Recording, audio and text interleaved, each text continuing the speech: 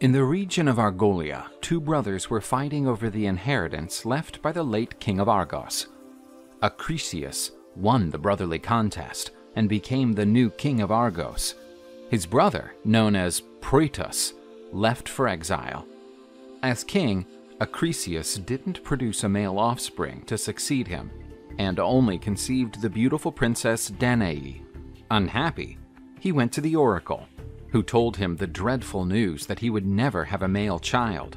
His grandson, soon to be born, would be responsible for his death. After checking in with the oracle, Acrisius fell into paranoia and spotted enemies everywhere. The king did not allow any man to approach his daughter to prevent the terrible prophecy from happening. The monarch's paranoia kept increasing, and he ended up locking his daughter in a tower of his palace. The princess started to struggle with loneliness while jailed in a windowless cell. She desperately prayed to the gods. Zeus, from the heights of Olympus, heard the cry of the beautiful princess Danae. The supreme god was captivated by the feeble mortal creature and decided to visit her. Danae often stood under the skylight in her cell, through which the sunlight came in. Suddenly, a golden drop hit her face. A rain of gold literally fell upon the maiden. This downpour was no one but the supreme god himself, who opted for this unusual method to couple with the young girl. Hit by news of his grandson's birth, King Acrisius was enraged. He suspected that his brother Proetus had impregnated his daughter to claim the throne in the future. The unhinged king decided to punish his daughter's supposed treachery. He put the princess and her baby in an ark and threw them into the sea, hoping that the ocean would put an end to their lives. The ark floated on the waters for days, while Danae awaited for their end. But this was not the fate established by the gods. At Zeus's request, Poseidon led the urn to Seraphius, where Perseus and his mother were rescued by Dictys, a fisherman brother of King Polydectes. The humble fisherman sheltered the new mother and raised Perseus as if he were his son. The boy grew up to be a stunning, strong, and brave man. There was a party in the palace one day. Dictys and his protégés were invited. The king was marveled by Danae, but noticed that she was always shielded by her jealous son. Then came the moment when gifts were offered to the king. The guests brought him jewelry and fine fabrics. Perseus, who was just a fisherman like his raising father, had nothing of much value to offer. "I'm not rich, therefore I have no jewelry or anything precious as a gift, but I would like to offer you the head of the monstrous Medusa, if that pleases you." The king realized that it was the perfect opportunity to get Perseus away from his mother. "If what you say is true, then go after that lousy creature, and don't come back without bringing its head as a trophy." Being the son of Zeus, Perseus was always aware that a great power lied within himself, and that he was destined to accomplish great things. The hero stood firm and accepted the challenge. Perseus fearlessly set out to meet his destiny.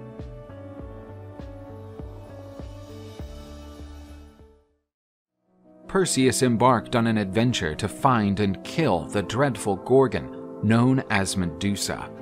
The hero walked through Greece looking for clues to the creature's location, but found nothing. However, the gods liked Perseus, and his quest was boosted by the heavens. Hermes, the messenger god, gave the young man precious advice. The gods stated that the young man's courage and skill alone would not be enough to defeat the Gorgon. He would need special equipment to accomplish his mission. These items were under the guardianship of the northern nymphs, but their whereabouts were known only to the Graeae, the Grey Witches. Hermes, a connoisseur of every possible route, guided Perseus to the cave where the Graeae were hiding. Before he left, the god presented the hero with a divine sword made in Hephaestus's forges. The blade never lost its edge, It was a remarkable weapon. Perseus entered the Graiai's hiding place. The cave was dark, lit only by a few candles. Perseus spotted the old gray witches at the bottom of the cave. There were 3 of them, but they shared only one eye. Perseus knew he had to get the whereabouts of the northern nymphs from those witches, but threatening them with violence would be pointless, since the 3 old women were immortal. But the cunning Perseus spotted an opportunity, and he sneaked up behind the Graiai. Just as one of them was about to pass the eye to the other, Perseus stole it from their hands. The Graiai were desperate and demanded that Perseus return the eye, but he said he would only do it if they would reveal to him where the nymphs were hiding. Otherwise, they would spend eternity in darkness. With no alternative left, the old witches accepted his proposal, and Perseus gave them back the much-treasured eye. Perseus visited the idyllic country of the Hyperboreans, the land where the sun never set, where the nymphs of the north lived. They were already expecting the hero's arrival and welcomed him with the proper hospitality that the offspring of Zeus deserved. The beautiful maidens presented him with the items necessary for Perseus to fulfill his mission. The nymphs shod the young man with winged sandals similar to Hermes. They handed him the sacred helmet given to them by Hades, which gave him the power of invisibility. And finally, he was given a bag made with special threads to hold his precious trophy. Perseus would also receive the most illustrious visit of all. The splendorous goddess Athena, half-sister of the hero and Zeus's favorite daughter, provided him with a great help. She offered her brother her beautiful shield, the sacred Aegis that had once belonged to Zeus. Now fully equipped, Perseus set out for his encounter with the monster. Upon reaching the creature's hideout, several petrified warriors were at the entrance. Much to Perseus's surprise, 2 other Gorgons were sleeping near the lair's entrance. These were Cethano and Uriel, Medusa's sisters. Perseus made use of Hades' helmet, and he got past the guardians without being seen. Medusa, the dreadful and cursed Gorgon, felt the presence of an invader. She knew something was wrong, but couldn't perceive what. Perseus knew that under no circumstances could he face the creature. Otherwise, he would become another statue for Medusa's long collection. Perseus cautiously moved forward, with his eyes closed. He tried to use as a guide the sound of the snakes hissing in Medusa's hair. But the hero accidentally kicked a rock, and the noise revealed his position. Medusa fired one of her powerful arrows at Perseus and hit his helmet, knocking it off. Perseus was an easy target for Medusa, who fired another arrow. Relying on his amazing reflexes, Perseus blocked it with his shield. That was when he saw his own reflection in the shield's interior. And, as if he had been touched by Athena's wisdom, Perseus conceived a new strategy to fight the monster. He ran and took cover behind the nearest pillar. Using the shield's reflection, he could see the creature getting nearer him from behind. Perseus remained calm and waited until the creature was exactly where he wanted it to be. With a perfect spin, Perseus managed to strike a blow right through Medusa's neck, separating head and body. The creature was dead, and Perseus accomplished a seemingly impossible quest. The hero kept the Gorgon's head in the special bag he had received from the nymphs. But, to the young man's surprise, the blood dripping from the Gorgon's body gave rise to 2 creatures: Chrysaor, the giant with the golden sword, and a beautiful winged horse. They were the offspring of the relationship between Poseidon and Medusa. Making use of his winged sandals, Perseus took off and started his way home. But on his way, he would still have to deal with unexpected events. Perseus defeated the terrible creature known as Medusa and returned home with the monster's head as a trophy. While he was flying over North Africa, he encountered the mighty Titan Atlas. The Titan had been punished by Zeus to hold up the heavenly vault for having opposed the Olympian gods during the Titanomachy, the great war between gods and titans. Perseus stood before Atlas and asked him for shelter in his land. He said he was tired, as he had completed the arduous task of defeating Medusa. Atlas doubted that Perseus was capable of such a feat, so he did not want to give shelter to a liar. Perseus, to prove that he spoke the truth, removed Medusa's head from the bag. The hero displayed his trophy to the Titan. The latter, looking at the Gorgon, began to petrify. He became a huge mountain, whose peak supported the heavens. Perseus left the lands of Atlas behind, and fate would lead him toward an unexpected encounter. Days earlier, at the court of King Cepheus, his proud wife, Queen Cassiopeia, was boasting about her beauty and her beautiful daughter Andromeda. Without any reticence, she claimed that her daughter was more beautiful than the Nereids, the marine deities' daughters of Nereus, the Old Sea. Among the Nereids was Amphitrite, the queen of the oceans and wife of Poseidon, who was offended to learn that a mortal considered herself to be above her. Queen Cassiopeia's unreasonable pride caused her husband's kingdom to be punished by the god of the seas. At his wife's request, Poseidon pushed great waves against that kingdom, which seemed destined for destruction. But an oracle claimed that there was a way to placate the god's fury. To do this, the beautiful Princess Andromeda was to be sacrificed. The princess was bound to a rock to be given as an offering to a sea monster known as Cetus. The princess was abandoned to her terrible fate. But, by the intervention of the Ladies of Fate, Perseus crossed the skies of that kingdom at that moment. The monstrous Cetus emerged from the depths to take his tribute, but Perseus was unwilling to allow that to happen.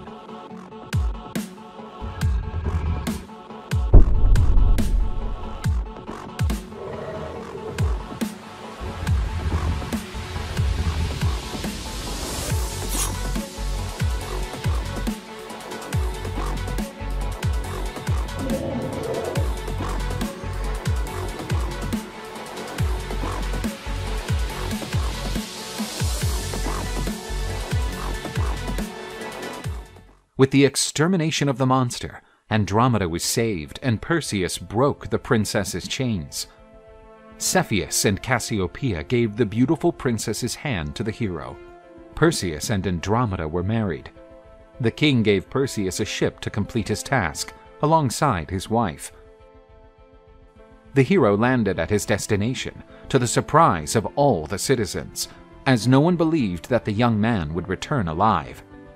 During his absence, the king tried to force the hero's mother to marry him, but Danae resisted the king's approaches. She sought refuge in Athena's temple to avoid being raped. When Perseus heard about this, he was furious and went to the royal palace to settle accounts with the monarch. Polydectes was surrounded by guards, determined to kill Perseus. Perseus fought against the guards but realized that they were too many, and his victory would be impossible. So he took Medusa's head, petrifying all his opponents. The infamous King Polydectes was also petrified, and his cowardice was immortalized in his final pose. Dictys, the king's brother, was chosen to occupy the vacant throne and proved to be a just and benevolent king. Perseus's fame spread throughout Greece. Acrisius, the hero's biological father, fearing the prophecy that claimed his son would be responsible for his death, fled, fearing the young man's revenge. But Perseus did not want revenge. His fame allowed him to be welcomed anywhere. In a distant kingdom, he was invited to participate in the games in honor of the gods. Perseus threw the disc with extraordinary force, hitting the area where spectators were watching the games. The disc hit an elderly man in the head, killing him instantly. He was Acrisius, who could not avoid his fate. Perseus returned the shield to the goddess Athena and offered her the head of Medusa. the goddess of wisdom placed the Gorgon's head in her aegis. Perseus then founded the glorious city of Mycenae, with his blood circulated in the veins of a glorious offspring. Among them, Hercules, the greatest of all heroes. The name of the man who exterminated the dangerous Gorgon became synonymous with heroism and courage, and his legend echoed for eternity. The Isthmian Games were celebrated in the city of Corinth. They were a kind of Olympic Games in honor of Poseidon. The contestants would compete in different events, but the chariot race was the most prestigious. The best drivers took part in the sport. Among them was Phaethon, son of the Titan Helios, with the nymph Clymene. In case of victory in the chariot competition, the sun god promised his son to grant him anything he desired.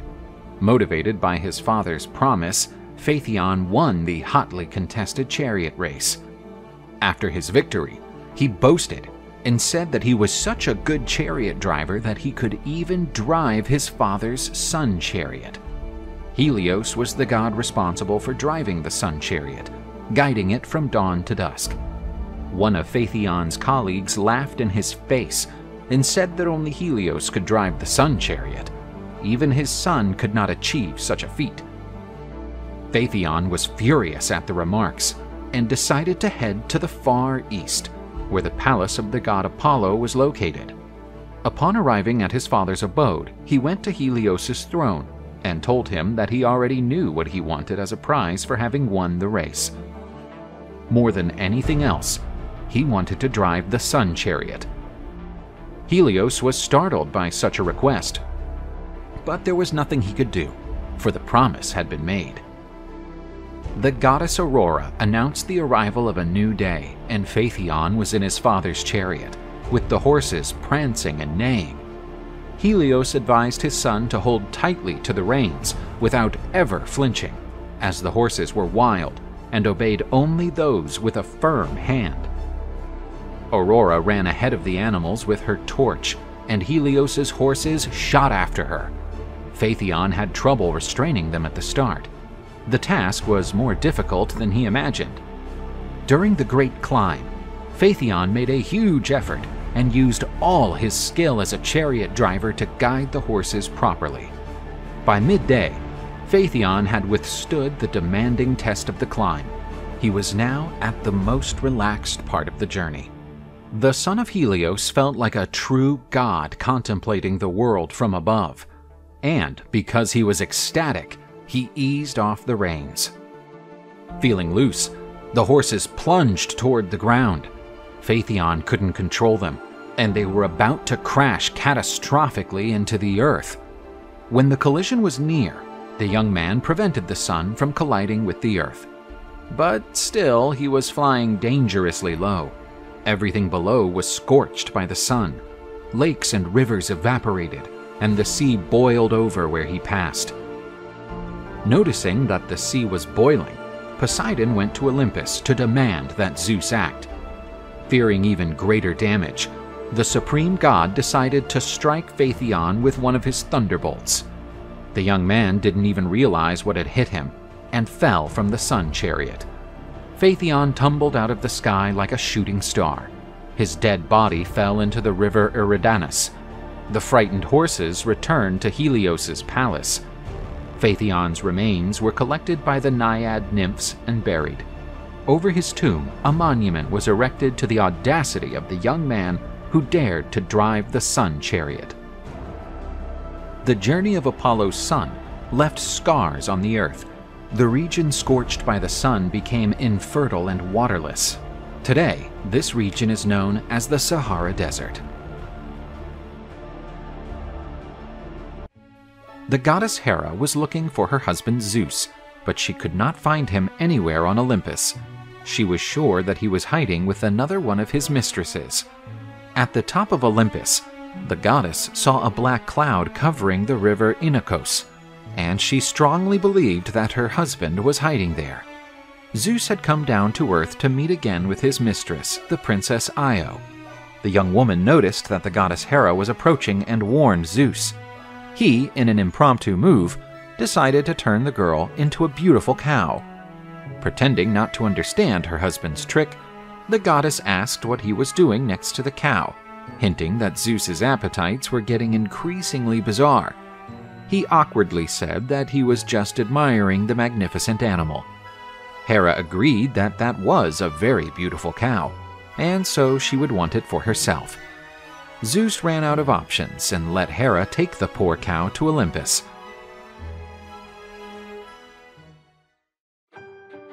Upon arriving at Olympus, the goddess called her lackey Argus, a creature with 100 eyes. She told him to take the animal to a distant place and to watch over it constantly. The monster took the beautiful cow to Egypt, hidden from everyone. He released the animal there, keeping it under constant surveillance. Even when resting, Argus kept some of his eyes open, watching the cow-shaped nymph. After learning of Io's disappearance, Zeus asked Hermes to find and kill the creature that had taken her.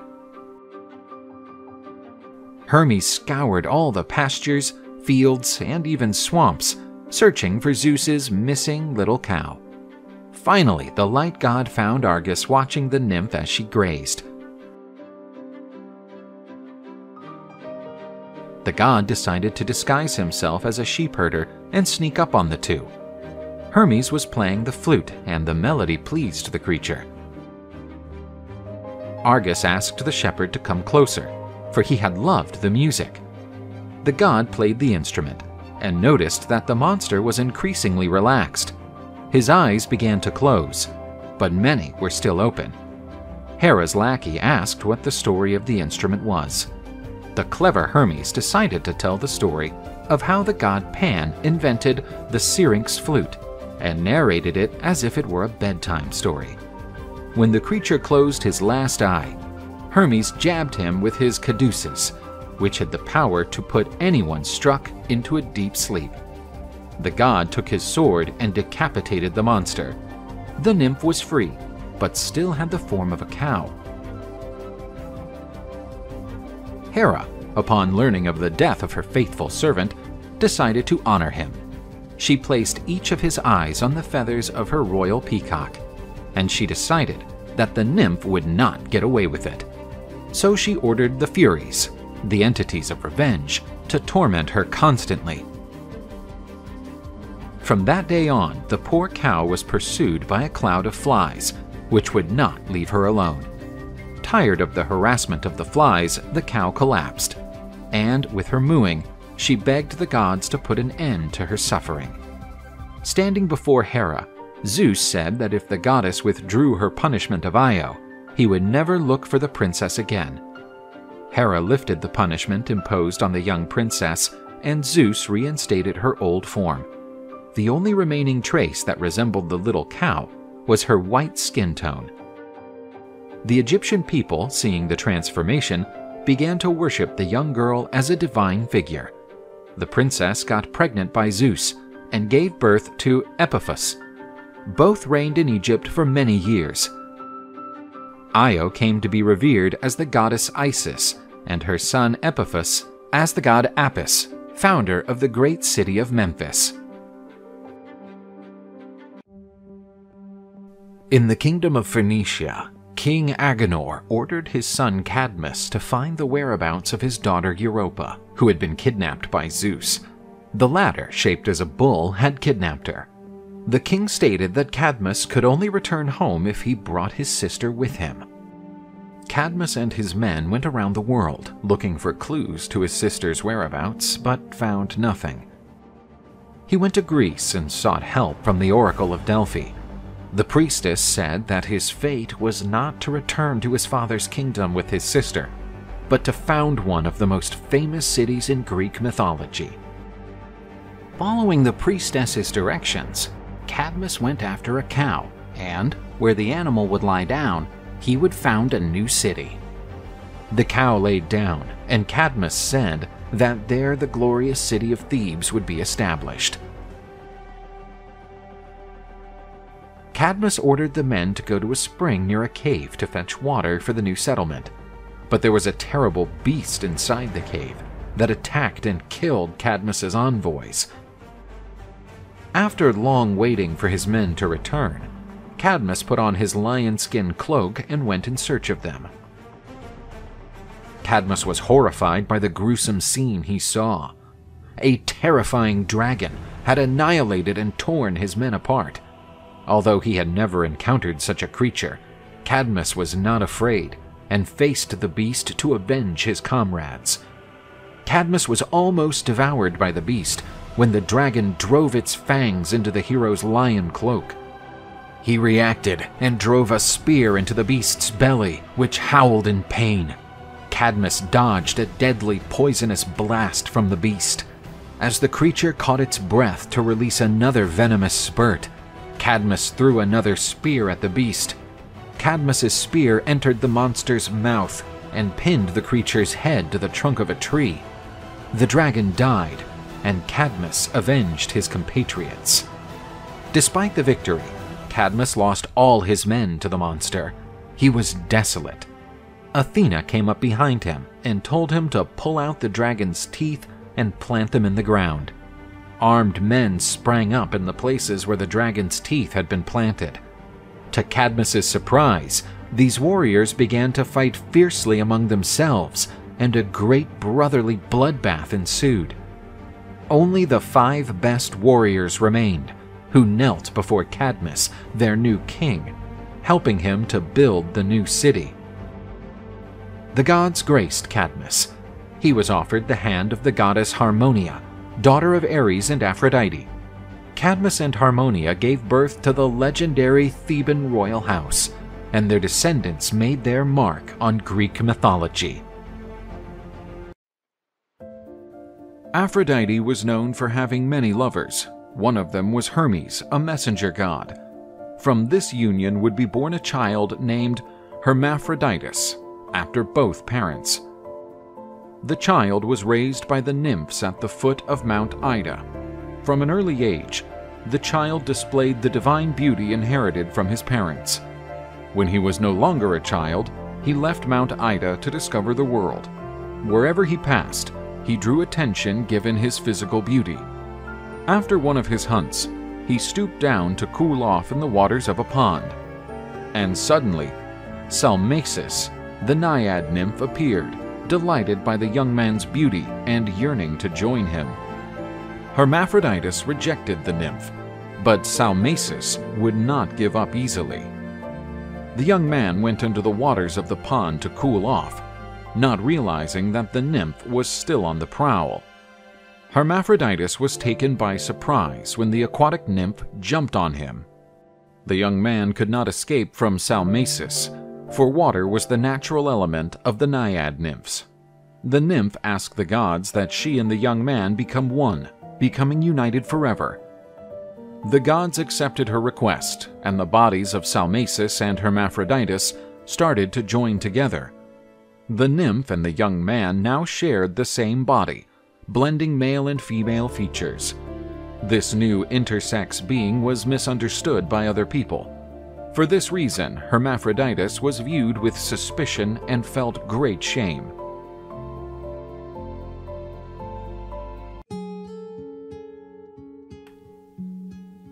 Tithonus was a handsome Trojan prince, brother of King Priam of Troy. By chance, he met the beautiful goddess of the dawn, Aurora. The goddess and the young human immediately fell in love. But Aurora was worried that Tithonus was immortal, preventing them from living together forever. She then asked Zeus to make him immortal. Aurora got her wish, but forgot to ask for the gift of eternal youth. So Tithonus continued to age. Tithonus could only speak like a baby when he was 150 years old. Many centuries passed, and Aurora locked her husband in a room. Tithonus was still alive, but all that remained of him was a dried-up husk of the man he used to be. The blessing of living forever had turned into a curse.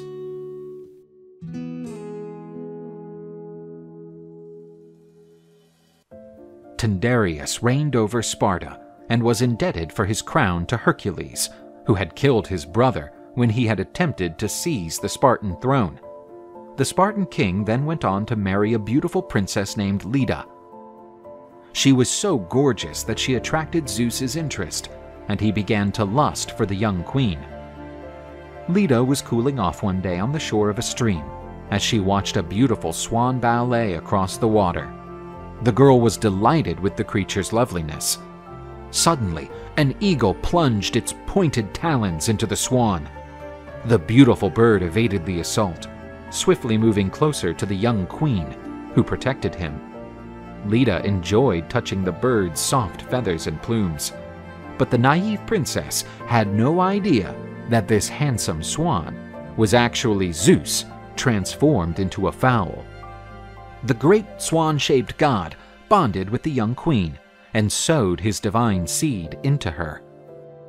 After the bird left, Leda was still overcome with desire and sought out Tyndareus, her husband, with whom she had a night of passionate love. The queen became pregnant, and, to everyone's surprise, she laid 2 eggs. Helen and Pollux, Zeus's children, were born from one of them, and Castor and Clytemnestra, Tyndareus's children, were born from the other. The king made no distinction between the babies and brought them all up as his legitimate children. His offspring would leave their mark on Greek mythology. Clytemnestra would then marry Agamemnon, the greatest of all the Greek kings. Castor and Pollux would become part of Jason's crew that would set out on the adventure in search of the Golden Fleece. Meanwhile, Helen would become the world's most beautiful woman and would be sought after by almost all the Greek kings, and her kidnapping would be the trigger for the start of the Trojan War. Hephaestus, god of forges, had berated his wife Aphrodite after catching her red-handed having an extramarital affair with Ares, the god of war. The god took a long time to recover from such a humiliation. To alleviate his pain, he began to focus exclusively on work. At this time, the Trojan War had broken out, and Athena, goddess of strategic warfare, went to Hephaestus's forge with an order for new weapons and armor. Hephaestus was a magnificent blacksmith, and Athena enjoyed visiting his workshop to watch the making of the weapons that were true works of art. The god of the forges enjoyed the visits of the beautiful and haughty goddess of wisdom, who illuminated Hephaestus's forge with her splendor and lessened the loneliness of the blacksmith deity. Poseidon, god of the seas and Athena's rival, seeing the friendship between the gods, decided to stir up an argument between them. The sea god poked Hephaestus, saying that Athena had an interest in a love affair with the god of the forges. But Athena had no intention of having an affair with anyone, for she had taken a vow of chastity and wished to remain pure for all eternity. Upon hearing this false account, Hephaestus was thrilled. After all, one of the most beautiful goddesses of Olympus wanted to be with him. When the goddess decided to pay another visit, Hephaestus, consumed by lust, tried to seduce her, but Athena rejected him. However, the god was beset by desire and tried to conquer her through force. The god grabbed the virgin goddess, but the deity of war pushed him away. However, Hephaestus had already poured out his divine seed. The goddess disgustingly shoved the god of forges back, throwing him to the ground. Hephaestus's divine seed fell to the earth and was taken up by Gaia, who subsequently gave birth to the fruit of this mishap. The baby's name was Erichthonius, a strange creature with the trunk of a man and the tail of a serpent. Athena adopted Erichthonius as her own son, but the baby was not yet ready to live in the mortal world. So, Athena put him in a basket and gave the child to the princess of Athens, a city consecrated to the goddess after her feud with Poseidon. The goddess told them that they could never peek into the contents of the box, but the princess's curiosity was greater than their caution. They opened the box and found the creature. They became mad and threw themselves from the top of Athens' Acropolis. Athens returned for her son and raised him in the temple dedicated to the goddess.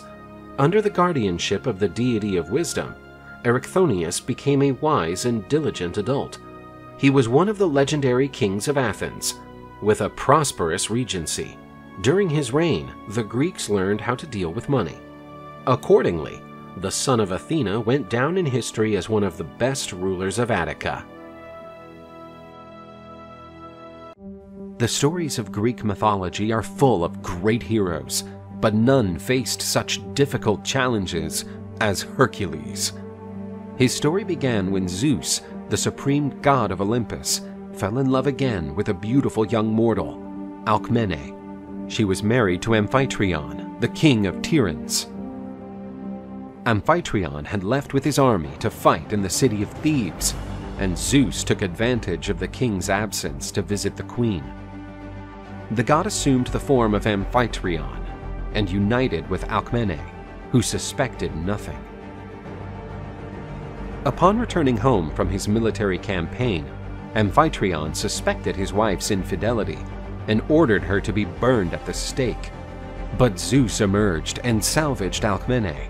He revealed that he was the father of one of the babies the queen was expecting, for Alcmene was also pregnant with the king's child. Amphitryon felt honored to raise the child of the god of gods and forgave his wife. Zeus had great plans for the child. A prophecy said that the first great-grandson of the hero Perseus would be king of the glorious city of Mycenae. Alcmene was the hero's granddaughter, so her child would be entitled to the crown. However, her cousin was also pregnant. The goddess Hera was furious at her husband's infidelity and forced Eileithyia, the goddess of childbirth, to hasten the birth of Eurystheus. Due to the premature birth of his cousin, Hercules lost his right to the crown of the glorious city of Mycenae.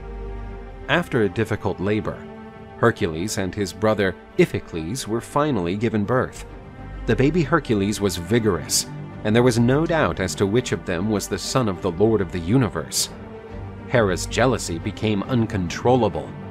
Enraged, she sent 2 poisonous serpents to kill the babies. The serpents slithered into the cradle where Hercules and his brother were sleeping. Alcmene awoke, startled by Iphicles' cry, and found baby Hercules strangling a snake in each hand. Fearing further reprisals from the goddess, Alcmene took her son into the forest and abandoned him on a trail, hoping he would be picked up by someone. However, as fate would have it, 2 goddesses found the abandoned baby. They were Athena and Hera. Not knowing it was Hercules, the goddesses were impressed by the child's vigor. Athena blessed him with superior courage and cunning. Hera offered him her breast and suckled him with divine milk, food that would confer a power superior to almost all other demigods. Hercules sucked on Hera's breast with such force that, due to pain, she pushed the baby away, and a gush of divine milk tinged the heavens, giving birth to the Milky Way. Athena recognized the baby as her brother, and said she would return him to his mother. Hera, realizing the mistake she had made in nursing her rival's child, became even angrier and with an enormous desire for revenge. Upon hearing of Hercules' return to his home, the seer Tiresias said, "Let's celebrate the return of the child who will one day rid the world of all monsters, and by his great deeds secure a place in Olympus alongside his father." Hercules, the mighty son of Zeus, had shown signs of becoming a great hero since his youth, but fate would force him to overcome great challenges. Hercules was the subject of King Eurystheus, who was his cousin. He had only obtained the crown thanks to the goddess Hera, who did not want the bastard son of Zeus to inherit the crown. Hercules obeyed his cousin with frustration, but when the monarch decided to impose his first labors on him, the dismayed hero decided to consult the oracle at Delphi to find out whether he should continue to obey a man he considered inferior. The oracle told him that, with each labor he completed, the power usurped by Eurystheus would be diminished, and Hercules' glory would grow. Hercules, hoping that the oracle told him that he would not need to obey Eurystheus, was appalled. Taking advantage of the hero's vulnerability, the goddess Hera planted the seed of madness in his head. Hercules began to see the most terrible creatures and fought great battles with them. But it was all hallucinations. When he recovered from that wild madness, Hercules had blood on his hands, and his children and his wife Megara laid dead at his feet. Upon realizing what had happened, Hercules left for exile and went into a great depression in distant lands. Hercules was found by Theseus, a great admirer of the hero. He reached out his hand to raise the son of Zeus. Time healed the wounds of the mighty hero, and he decided to return to Mycenae to serve King Eurystheus. Therefore, he would cleanse himself of the horrific sins committed against his family. Hercules had made himself available to serve his cousin Eurystheus, king of Mycenae, but the king feared that his powerful cousin would try to take his throne in the future. So Eurystheus set him a seemingly impossible job. He was to annihilate a gigantic lion, which terrorized the forests of Argolis. The beast attacked the region's herds and, after devouring some men, began to enjoy human flesh. People said that the beast was the offspring of the monstrous Typhon and the evil Echidna. Therefore, it was rumored that its hide was indestructible to traditional weapons. Armed with bow and arrow, in addition to his powerful club, Hercules set out to hunt the creature. The hero spent some time in the forests of Nemea searching for the lion. Finally, he found tracks that led him to the cave where the monstrous feline was hiding.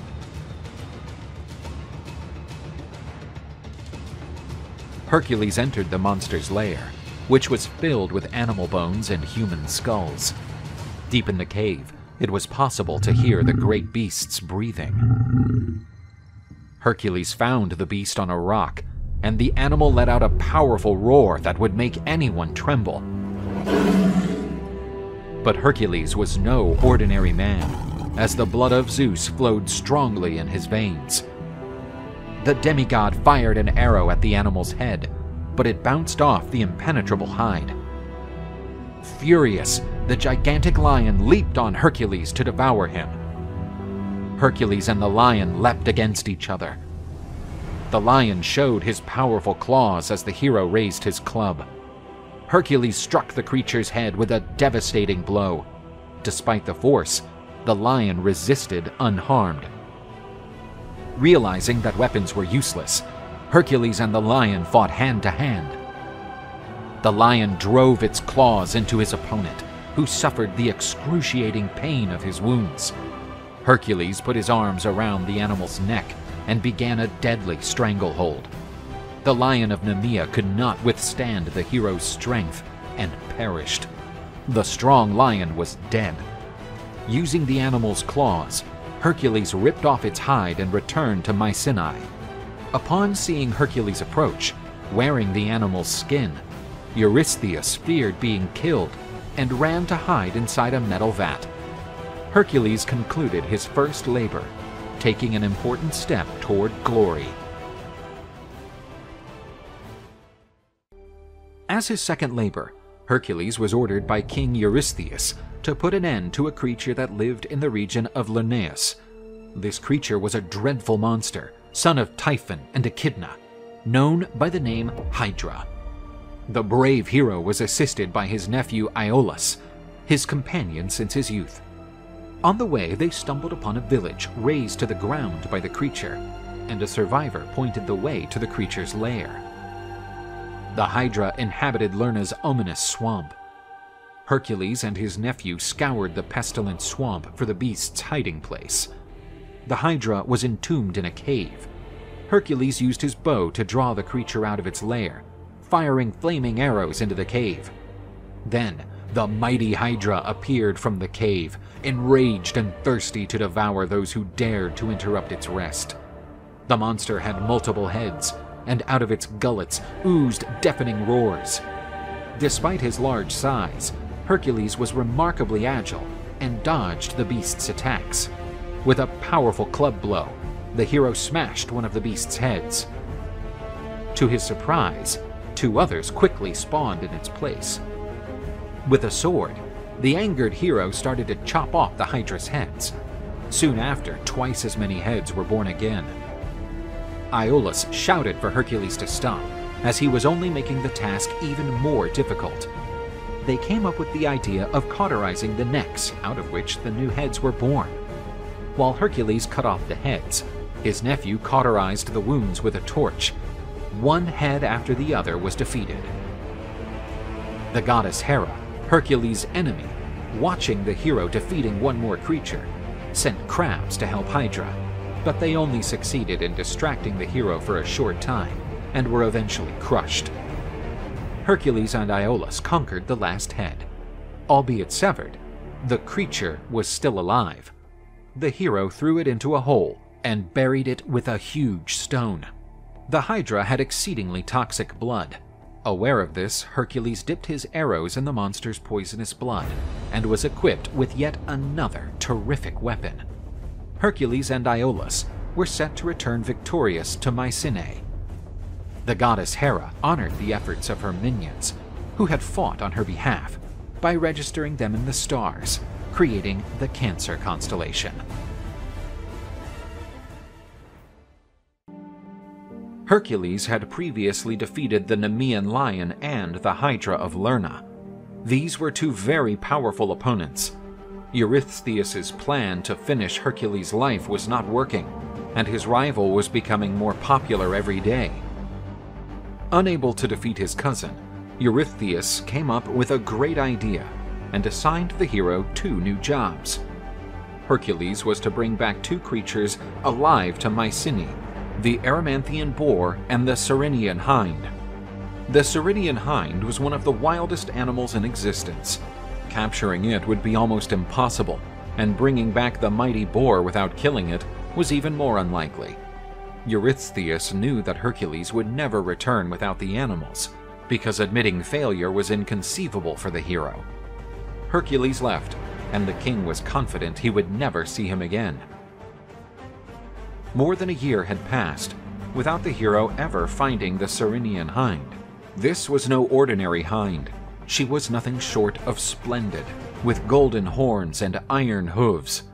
The creature was one of the 5 holy hinds created by the goddess Artemis, but it was the only one that lived free, while the others served the goddess pulling her chariot. Hercules finally managed to get close to the hind and shot one of her legs with an arrow.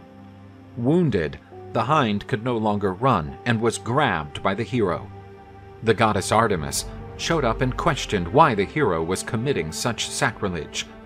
Hercules told her that, by order of the Oracle of Delphi, he was at the service of King Eurystheus. He would be freed after presenting the hind to the king. The goddess allowed Hercules to continue his journey. The hero would now try to capture the mighty Erymanthian boar. The creature was extremely strong, so Hercules would have to use his wit to capture it. Hercules fought the boar, but its great strength prevented the hero from catching it. Since he couldn't kill it, he decided to just tire it out. The hero then chased the boar, leading it to an area where snow was piling up on the ground. The mighty boar had to make a huge effort to go through the high snow, and was ultimately overcome by fatigue. After the animal tumbled down exhausted, Hercules bound its legs and captured it. To everyone's shock, Hercules arrived at the palace of Mycenae, carrying the hind and the boar. Eurystheus, terrified at the sight of such a creature, again hid inside the bronze barrel. Hercules had now accomplished one more of his tasks.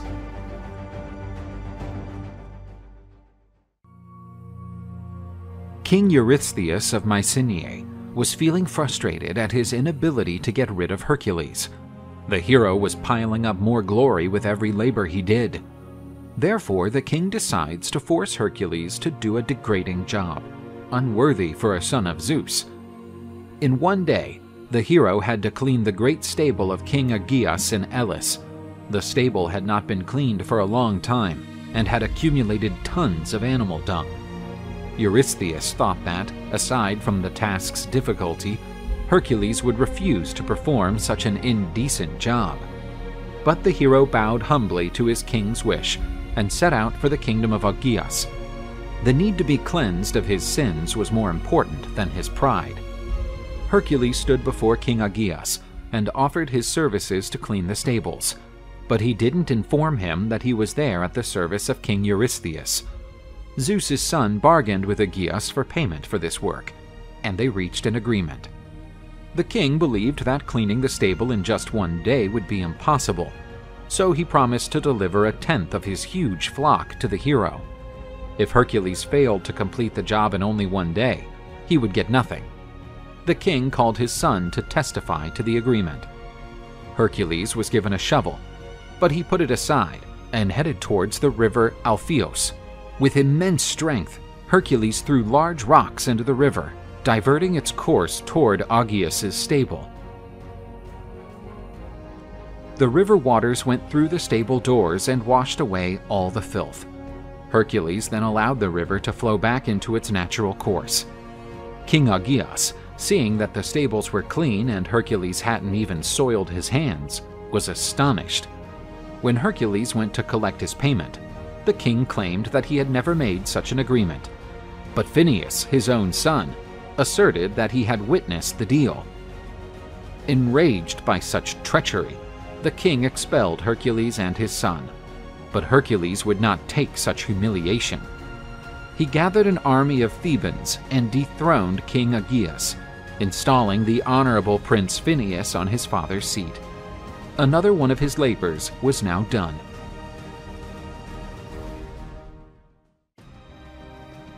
After cleaning out Aegeus's stables, Hercules had to go to Arcadia and finish off the Stymphalian, gigantic birds of prey that terrorized the area near Lake Stymphalia. After a long journey, the hero arrived at the lake. He was amazed by the sheer number of birds. These terrible birds had iron beaks and feathers. They attacked their victims by throwing their sharp metallic feathers. It seemed impossible to accomplish that task with brute force. So he tried to solve the situation with guile. Hercules asked his sister Athena for help, and the goddess of wisdom was decisive. The goddess offered him a musical iron instrument, made by the god Hephaestus in his sacred forge. With these divine drums, Hercules made a deafening noise that drove the birds away. Hercules even managed to shoot down a few birds in mid-flight with his bow and arrows, bathed in the blood of the Hydra. Hercules accomplished one more feat, and the hero then set off towards the island of Crete.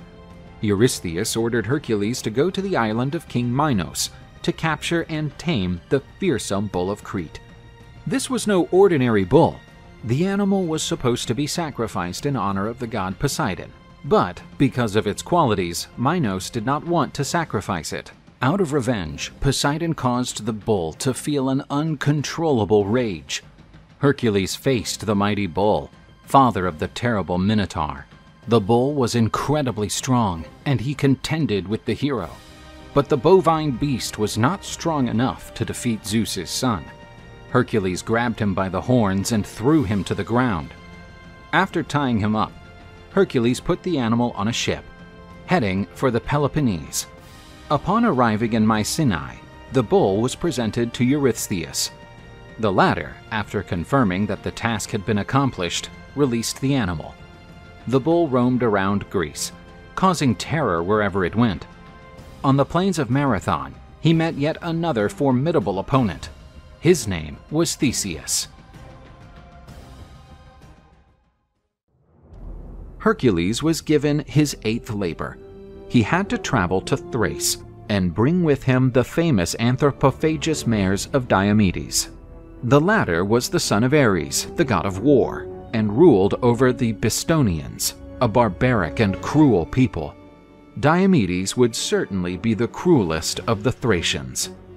He captured the foreigners who entered his lands, taking them to the royal granary. That was the home of the mighty mares. They were so strong that they had to be tied with iron chains.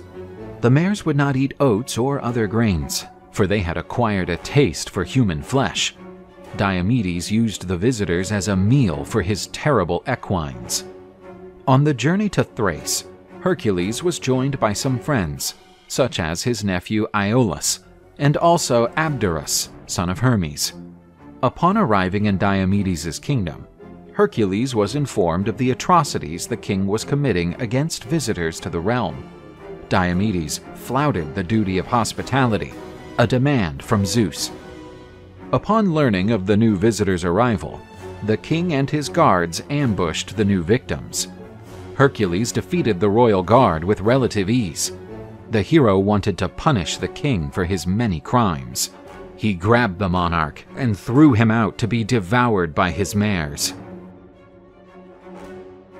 Properly fed, the mares calmed down, and Hercules led them to his ship. But more soldiers appeared, trying to avenge the king. Hercules asked Hermes' son to hold the mares, while the hero and Iolaus fought the soldiers. Once again, the guards were defeated by Hercules with ease. But, upon returning to the ship, Hercules found Abderus dead, being devoured by the mares. Hercules mourned his friend's death. After burying him, he declared that the city of Abdera would be founded there in tribute. In Mycenae, King Eusthrius consecrated mares in honor of the goddess Hera. The horses descended from these mares were extraordinary animals. According to legend, Bucephalus, Alexander the Great's horse, had the blood of these mares in its veins. Under Alexander the Great, it took part in the conquest of almost the entire known world. Hercules had gathered some heroes to follow him to Themyscira, the kingdom of the Amazons, to accomplish yet another task. The spoiled daughter of King Eurystheus demanded from her father Hippolyta's girdle as a gift. Hippolyta was the Amazonian queen, and due to her achievements in the battlefield, received the girdle from the gods as an honor. To fulfill her daughter's desire, the king sent Hercules to use everything he deemed necessary to bring the girdle to his daughter. Themyscira was a women-only kingdom, and they were famous for being excellent warriors. When he arrived in the kingdom of the Amazons, Hercules was received by Hippolyta, who was stunned by the size of the son of Zeus. Hercules was diplomatic as he talked to the queen, and she retributed the courtesy. They seemed to be coming to an agreement, and Hippolyta would give her girdle to the hero without a drop of blood. But the goddess Hera, the enemy of Hercules, would not allow the bastard son of Zeus to accomplish that task so easily. Disguised, she joined the Amazons and spread the rumor that Hercules had planned to kidnap the queen. To protect Hippolyta, the Amazons armed themselves and attacked Hercules and his fellows. The battle was bloody. Many Amazonians fell on the battlefield. Among the fallen Amazons was the queen Hippolyta. Hercules picked her girdle up and started his return to Mycenae. On the way back, the hero passed through Troy, and the city was in terrible trouble. The Trojan king Laomedon was being punished, since he had refused to pay the tribute agreed with Poseidon, who had built the legendary walls of Troy for the king. And, because of that, his daughter was being delivered as a sacrifice to a terrible sea monster. The king promised a reward to the hero if he managed to save his daughter. So Hercules went to fight the creature. It was no match for the mighty son of Zeus and ended up destroyed.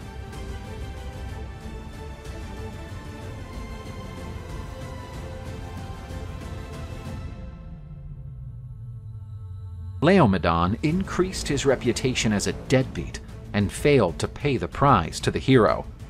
Hercules was expelled from Troy, but before leaving, he swore revenge and returned to Greece to deliver the girdle of Queen Hippolyta to the sovereign's daughter. King Eurystheus wanted to see Hercules as far away as possible. In the 10th labor, the hero was to steal the cattle of the giant Geryon. The giant lived on the mythical island of Erythea near the Iberian Peninsula. The journey was very long, and no Greek had ever traveled so far and returned. Hercules sailed a long time until he reached a large mountain, which separated the Mediterranean Sea from the Atlantic Ocean. But not even a huge mountain could stop Zeus's son.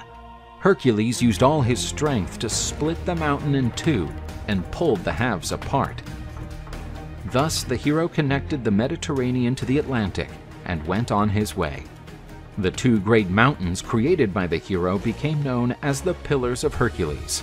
Today, this place is known as the Strait of Gibraltar. Finally, Hercules reached the island of Eurythia. No Greek had ever dared to approach the oxen of the giant son of Chrysaor, for Geryon was a hideous creature that had several bodies in one. The giant also had a two-headed guard dog named Orthros, brother of Cerberus, the infernal dog. Hercules fought the dog, which, besides having two heads, had a serpent's tail.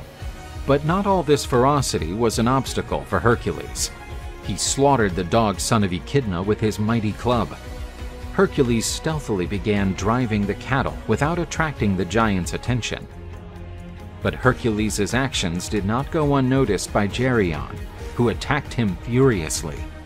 The fight between Hercules and Geryon was intense, and the hero seemed finally defeated. Hercules realized that the goddess Hera, his enemy, was helping the giant by increasing his courage and strength.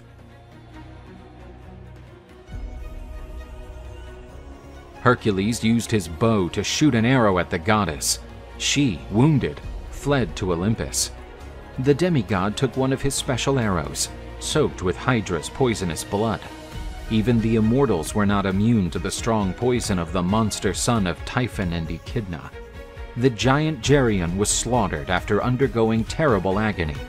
Hercules was finally able to return to Greece, driving the famous Geryon's oxen. Hercules was again traveling the world to perform another labor for King Eurystheus.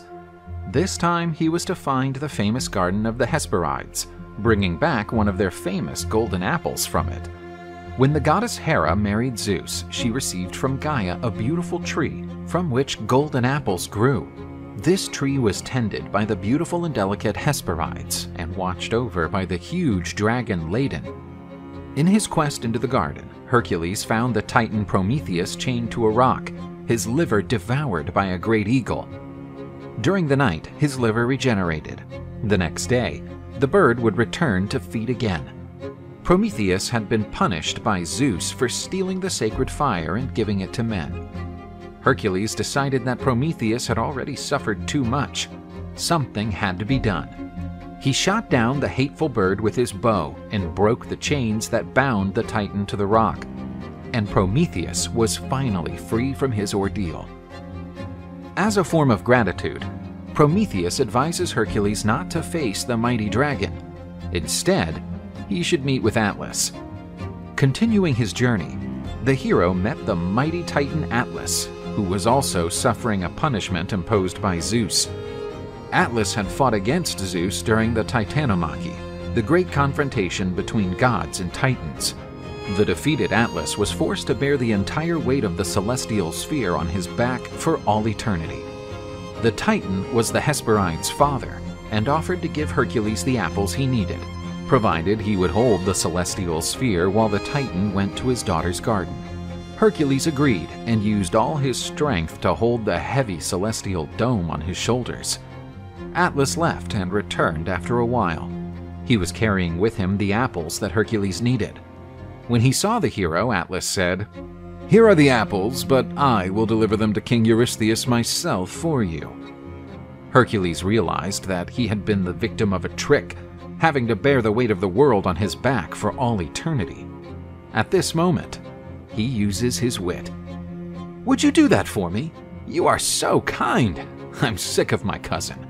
But before you leave, I want to make a request.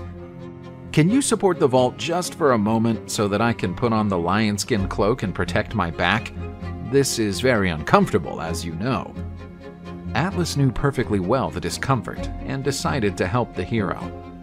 When the Titan lifted the celestial vault again, Hercules picked up the apples that had been set on the ground and turned his back, never to return. Upon returning to Mycenae with the apples, the great hero was cheered by Eurystheus' subjects. The jealous king decided that there was only one way to get rid of Hercules for good. He should be sent to the realm of the dead.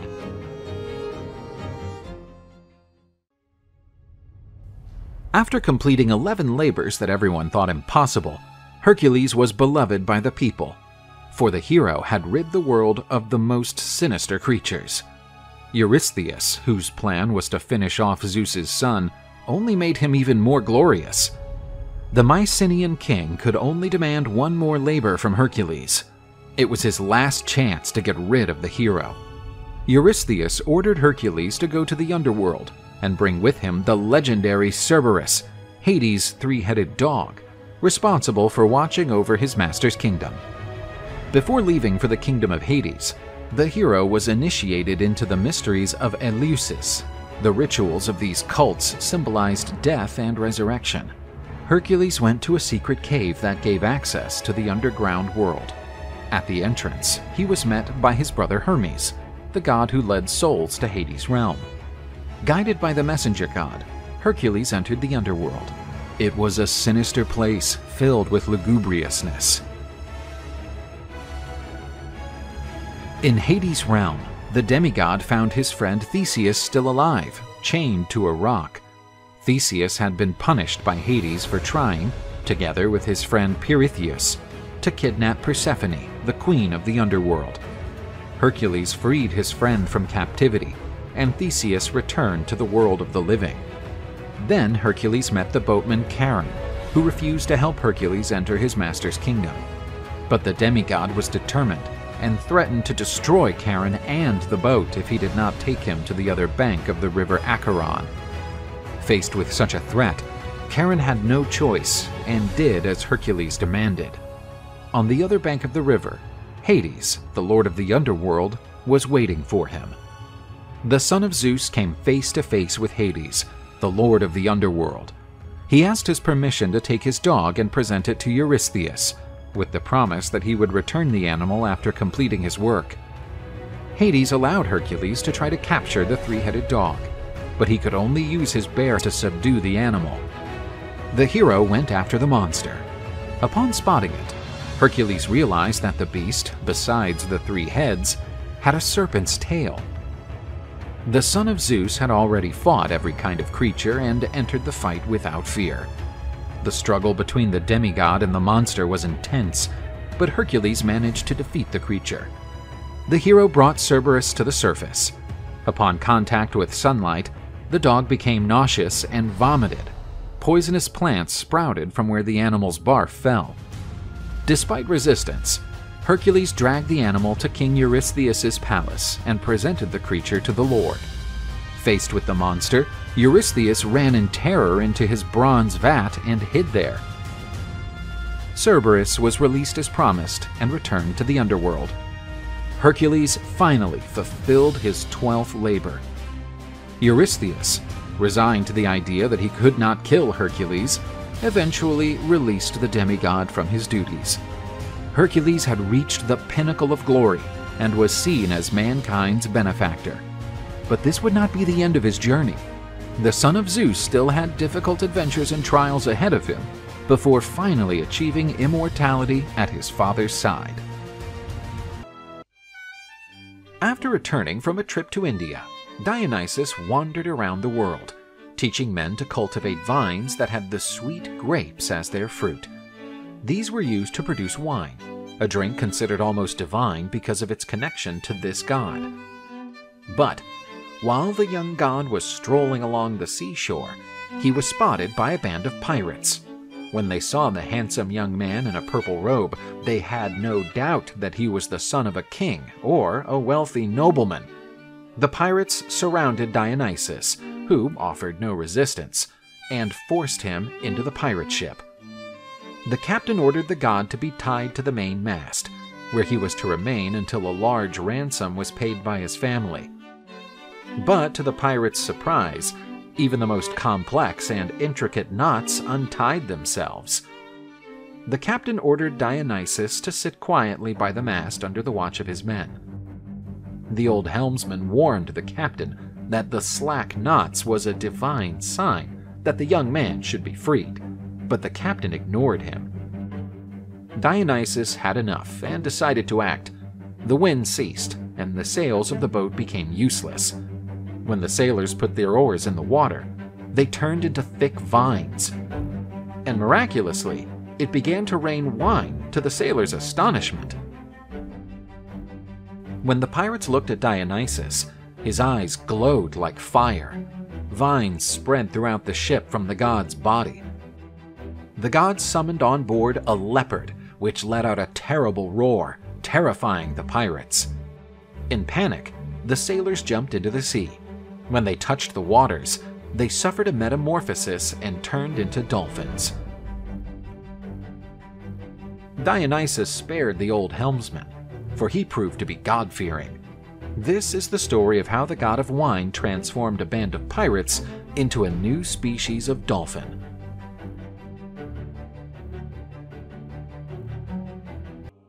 Clytie was a beautiful nymph in love with Helios, the sun god. They had a relationship, but the sun god saw nothing special in the nymph and abandoned her. Even after being rejected, Clytie spent her days contemplating her sweetheart as he crossed the skies during the day. She did nothing else and began to wither away after so many days of just following the motion of the sun. The forsaken nymph eventually passed away, but the gods did not allow her, out of love for the sun, to be forgotten. In her final resting place, beautiful yellow flowers appeared. Just like the nymph Clytie, they were always turned towards the sun while the god was crossing over it. This flower became known as the sunflower. Hyacinth was a young man of great beauty. His beauty was so immense that he even attracted two deities. One of them was Apollo, the god of music and prophecies. The other was Zephyrus, also known as the West Wind. Hyacinth was amused by Zephyrus. He flied across the sky alongside the god, piercing the clouds. With Apollo, the youngster rejoiced with the songs played by the brilliant god. The boy and the god became quite intimate. Hyacinth spent his days beside the god of music, doing all sorts of things. Realizing that he had been left out, Zephyrus started to nurture a great grief in his heart. One day, Apollo and Hyacinth decided to throw the discus. After preparing himself to throw it, Apollo launched the disc with incredible strength. The disc reached a stunning height. Hyacinth was ready to catch it, which descended at high speed. But the jealous Zephyrus blew the disc away, suddenly changing its trajectory. The disc fell to the ground, and after the rebound, hit Hyacinth's head with violence. Apollo ran to rescue the boy, whom he treasured so much. The god tried to use his powers to save Hyacinth's life, but not even the mighty Apollo could change Hyacinth's fate, traced by the Moirai. The beautiful boy died in Apollo's arms. Beautiful flowers started to sprout where Hyacinth's blood drops fell. Apollo felt guilty for ending Hyacinth's life at the peak of his youth, and in tribute to his friend, the god wrote his most beautiful songs, which were also the saddest and most melancholic. But with the arrival of spring, the god rejoiced, because the beautiful flowers born of the young's blood reappeared, and these came to be known by the name of Hyacinth.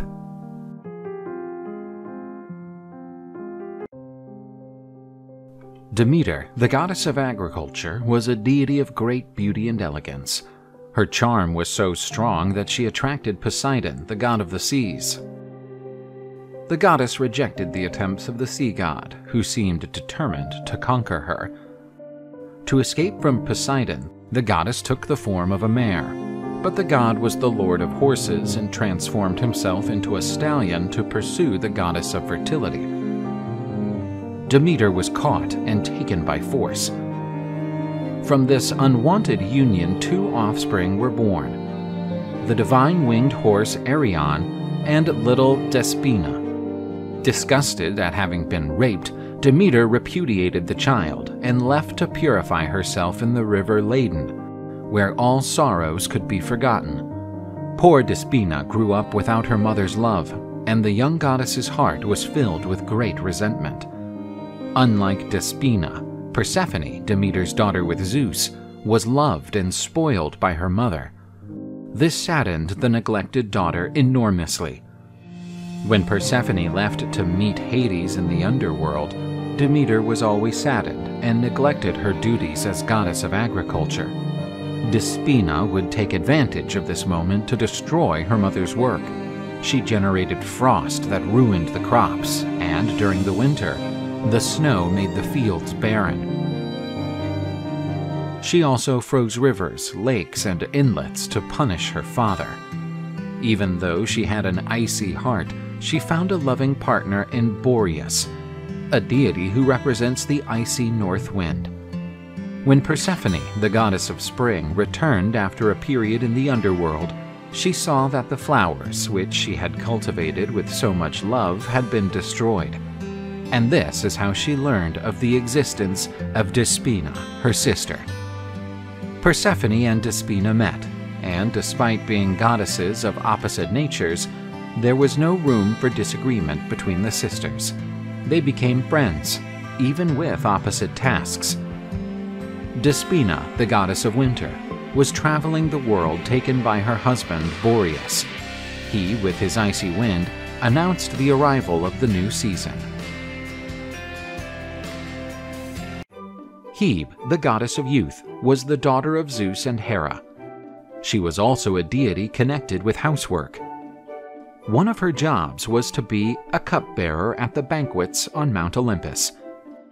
Hebe served the nectar of immortality to the gods. In a stroke of fate, one day Hebe stumbled and dropped all the sacred nectar. The other gods could not contain their laughter. But Zeus didn't like this at all, and decided to dismiss the goddess of youth from her role of serving the gods. Hera did not like Hebe being demoted from the nectar and ambrosia distribution. She warned Zeus not to choose one of his mistresses for Hebe's place. Zeus assured the goddess that no woman would take the place of the goddess of youth. Out of ideas, Zeus began watching the men, looking for someone capable of filling the open spot. Suddenly, he saw Ganymede, Prince of Troy, who was helping to shepherd the royal flocks. Ganymede had an almost divine beauty. Perhaps there had never been a mortal as beautiful as he was. Zeus decided that someone with such beauty was not meant to live among men. The presence of that gem would further enrich the abode of the gods. The supreme god took the form of an eagle and descended to earth to abduct the beautiful Ganymede. The eagle surreptitiously flew over the young man. After descending toward him, the great bird grabbed Ganymede by surprise. The beautiful young man was gently carried by the divine bird toward Mount Olympus. Ganymede stood before the gods of Olympus. They were impressed by the beauty of the mere mortal. Zeus presented him as a substitute for Hebe in the celestial banqueting duties. Ganymede had the prestigious responsibility of serving nectar and ambrosia to the gods.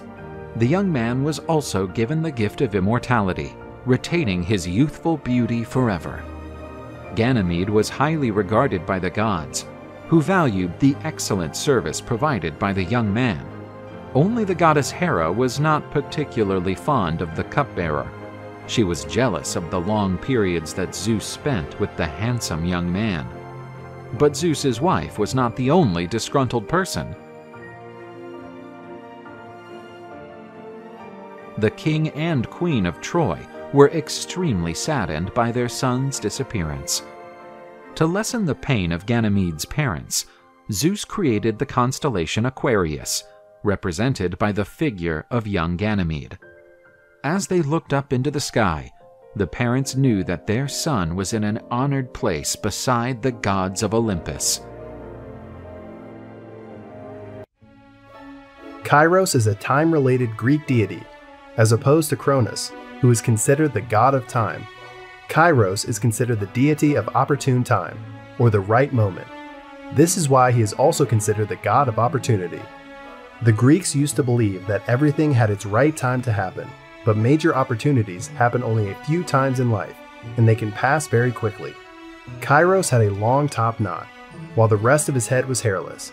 For this reason, the ancient Greeks believed that, when the god came along with a great opportunity, one ought to seize it immediately. If you let the opportunity pass by, you cannot grab it, and the great opening will be lost forever.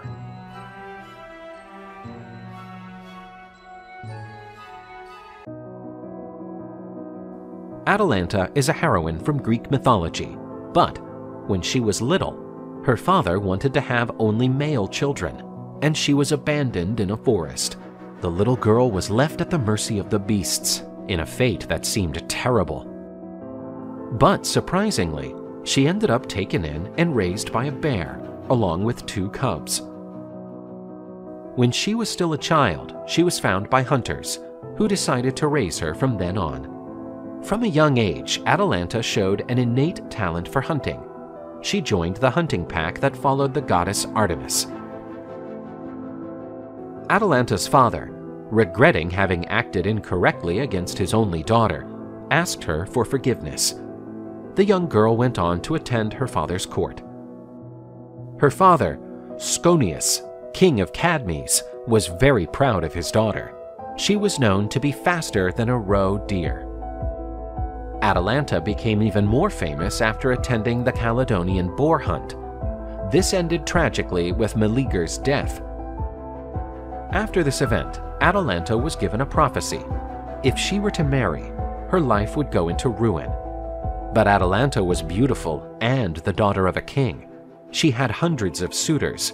Her father, fearing his daughter's fate, prepared a plan to protect her. Whoever beat Atalanta in a race could marry his daughter. But if the suitor lost, he would have to pay for his defeat with his life. Despite the heavy penalty in case of defeat, many put their lives on the line to marry Atalanta, but they all died. After the demise of so many suitors, the king believed that his daughter was safe. But there was still a young man named Hippomenes. He was known for running very fast.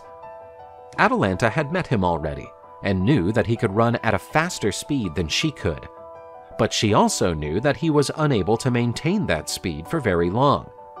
The young Hippomenes was in love with the beautiful Atalanta. At the temple of the goddess of love, he asked Aphrodite for help to seduce the young woman.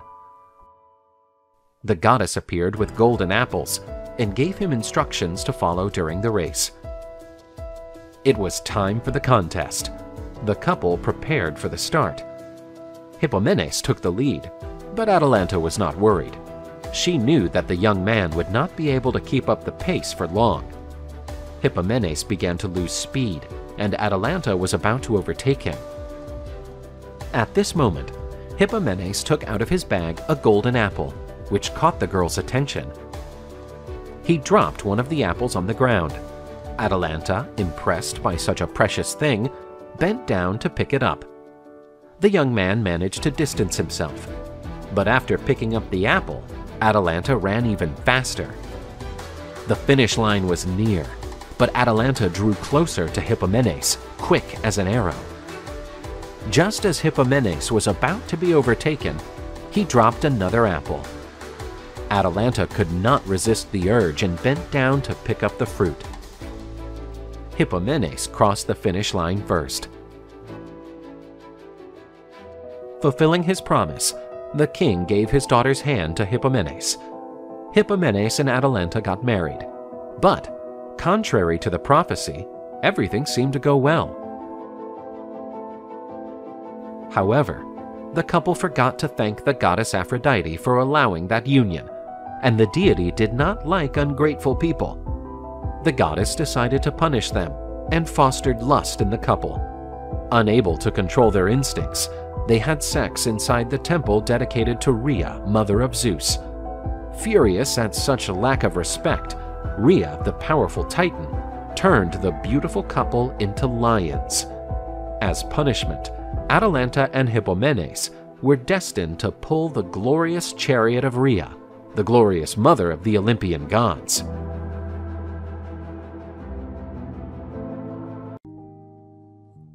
In one ancient Greek kingdom, at a time when the gods still roamed among mortals, 3 beautiful princesses dreamed what their future husbands would look like.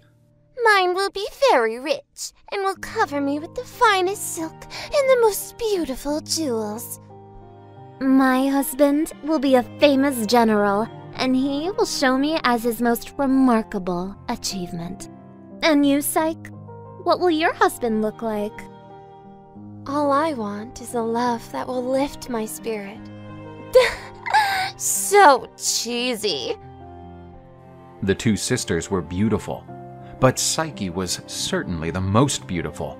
So beautiful that she attracted everyone's eyes, making her sisters jealous. People from faraway kingdoms traveled long distances just to gaze at the famous princess. "Behold, the most beautiful creature who ever set foot on earth!" Psyche was worshipped as a true deity, and the tributes previously paid to Aphrodite, the goddess of beauty, were now addressed to the young and beautiful princess. The offended goddess, caught in anger, watched the parade that followed the princess, while her temple was empty. Aphrodite gathered her son, Eros, the god of love and passion. Dear son, this mortal who thinks she is on the same level as the gods must be punished. Through your arrows, make Psyche fall in love with the hideous creature. As night fell, Eros went to the royal palace and stealthily entered Psyche's room. Psyche was sleeping in her bed. Curiously, Eros approached the princess to see if she was really that beautiful. The god was overwhelmed, as the beauty of Psyche was truly splendid. The fact that my mother is jealous of this mortal being is no coincidence. Her beauty can eclipse the most beautiful among the nymphs and goddess. In an unexpected turn of events, Psyche turned in her sleep, and this movement disoriented Eros, who accidentally wounded himself with his own weapon.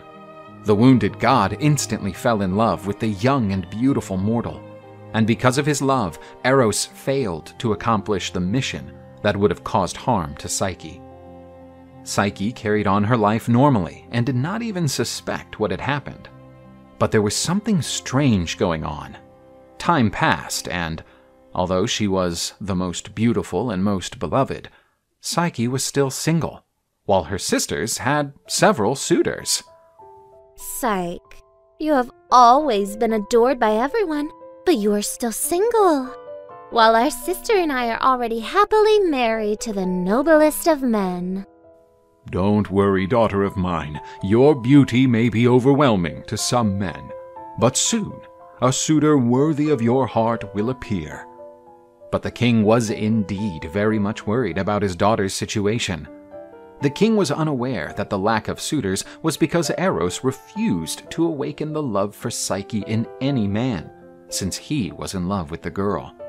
He went to the Oracle of Delphi in his quest for answers. Inside, through a pythoness, the god Apollo pronounced himself. Your daughter will marry a perverse, winged being who is delighted to wound mortals and gods. The princess shall be left on the edge of the abyss in matrimonial attire, where she shall be delivered to this terrible creature who will cause her death. Apollo was referencing Eros, the god of love. The solar god harbored a great resentment for Eros, since he had made the god of music have non-requited loves. The king left the temple in tears, as he was resistant to the idea of losing his favorite daughter. But the envious sisters of Psyche insisted that he was to obey the orientations of the oracle.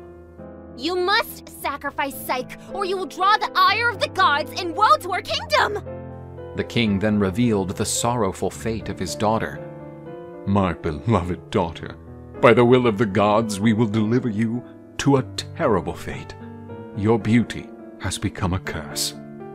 The princess was led into the abyss by a bridal procession, which resembled a funeral procession. Psyche, hearing her parents' lamentation, did not hold back.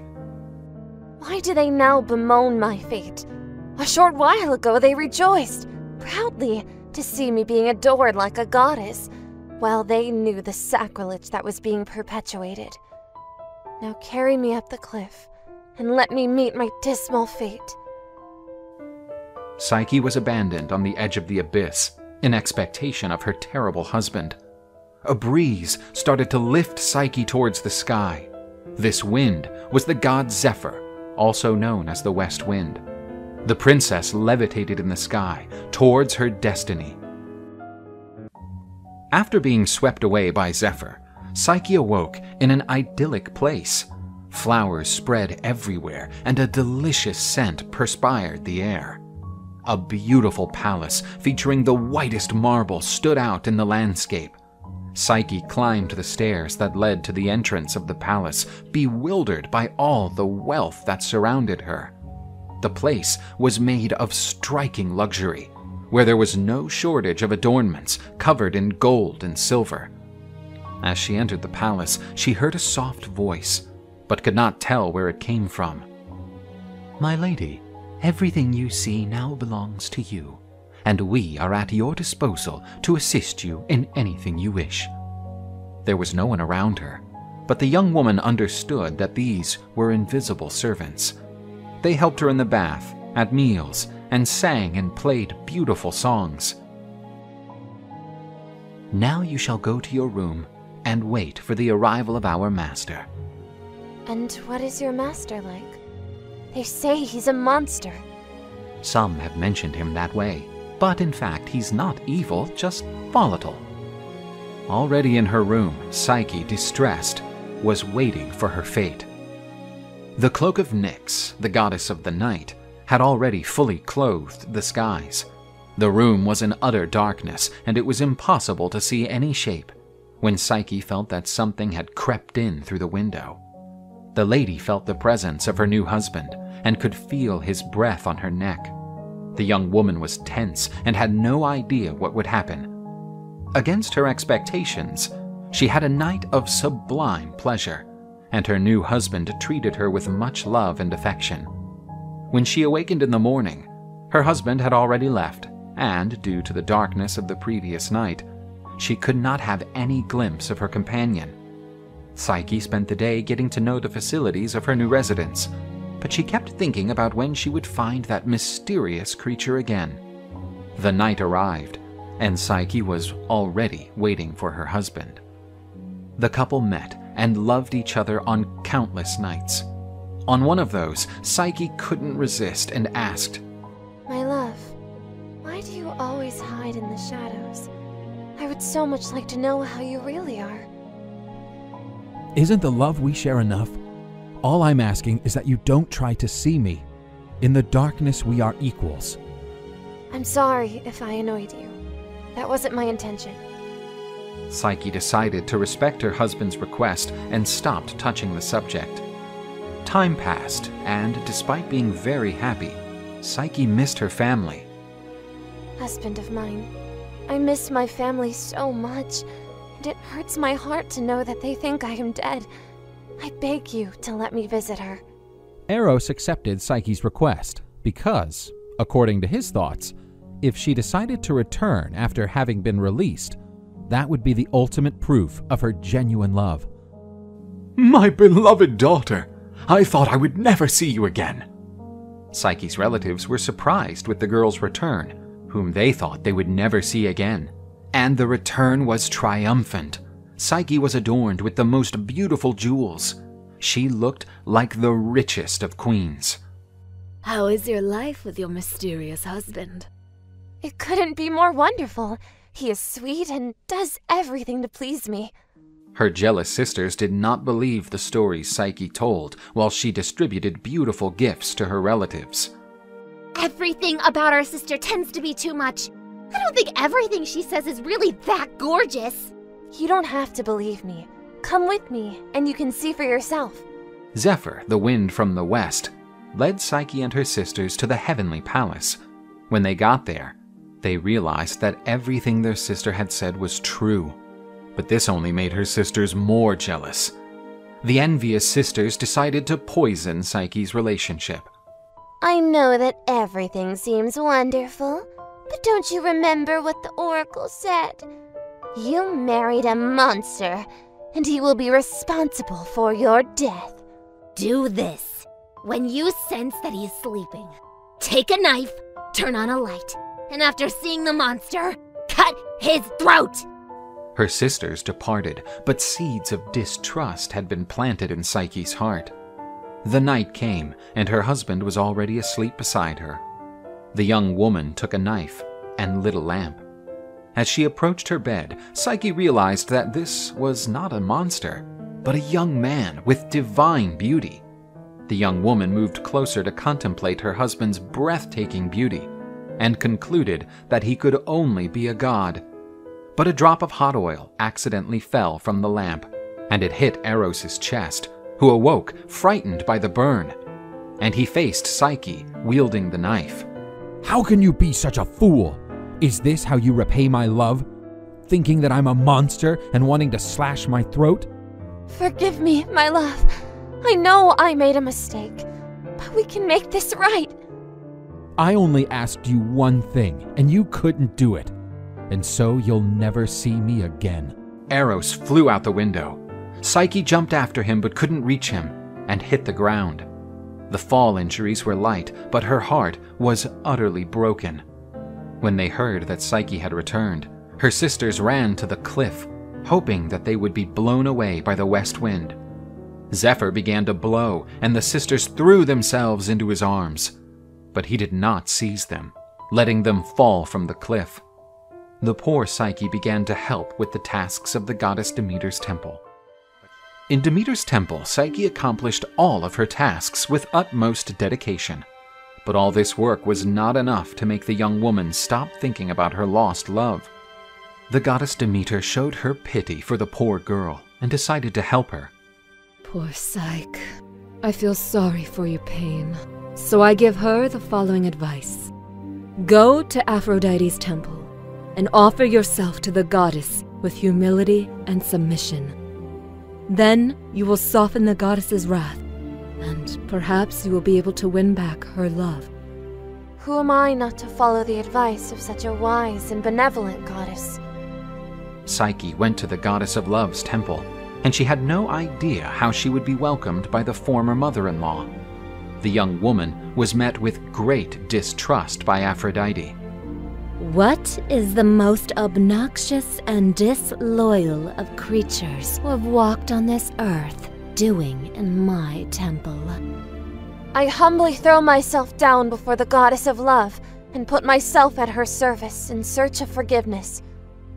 Do you believe that you will be forgiven easily by me, after robbing my honors and hurting my son? To purge your sins will be very painful, and you will have to do the most difficult jobs, which may cost you your own life. I will do anything to at least have a small chance to get your forgiveness and win back my love. Aphrodite chose to burden Psyche with painful tasks. As a first assignment, Psyche would then have to go to the grain barn and separate the different varieties, which were thoroughly mixed. The difficulty of such a task would have overwhelmed even Hercules. The god Eros, who secretly observed everything, made ants help Psyche in her task. This way, the young woman accomplished her work in record time. Aphrodite was angered to see the work accomplished so quickly.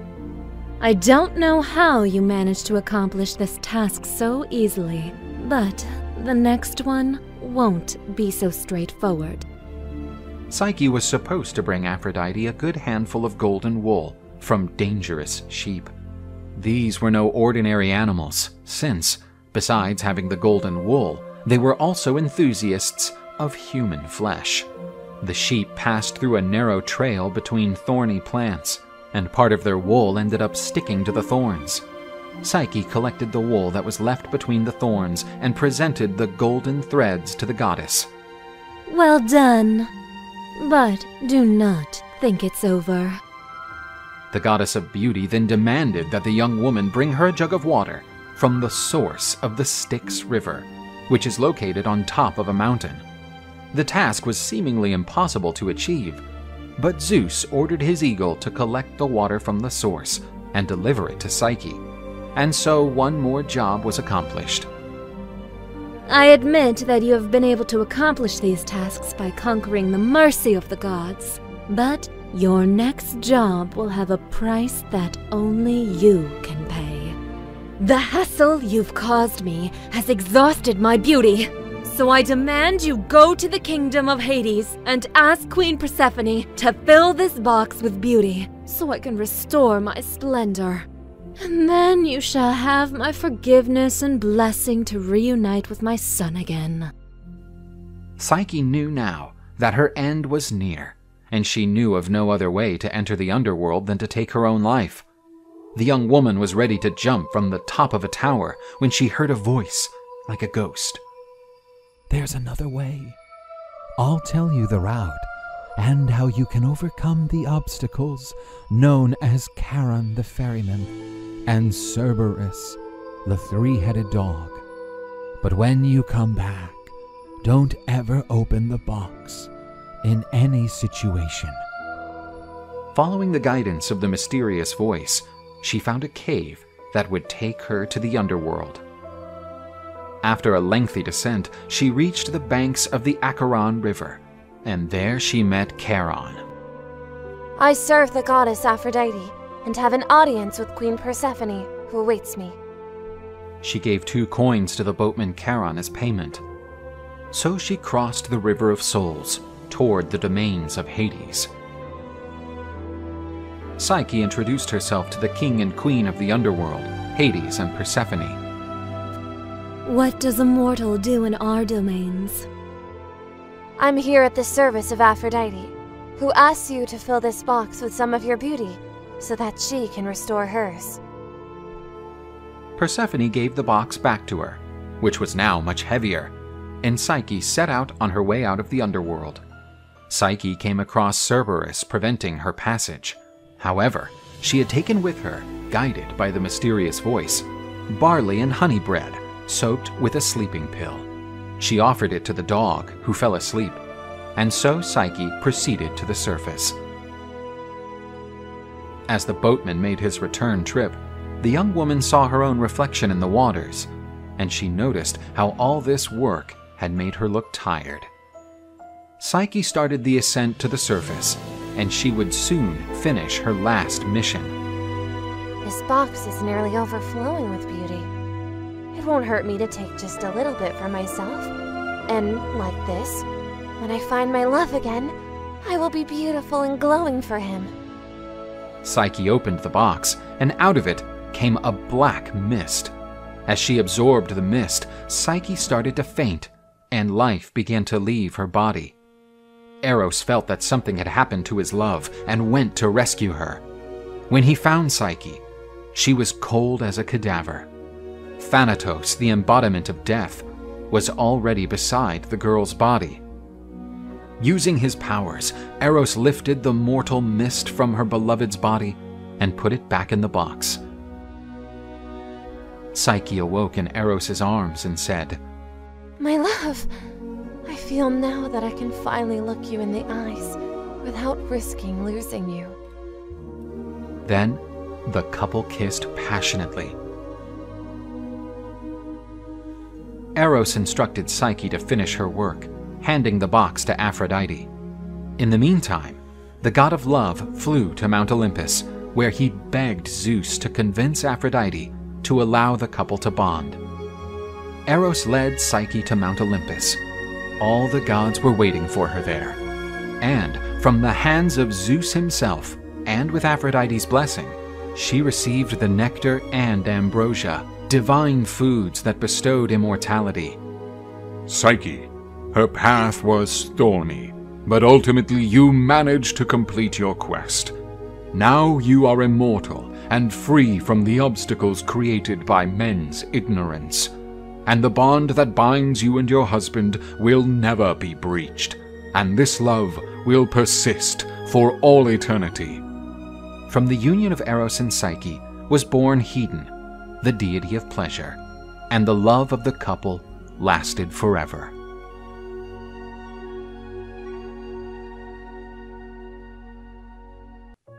Aegeus was the king of the city of Athens. The monarch had several wives, but none gave him a male child as an heir. This made him feel sad and worried. The king decided to visit the Oracle of Delphi, the place where the Greeks found answers to the most diverse questions. He asked the Pythoness, a priestess of Apollo capable of predicting the future, what he needed to do to have a male child. As usual, the Pythoness's answer to Aegeus was very obscure and cryptic. The king could not decipher the meaning of what was said by the oracle. The king of Athens returned home disappointed, not to find the answer he was looking for. On his way home, Aegeus stayed at the palace of the wise king Pythias of Troezen, an old friend of the Athenian king. Aegeus told him the Pythoness's revelation, and the clever Pythias understood the prophecy immediately. He realized that Aegeus would have a child with the first woman he met on his way home. With this information, the king of Troezen intoxicated his guest and offered his daughter to sleep with Aegeus. Intoxicated by alcohol and lust at the sight of such a beautiful young woman, the Athenian could not resist his desires and gave himself over to his passions. That same night, Princess Aethra was visited by the goddess Athena's specter. The goddess said that Aethra should go to the beach and make an offering to the gods. Thus, the son she was expecting would be blessed by them.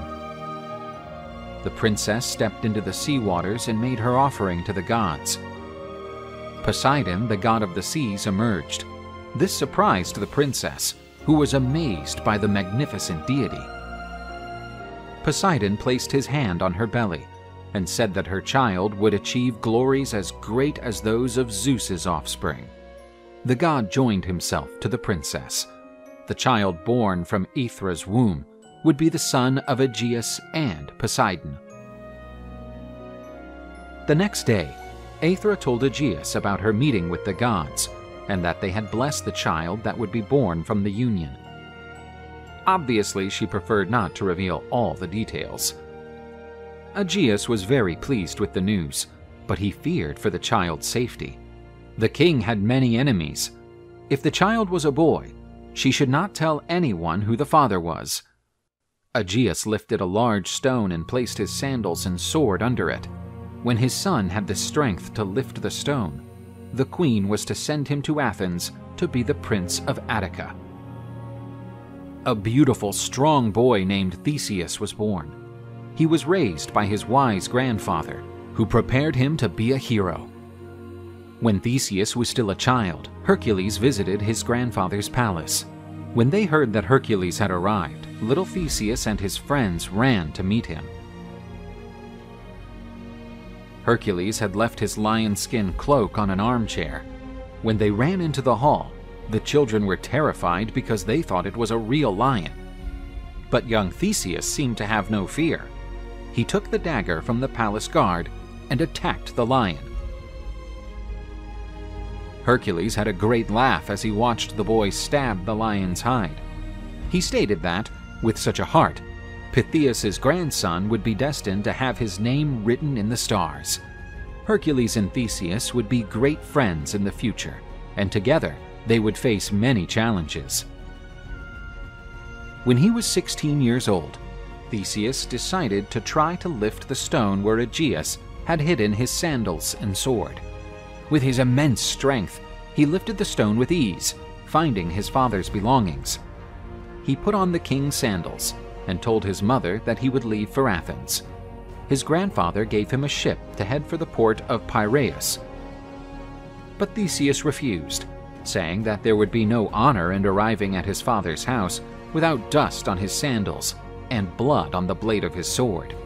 He dismissed his grandfather's courtesy and hit the road toward his destination. After picking up his father's sandals and sword, Theseus headed on foot to Athens. The road was long and fraught with danger. The roads were full of bandits, and there were wild beasts on the loose in the fields and forests. But Theseus was not afraid. He set out alone on his way to meet the father he did not know. On the way, the young man met several bandits. Among them was Periphetes, famous for his iron club. Theseus was attacked by the villain, but managed to dodge the strikes. After a powerful counterattack punch, Theseus disarmed and killed Periphetes with his own club. Soon after, he encountered Cercyon, who was challenging all the travelers to a melee without the use of weapons. Cercyon killed all that he defeated. The young hero bravely faced his challenger. They measured forces, and Cercyon proved to be very strong. Theseus used unprecedented fighting techniques to defeat Cerceron. To this day, he is considered the inventor of Greco-Roman wrestling. After defeating other bandits, Theseus was attacked by a large boar, but not even Mother Nature's creatures could stop the stubborn boy. After wiping out the animal, the hero met Procrustes, the most feared figure in the region. He offered the hero a bed to rest in. Procrustes had 2 beds, one large and one small. When a tall visitor appeared, he offered the small bed. Since the man could not fit into the bed, he would cut off his legs to fit the bed perfectly. If the visitor was small, he offered the large bed. And for the visitor to fill the bed, he would pull the victim's legs and arms with ropes. But this bandit was no match for the hero. Theseus threw him into the small bed and made him taste his own poison. After this long journey, Theseus arrived in Athens. But even without having sent any message, his arrival did not surprise the old king Aegeus, who was already waiting for him. He had been warned days before by the sorceress Medea, who had predicted the arrival of the king's heir. But he did not learn the whole truth. The sorceress had gained much influence in Aegeus's court and knew that her clout would be lost with Theseus's arrival. She warned the king that the arrival of the man would be responsible for the monarch's death. She told the king to welcome the visitor with all hospitality, offering him a glass of wine. In this way, all his problems were solved. The king offered the poison cup of wine to his guest. Theseus raised the cup and toasted the king's health.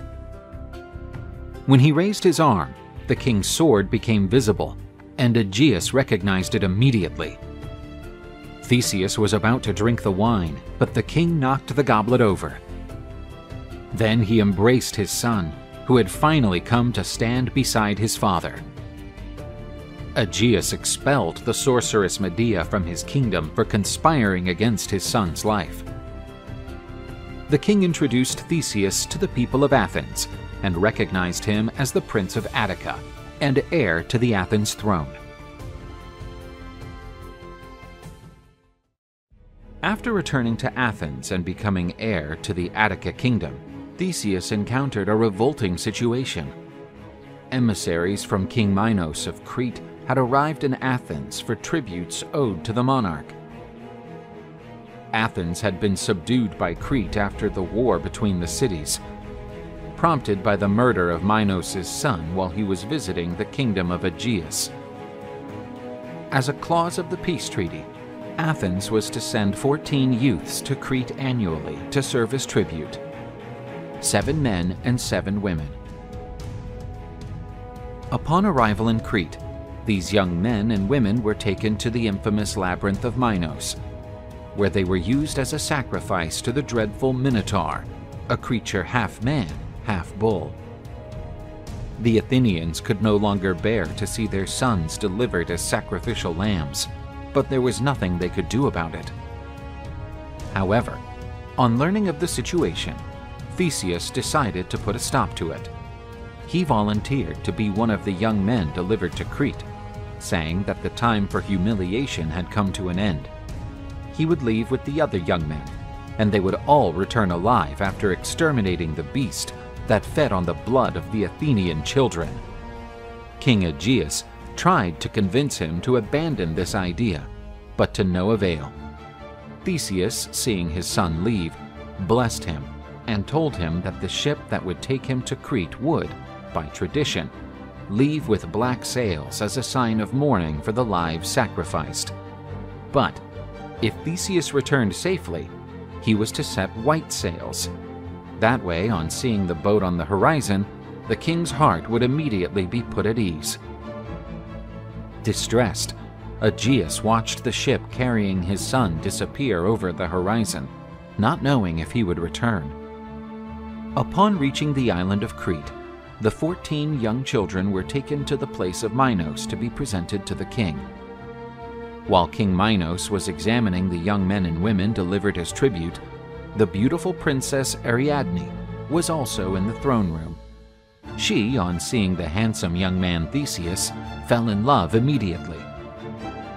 During the night, Ariadne secretly visited the cell where the object of her passion was. Theseus was waiting for the moment when he would be taken to the labyrinth. She told him that Eros had struck her heart as soon as she saw Theseus, and she would not allow him to be killed by the infamous creature. She gave Theseus a sword and a ball of yarn. He thought the sword would allow him to put an end to the sinister creature that was taking the lives of his countrymen. But he did not understand the yarn ball's purpose. Ariadne told him that the sword would allow him to exterminate the monster, and the ball of yarn would show him the way out of the labyrinth. The next day, Ariadne and Theseus parted. As the hero set off in search of his destiny, she held the end of the yarn ball. Theseus entered the labyrinth with the other youngsters. As he walked, a yarn trail formed behind him. The labyrinth was dark and scary. The tension was high. Sometimes they could hear the snorts of the lurking creature. Blood stains stained the labyrinth's ground and walls, but the reckless Theseus believed his blood would not paint the soil red. The Minotaur emerged, and, with a surprise attack, tried to kill the hero.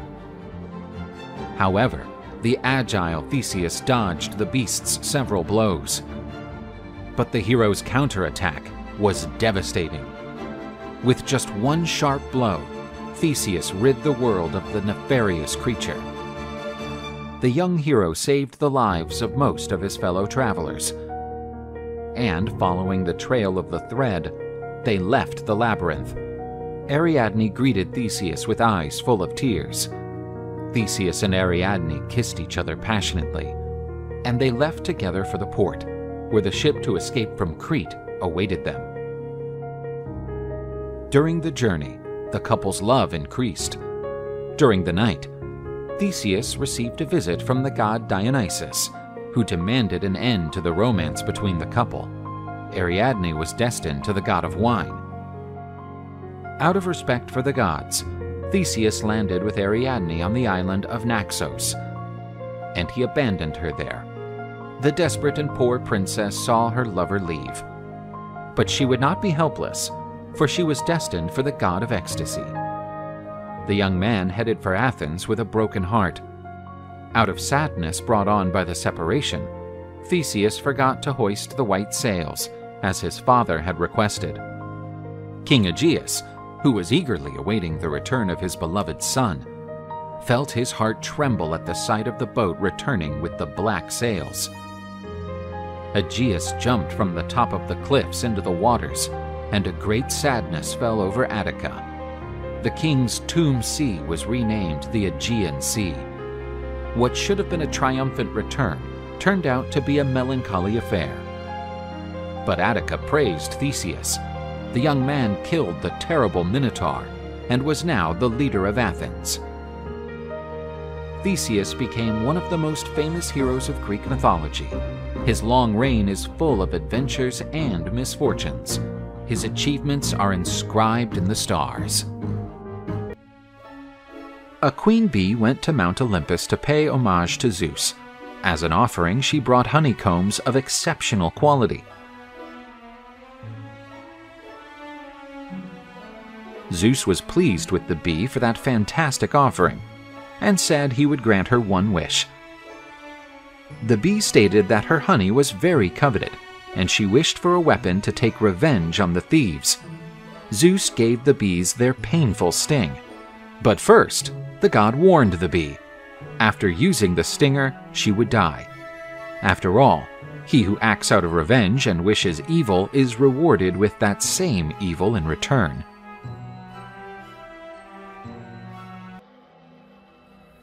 Lamia is a chimeric creature from Greek mythology. The figure of the serpent-tailed woman instilled fear in ancient times. She was known to attack and devour children who crossed her path. But Lamia may not always have been like this. She had once been a beautiful queen, daughter of Poseidon, reigning over the Libyan region. Her beauty was such that she attracted Zeus's attention, the supreme god of Olympus, and she became Zeus's lover. With the god, the queen had several children, which aroused the fury of the goddess Hera, wife of Zeus. The goddess ruthlessly took revenge on the beautiful queen. Hera killed all of Lamia's children. In some versions, the goddess caused the mother herself to devour her children, and was then terribly cursed. The young girl was transformed into a creature half woman, half serpent that fed on children and young people. As if this were not enough, the goddess still made it so that Lamia could not close her eyes. The image of the death of her children was always present, and she would not be able to rest. But Zeus, feeling sorry for the cursed creature, allowed her to remove her eyes so she could finally sleep for a while. Over time, the myth of Lamia changed, and she came to be identified as a vampiric creature. Through seduction, Lamia would lure young men to her bed to feed on their blood. Medieval folklore turned Lamia into a kind of boogie woman. Her story was told to frighten children. Despite being a figure that has lost relevance over the centuries, Lamia still arouses fear and fascination. Niobe was the powerful queen of Thebes, married to Amphion, son of Zeus, and an amazing musician. She was the daughter of Tantalus, a man who dared to serve human flesh to the gods. His offspring was cursed, and Niobe would meet a terrible fate. Niobe had 7 children. They were so strong, athletic, and beautiful that they looked like the children of Ares and Aphrodite. The queen also had 7 beautiful daughters, who delighted those who looked at them, resembling true nymphs. Niobe was enormously proud of her children. This immoderate feeling was the reason for her ruin. One day, a priestess from Apollo's temple asked the people to participate in a sacrificial ceremony to honor the goddess Leto, mothers of the gods Apollo and Artemis. The proud queen did the unthinkable. She interrupted the priestess and said that, if the goal was to worship and honor someone, then she should be the focus, and not the goddess Leto. She boasted that she was queen of one of Greece's most important kingdoms. On the contrary, Leto was a wandering deity, who only found shelter on the island of Delos thanks to the mercy of the gods. While Leto had only 2 children, Apollo and Artemis, the queen had given birth to 14, all so splendid that, according to Niobe, they could live on Olympus among the gods. She told them to forget about Leto and focus all their tributes on the Queen of Thebes. Far away from there, Leto was consoled by Artemis after suffering the enormous humiliation. But her children would not allow such an outrage against the gods to go unpunished. Apollo and Artemis's revenge would be relentless. Using his divine bow, Apollo initiated the payback. With terrible arrows, he went about slaughtering Niobe's male children. All 7 sons of the Queen of Thebes fell after being struck by the shining god's arrows. Niobe was horrified to see all her sons dead and fallen at her feet. But this punishment was not enough to make the queen understand that a mortal cannot compare herself to the gods. Niobe, even after losing her 7 male children, said that she was still superior to Leto, for she had 7 magnificent daughters, while the goddess had only 1. So, Artemis carried out the god's vengeance on the insolent mortal. With sharp blows, she slaughtered Niobe's 7 daughters. The proud queen lost the 14 children of whom she was so proud. Her arrogance brought her on par with the gods. It was said that Niobe was turned into a rock, and that even in this mineral form, the queen continued to shed tears down the stone. Momus is the personification of satire in Greek mythology, and was also the son of Nyx. He was known for his sharp tongue, uttering the harshest critiques and mockery. One day, Momus was invited to judge the works of the gods. Poseidon had created the bull, and Momus told him that he was a fool for not putting the horns below its eyes. This would have allowed the animal to see where its horns were pointing. Athena had created the first house, and Momus criticized it, saying that if it had wheels, it could be taken anywhere along with its owner.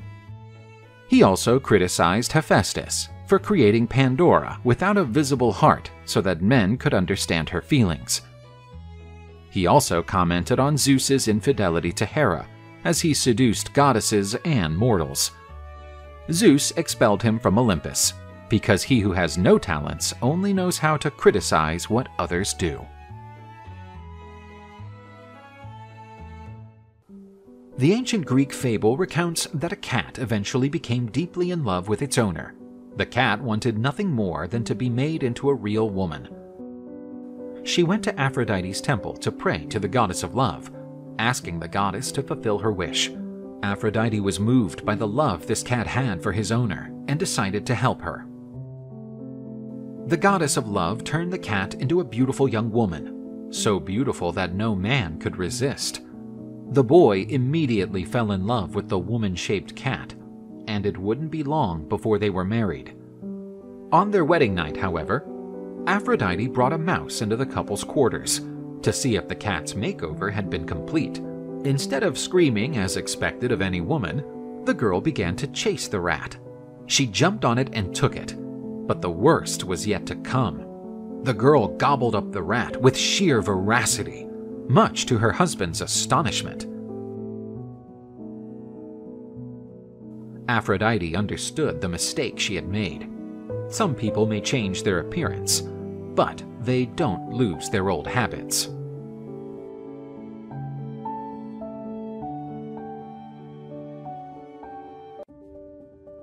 Castor and Pollux were twin brothers. They were the sons of Leda, queen of Sparta, who had been visited by a swan-shaped Zeus. She gave birth to both brothers. Pollux was the son of Zeus and was born immortal. Castor was the son of King Tyndareus of Sparta. Castor became an accomplished horse driver, while his brother was an outstanding boxer. The twins were inseparable and took part in many adventures. The most famous include the hunt of the Caledonian boar, the rescue of Helen from Theseus's hands, and they were also Argonauts. It was there that they became friends with the brothers Lynceus and Idas, two famous heroes of that time. But these pairs of brothers became rivals due to an unresolved dispute. The animosities between them increased when Castor and Pollux kidnapped the rivals' sisters. Castor ended up mortally wounded by Idas, who was trying to rescue his sisters. He agonized in Pollux's arms, who was heartbroken to realize that his brother's life was fading away. Pollux pleaded with his divine father for help, and Zeus went to meet him. He asked the supreme god to bring his beloved brother back to life, but Zeus said that was impossible. Castor was a mere mortal, and his spirit belonged to Hades. Pollux said he would give his own life so that he could be by his brother's side, but this was also unfeasible, for he was immortal. Zeus and Pollux found a solution so that the brothers would not be separated. Castor and Pollux would spend half the year together in the kingdom of Hades, and the other half among the immortal gods. In the heavens, the sky gods honored the brave and inseparable brothers through the constellation of Gemini.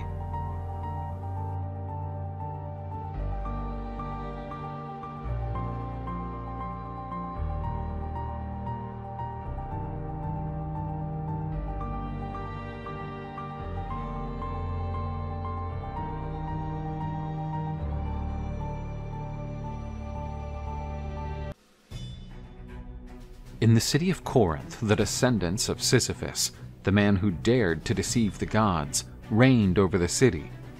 King Glaucus had two sons, Deliades, his favorite, and Bellerophon, who was so beautiful that people said he was Poseidon's son.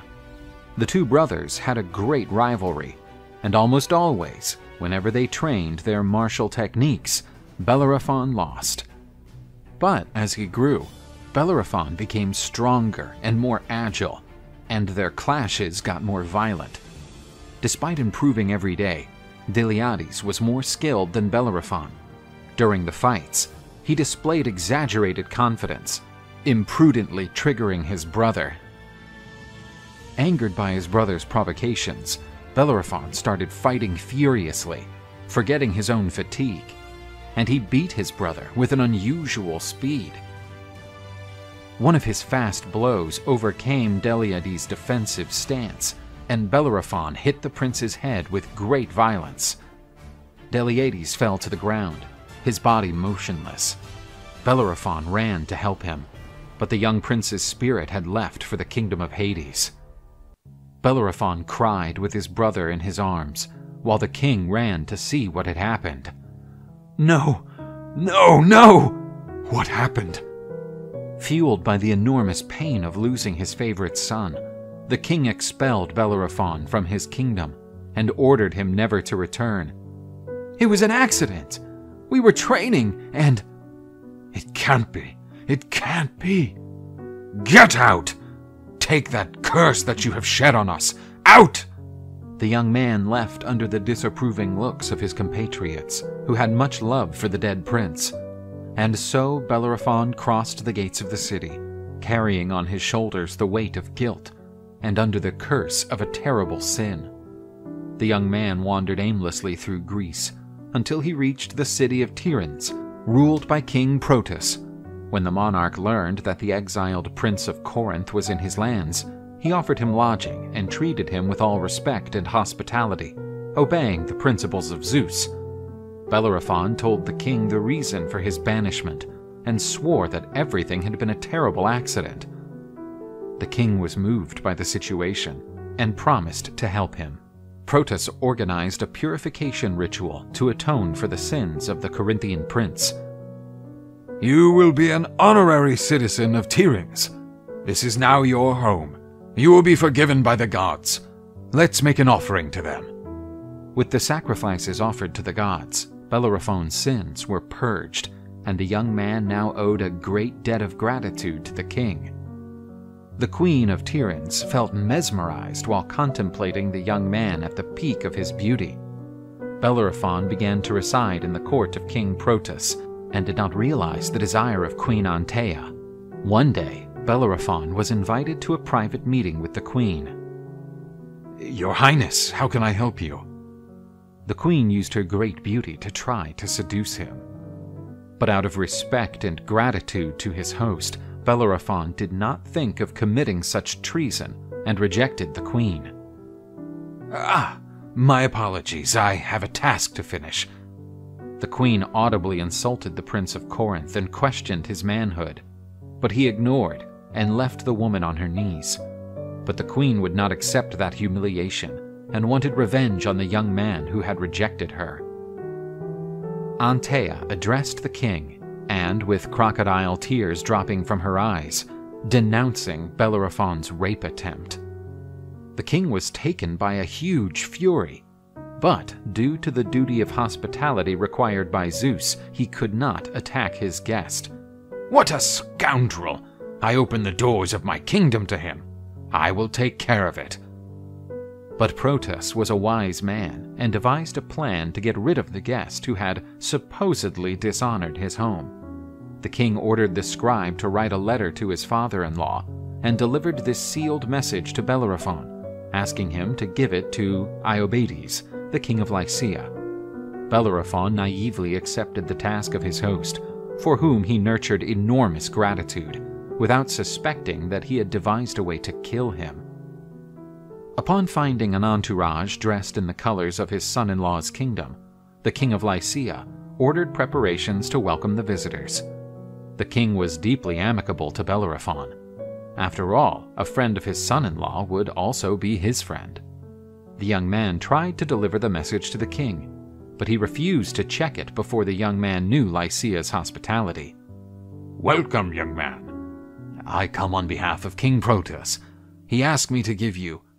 During a great feast, Iobates presented his beautiful daughter to the man from Corinth, who was immediately struck down by an Eros arrow. In an attempt to recover his composure, Bellerophon decided to deliver the message to the king. Iobates was stunned by its content. The letter said that the bearer of that document had attempted to rape the daughter of Lycia's king, and that he should get the punishment he deserved. Like his brother-in-law, the king began to feel hatred for Bellerophon. But even consumed by resentment, Iobates realized the interest of the young Bellerophon for his daughter. Lycia's monarch wanted to take that opportunity to get rid of his guest. The king said he would give his daughter's hand to the young prince if he helped him in a difficult task. Iobates explained to Bellerophon that his kingdom was suffering a terrible scourge. Villages were destroyed, plantations burned, and cattle perished. All this because of a terrible creature. The king promised to deliver his beautiful daughter to the hero in case he would rid Lycia's kingdom of this creature. Bellerophon, feeling an enormous sense of courage fed by passion, promptly accepted the challenge. That task is mine. I will put an end to this curse. Bellerophon took up arms and left in search of the creature. Satisfied, Iobates saw the man, who supposedly tried to rape his eldest daughter, heading for a terrible death. The youngster had no idea that he would meet one of the most fearsome creatures that had ever passed through the earth. His name was Chimera. The monster descended from Typhon and Echidna, two of the most sinister creatures of the Greek world. This monster had a lion's head, a goat's head, and its tail was a terrible snake. The beast was a terribly aggressive animal. Nothing could resist his sharp claws, and his flaming breath burned everything around him. But before meeting this evil creature, the gods provided an unexpected encounter. Bellerophon found the magnificent winged horse Pegasus, son of Medusa and Poseidon, drinking water in a stream. He knew that if he could tame that creature, he would be practically invincible. The hero stealthily approached the winged horse and jumped on the animal, which reacted immediately, bouncing frantically. Pegasus threw the daring young man away. He fell to the ground and hit his head on a rock. Bellerophon became unconscious, and his mind entered the kingdom of Morpheus, the god of dreams. In his sleep, he came upon Athena, the goddess of wisdom, who had golden reins in her hands. Am I dreaming? Athena gave Bellerophon, for whom she felt great empathy, the special reins, and explained how to tame Pegasus. When the young man awoke, in his hands he had the goddess's divine reins, and Pegasus was still around. Following the goddess's guidance, Bellerophon calmly approached the glorious animal and gently put the reins on it. Easy, my friend. I will need your help. The Prince of Corinth mounted the winged horse and began galloping. Bellerophon and the glorious creature took flight. Pegasus had never been mounted, but the union between the knight and the animal was so perfect that they pierced the clouds as if they were one single creature. At the top, Bellerophon noticed a huge column of smoke, indicating the presence of the terrible Chimera. Looks like we found the monster. The bestial creature destroyed everything around him, and the flames consumed the village. Up there, Bellerophon was assessing his opponent. He was a more dangerous enemy than he had imagined. The beast spat gushes of fire against the hero, but the agile equine could anticipate the trajectory of those deadly attacks. Pegasus and Bellerophon flew in circles around the creature, which seemed to be increasingly confused. The hero attacked Chimera, and he prepared to fight back. The beast jumped on Pegasus, but the animal responded with a kick to the beast's head. Realizing that the monster was vulnerable, Bellerophon jumped off of his horse and pierced the beast with his spear. Chimera was dead, and after exterminating the beast, Bellerophon felt overwhelmed by an enormous sense of power. He began to believe the stories about him being Poseidon's son. This damned demon required a great effort. I was blessed in this fight, and now I will take the trophy to prove my worth. Bellerophon returned to the palace of Iobates with the monster's head as a trophy. The king was impressed. He never imagined that that boy would be able to complete the task successfully. How in the hell did... I mean, he's dead. The king told Bellerophon that he would prepare the wedding as soon as two other threats were neutralized, the Solymi and the Amazons. Unfortunately, I have two other tasks before I grant my daughter's hand. Bellerophon knew that the king was infringing on what had been agreed, but due to his passion for the princess, he accepted these new tasks. Bellerophon fought and defeated the Solymi, the wild warriors and the offspring of Ares. The Amazons also failed to defeat the powerful warrior and his divine horse. Bellerophon returned to Lycia, taking as prisoners the leaders of the looters who terrorized their kingdom. Here they are. What else do I have to do to prove my worth? Iobates realized that that man was blessed by the gods, and that the accusations made against him could only be unfounded. This guy is invincible. As promised, the king of Lycia celebrated Bellerophon's marriage to Princess Philonoe and named the hero as his heir. Bellerophon had conquered everything a man could desire. He had a beautiful family and ruled Lycia in her father-in-law's place. But after all of his accomplishments, he believed he deserved a much greater glory. In an impulsive act, he rode Pegasus and flew to Olympus. Bellerophon guided his winged horse towards the skies. Conquered by pride, he wanted Olympus because he thought it was right to have a place next to the gods. At Olympus, Zeus observed the daring and unbridled pride of that man, who considered himself part of the immortal gods. That display of arrogance was considered a grave sin, known as hubris. How senseless! How can he dare? I believe one wasp will be beaten by another. The supreme god made a wasp sting Bellerophon's horse. Bellerophon fell from the heavens, and his desire for immortality vanished among the clouds. A mortal would never survive such a great fall. Some say that Bellerophon died a terrible death. Others say he was saved by the goddess Athena and spent the rest of his life trying to find his winged horse again. But regardless of the fate of the proud hero, he never met Pegasus again, as the horse became immortal by the will of the gods and was placed among the stars.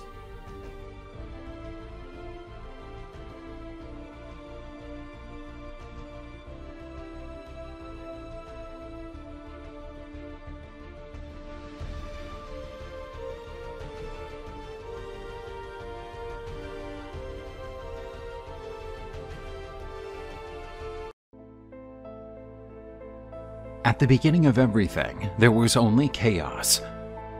There were already the elements of what would form the universe, but they were completely mixed, in a massive absence of meaning. This original chaotic period lasted for many ages. Gaia, the Mother Earth, emerged from this primordial chaos, a goddess whose main characteristic was her extreme fertility. The goddess Gaia gave birth to our planet, and personified all the earth that covers the world. She gave birth to several primordial deities, such as Pontus, the god of the sea, and Aureus, the deity of the mountains.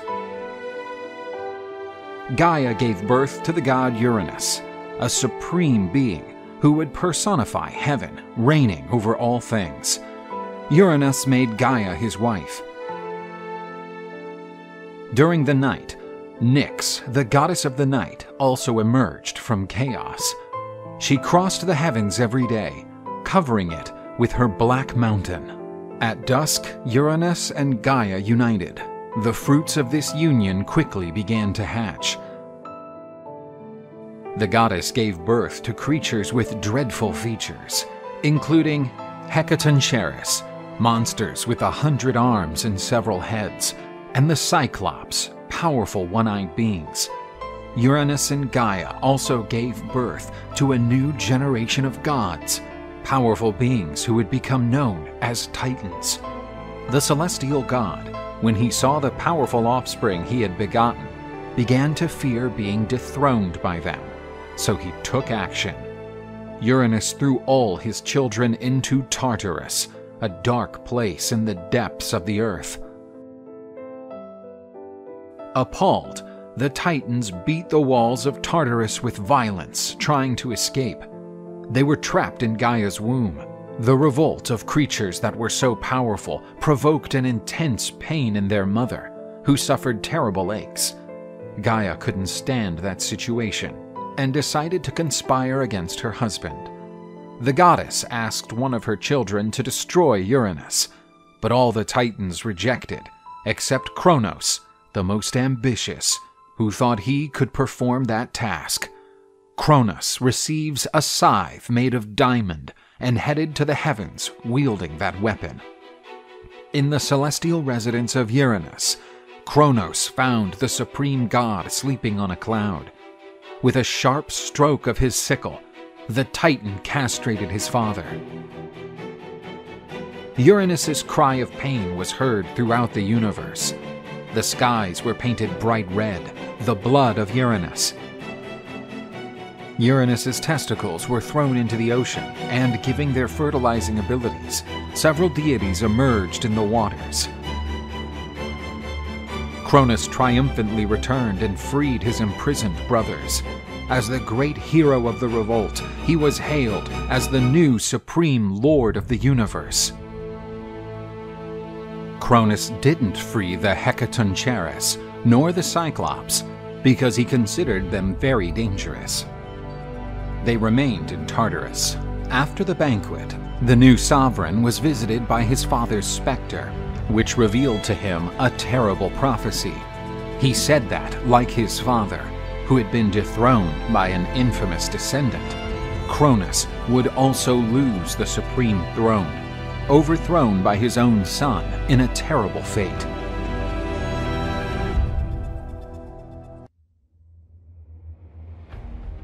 Cronus reigned supreme over the universe, after dethroning his father and liberating the Titans. Like his father, the god Uranus, Cronus began a tyrannical reign over the world. With the support of the Titans, he had no rival. But, despite having supreme power, the Titan lived tormented by the curse invoked by his father, who said that one of his sons would be responsible for his fall. Cronus was willing to do anything to prevent that outcome. The sovereign was married to Titanide Rhea, a divinity loved and adored by all. The queen of the Titans soon had her first daughter, awakening in Cronus his most monstrous side. Rhea gave birth to a new kind of divinity that seemed superior to the previous generation. The Titan asked to grab his first daughter, named Hestia, one of the most loving deities ever. But in the child's eyes, Cronus saw his terrible future. A hideous impulse caused the Titan to devour his daughter. Cronus would take the newborns from the arms of their mother, who helplessly tried to prevent the tyrant from devouring one more of her children. She begged in vain, but could not soften the hard heart of the Titan. The children were successively devoured. But Rhea promised herself she wouldn't allow that monster to devour another of her children. The queen got pregnant again, but had a plan to save her baby from her terrible husband. Rhea would hide in a cave on the island of Crete, where she intended to give birth away from Cronus. She gave birth to a beautiful child who had incredible power. Rhea felt that the women of destiny had woven a glorious future for her son, who received the name Zeus. Rhea left her son in the care of the nymphs and Corybants, who beat their shields hard to muffle the sound of the powerful cry of the divine baby. The queen wrapped a stone in a cloak and took it to her husband. Cronus was waiting for her, ready to devour another child, and received the false baby delivered by Rhea. Cronus swallowed the stone without blinking, while the queen cried on the ground. But this time, the tears were not of sadness, but of emotion in saving her son's life. On the island of Crete, Zeus was breastfed with the milk of the Amalthea goat, strengthening himself every day. Zeus was informed of all that was happening in the world by a powerful eagle, which would become his sacred bird. The god grew into a powerful deity, ready to fulfill his destiny. As an adult, Zeus was unexpectedly visited by Metis, a wise deity, who gave him a decisive gift for his journey. Metis revealed to Zeus the terrible fate of his brothers, imprisoned in the stomach of the Titan. But with a potion, Zeus could free the other gods. Zeus, in disguise, went to Mount Orthris, the fortress of the Titans. There he offered the potion to Cronus, promising that the solution was a delightful delicacy. Cronus felt invincible and did not believe that anyone would dare to plan something against him, so he accepted the potion. The Titan drank all of the solution that tasted different, but Cronus quickly began to feel nauseous. The mighty Titan vomited all his children: Hestia, Hera, Demeter, Hades, and Poseidon. They were already adults and had a desire for revenge. Cronus also vomited the stone that deceived him. With his brothers at his side, Zeus led a revolt that would change the fate of the universe. After releasing his relatives from the stomach of Titan Cronus, Zeus guided his brothers to the top of Mount Olympus, the highest mountain in Greece.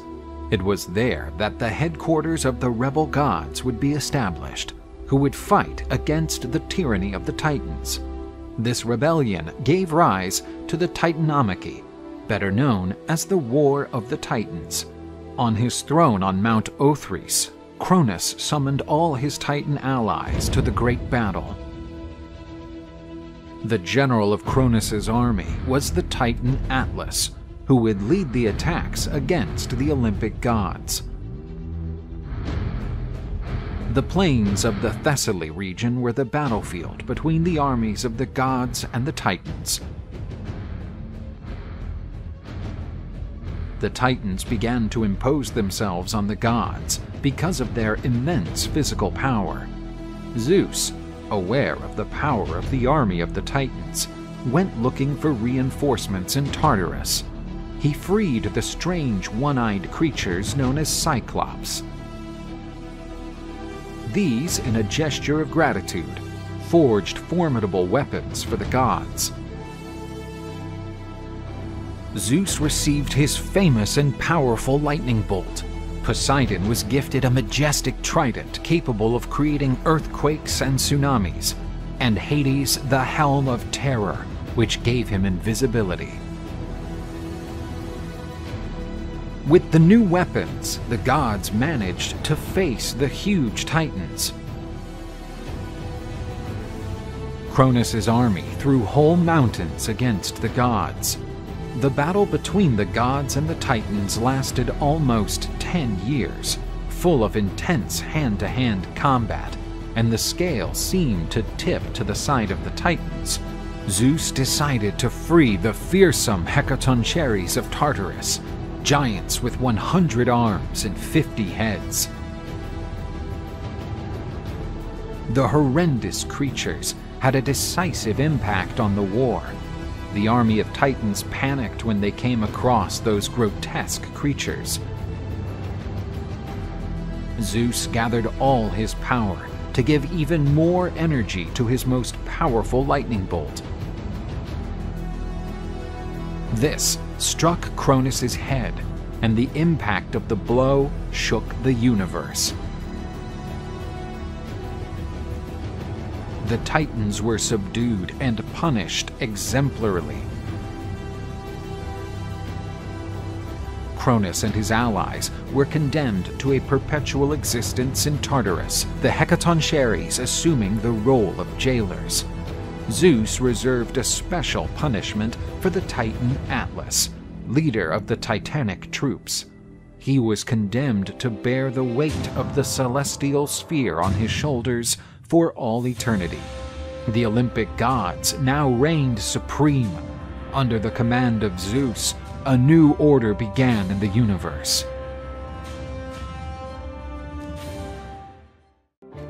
One of the most powerful deities in Greek mythology is Poseidon, the god of the seas.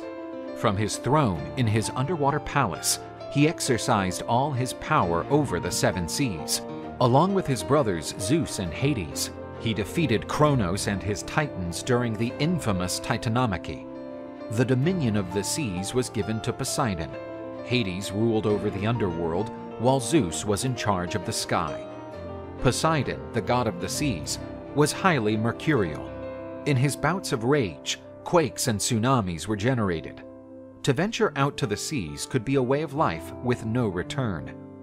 Concerned with the unsteady seas, Zeus thought he had found a solution to ease Poseidon's violent outbursts. The sea god needed a wife. The Olympian lord asked Nereus, an ancient sea deity in declension, to yield one of his beautiful daughters to marry Poseidon. He was honored to have one of his descendants reign over the seas. Once Poseidon was notified that Nereus would grant one of his daughters to marry the god, he left to meet his future wife. The Nereids, Nereus's daughter, were brought to the god of the sea so that he could choose his new wife. The Nereids were gorgeous sea nymphs, but one girl in particular caught Poseidon's attention. Her name was Amphitrite. Her black hair like the night made her stand out among the others. On seeing her, the god already knew who his new wife would be. The god sailed off confidently and with a lewd expression in his eyes to marry the beautiful sea nymph. But the innocent mermaid was repulsed by Poseidon's attempt and fled into the darkness of the ocean's depths. As a result, Poseidon searched the entire ocean for Amphitrite, to no avail. The disappointment in romance made the god even more surly.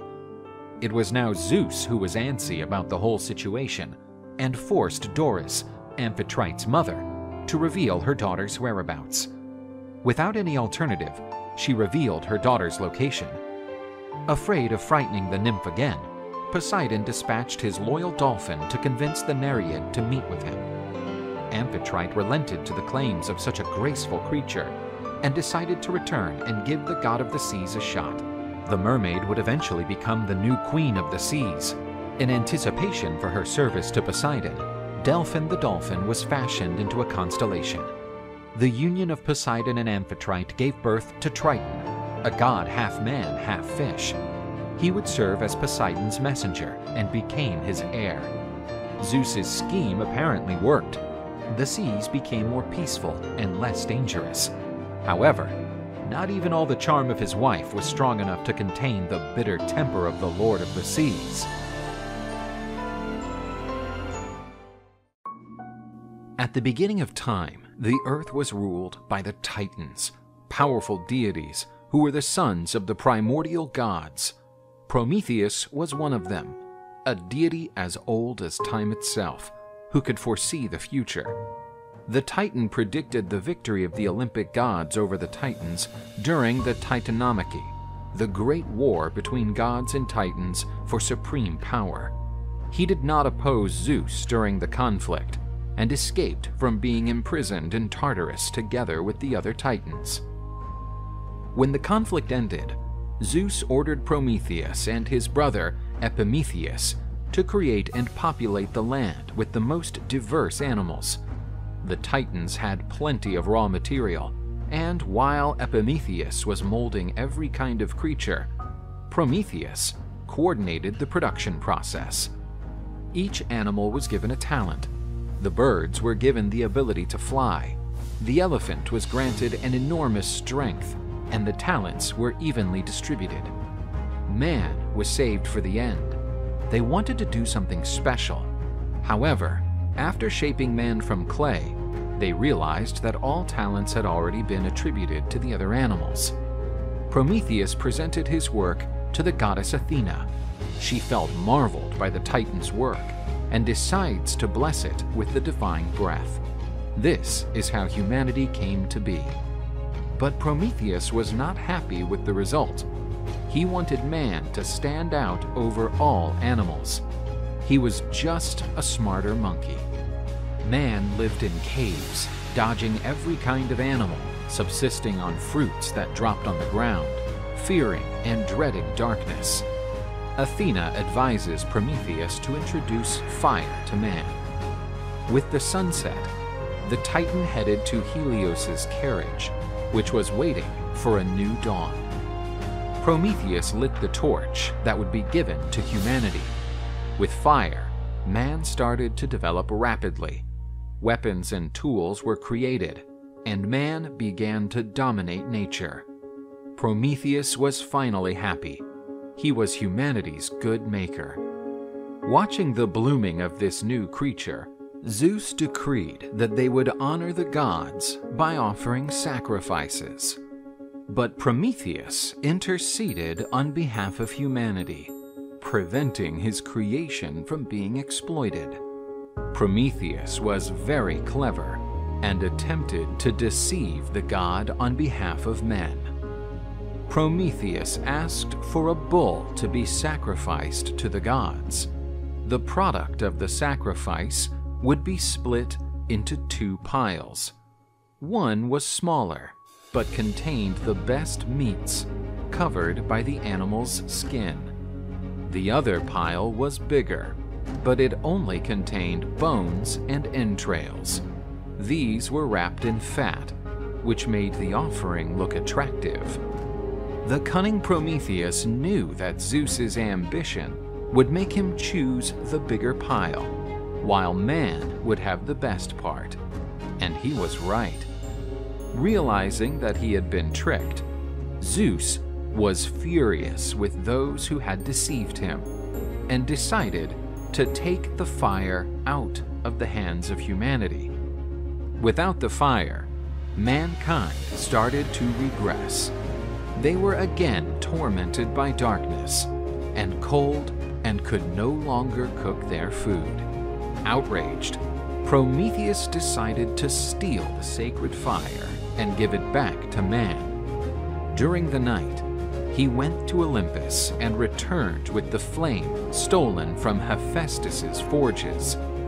With the re-establishment of fire dominance, mankind was thriving once more. But the glowing flames attracted Zeus's attention during the night. Furious, the supreme god decided that Prometheus could not go unpunished, given his insolence. He imprisoned him on a rock in the Caucasus to endure eternal punishment for defying Zeus's decisions. But Prometheus's punishment wasn't simply life imprisonment. His torment would be terrible. Zeus decided that a dreadful bird would be responsible for devouring his liver, instigating immeasurable pain. Prometheus was an immortal titan. With that said, after being torn apart by the odious bird, his liver regenerated, just to be attacked again by the animal the next day. The Titan endured this punishment throughout many and painful years. Then, Zeus came down to earth and offered him freedom if he hid the knowledge of fire from man. As humanity's benefactor, Prometheus rejected the god's offer and decided to sacrifice himself for his creation. With that, humanity could prosper, thanks to Prometheus's martyrdom.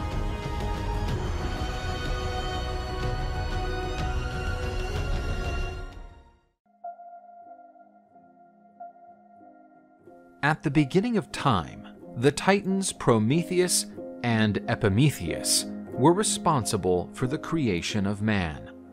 To foster the development of his creation, Prometheus promised to steal the sacred fire from the gods and give it to humanity. The Titan knew that he would not go unpunished from such a crime.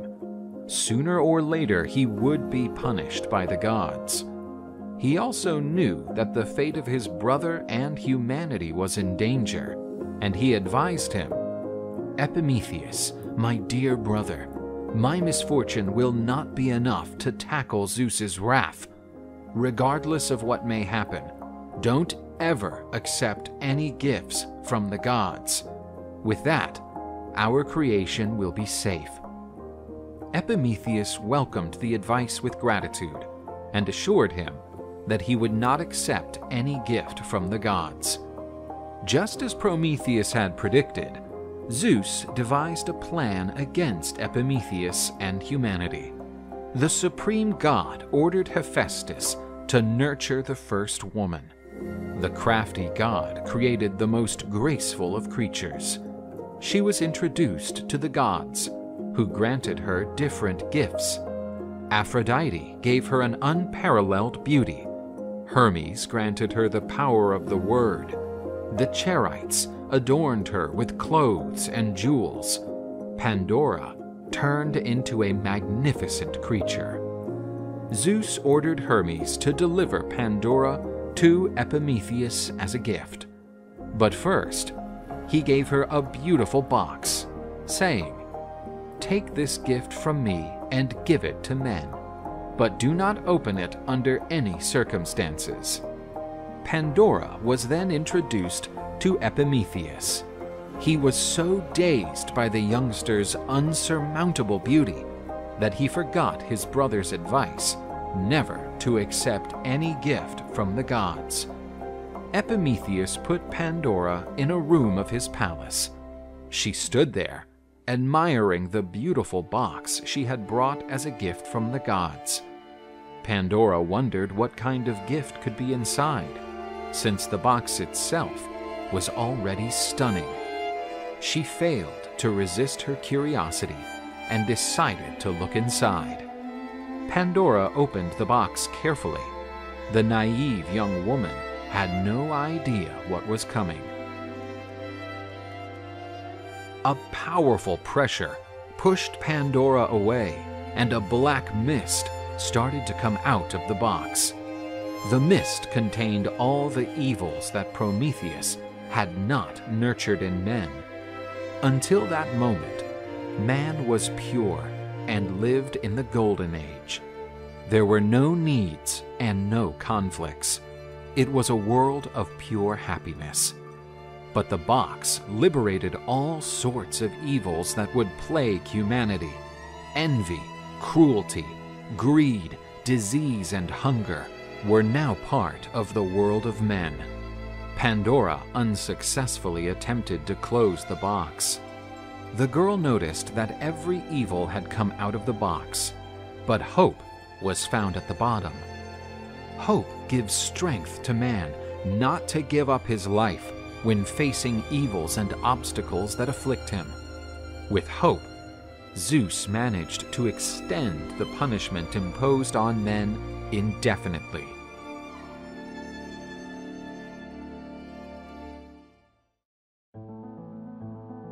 In the beginning of time, Zeus, the supreme god of Olympus, consolidated himself as the supreme lord of the universe. But before he had the goddess Hera as his queen, Zeus had had another wife. There was a goddess as beautiful as she was wise. Her name was Metis. She was the daughter of the Titan Ocean, who helped Zeus free his brothers from Cronus' stomach during the Titanomachy. Zeus was fascinated by the precious deity and wanted to take her as his wife, but the goddess resisted the god's approaches. Metis tried to escape from the god in every way, but Zeus was persistent.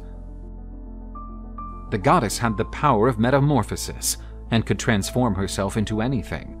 She used this power to escape Zeus. But Metis could not escape Zeus forever. The god set an ambush for the disguised goddess. The Lord of Thunder jumped on Metis and grabbed her. The goddess could not escape the god's strong arms and submitted to his will. With the cunning goddess at his side, Zeus's reign seemed more prosperous. The god seemed able to tame all the chaos that had reigned in the world since primordial times. However, on a visit to Gaia, the primordial goddess who personifies the earth revealed a terrible omen. Gaia told Zeus that his wife would have 2 children. The first would be a girl who would equal the strength and wisdom of her father. But the second would be a boy who would become stronger than his father and take away his power. Zeus feared having the same outcome as his father, the Titan Cronus, or his grandfather, the god Uranus. Both had been dethroned by their sons. But, inspired by his father, Zeus devised a plan to prevent the omen from coming true. Zeus asked Metis to transform herself into a drop of water so she could give him a taste of her metamorphic power. The god swallowed his wife so that she could not give birth to the being that would dethrone Zeus. After swallowing his wife, Zeus incorporated the gifts of the goddess Metis.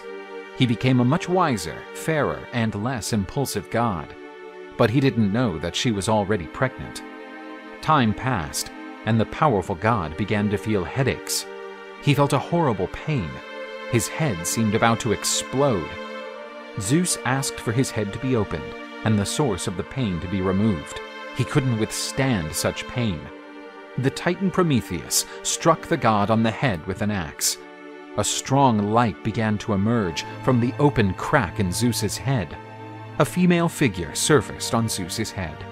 From Zeus's forehead emerged the goddess Athena, with her armor and weapons fully grown. Zeus was proud to give birth to that formidable creature. With her mother's intelligence, Athena would become the goddess of wisdom. She was also considered the goddess of defensive warfare. Therefore, confrontations against Ares, the god of war, would be inevitable. Metis remained in Zeus's stomach, and the prophecy of the couple's second child was never fulfilled. Athena proved to be a brave, pure, just, and wise goddess. She was considered the favorite daughter of Zeus, and was thought by many to be Zeus's legitimate successor.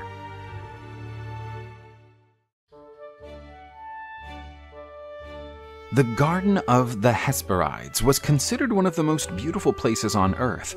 It was there that the beautiful goddess Hera lived before meeting Zeus. The god of thunder fell in love with the goddess, but the goddess, knowing that Zeus had a reputation as a womanizer, rejected his approaches.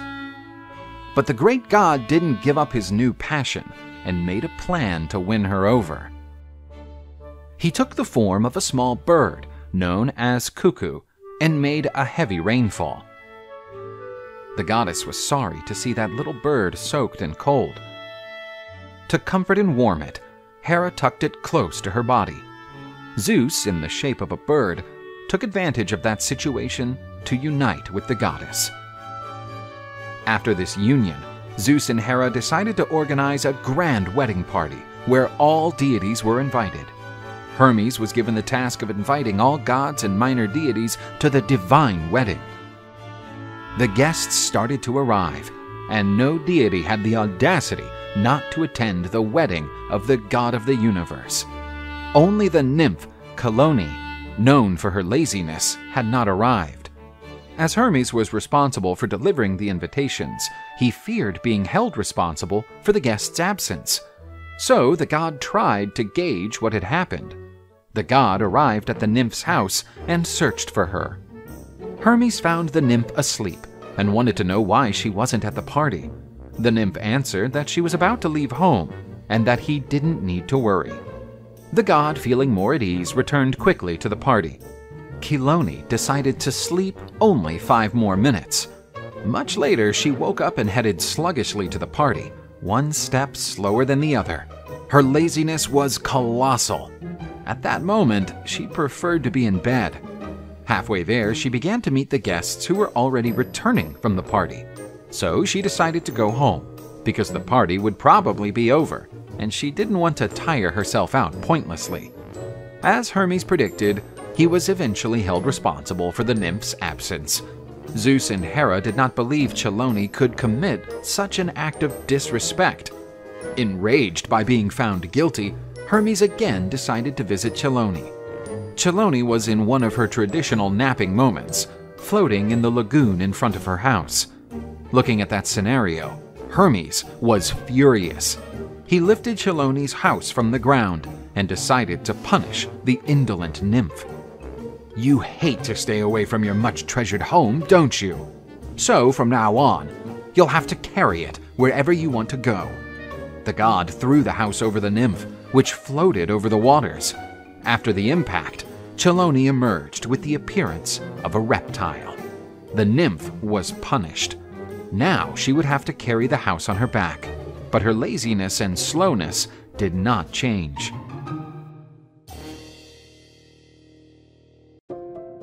Hera, the queen of the Olympian gods, was finally pregnant with Zeus's child. Feeling excited, the goddess imagined how beautiful her son would be. Her expectations were enormous, as he would be the son of the king and queen of heaven. However, the child was not what she imagined. Upon seeing her son for the first time, she was horrified. He was a hairy baby with rugged features, soot-covered dark skin, becoming even uglier as he cried. The mad goddess said that he was not her son and threw him into the ocean from the top of Olympus. The little god crashed violently into the ocean waters, but survived. However, he was crippled and limped for the rest of his life. Hephaestus was rescued by the ocean-side Thetis, who quickly became attached to the child, unlike the goddess Hera. Thetis took him to the island of Lemnos, where he grew up playing with volcanoes. From childhood, Hephaestus developed an unparalleled skill in the art of metallurgy. Using the heat of the volcanoes, he created the most powerful weapons and the most beautiful jewelry. The god came of age and decided to return to Olympus. He had produced a beautiful golden throne for his true mother, the goddess Hera. Upon seeing her strange son return, Hera felt chills run down her spine. But upon seeing the throne he brought with him, she quickly forgot her discomfort. She was pleased with the gift and was eager to try it on. The throne was divine, beautiful, and comfortable. However, as she tried to stand up, the goddess realized that she was bound to the throne, and no one seemed able to release her except Hephaestus, who knew the secret to freeing her. But to free her, he demanded that his mother and the court of Olympus stop treating him with contempt and accept him back into Olympus. Ashamed, the goddess accepted the demand and was freed, and began to treat him with due respect. Finally, Hephaestus made one last request, which shocked everyone present. He asked for permission to marry Aphrodite, the most beautiful of the goddesses. Zeus realized that, because of her enormous beauty, Aphrodite aroused passions among the beings of Olympus. Conflicts would emerge sooner or later. Therefore, even without consulting Aphrodite, Zeus forced her to marry Hephaestus to avoid future conflicts. The young Hephaestus came to be respected as a great deity. The god was a magnificent blacksmith. Among his greatest works were the sandals of Hermes, the armor of Achilles, and the bow and arrow of Eros. He was a divine artist. High on Olympus, the goddess Hera was furious. She had just discovered that the goddess Leto was pregnant by her husband Zeus. Furious, the goddess forbade Leto to give birth anywhere with solid ground. No land sheltered the pregnant goddess. She wandered a long time without any destination, feeling the pains of childbirth. Suddenly, she found the floating island of Delos. This island, not being connected to the earth, was not covered by the ban of the Queen of the Gods. Leto was able to give birth there. To her surprise, she did not give birth to only one child, but two. First Artemis was born, and then Apollo, Apollo was beautiful and blonde, the perfect representation of the sun. Artemis had white skin and black hair, resembling the moon. The black hair symbolized the night around her. After learning of the birth of Leto's children, the goddess Hera went berserk and decided to send the serpent Python to chase and devour the newborns.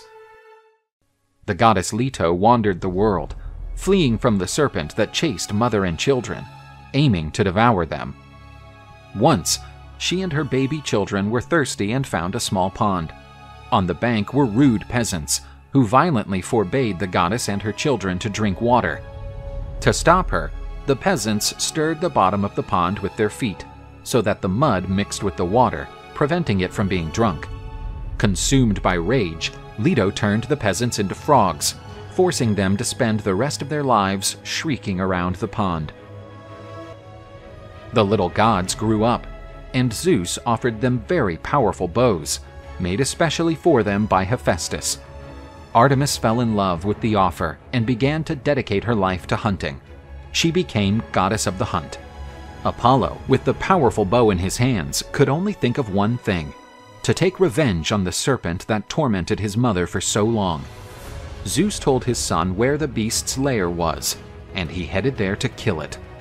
The beast was in a cave at the foot of Mount Parnassus, where it hibernated, as nothing threatened it. Apollo instigated the serpent to come out of hiding by shooting incandescent arrows into the cave. Python came out of the lair, thirsty for blood and wanting to devour its opponent.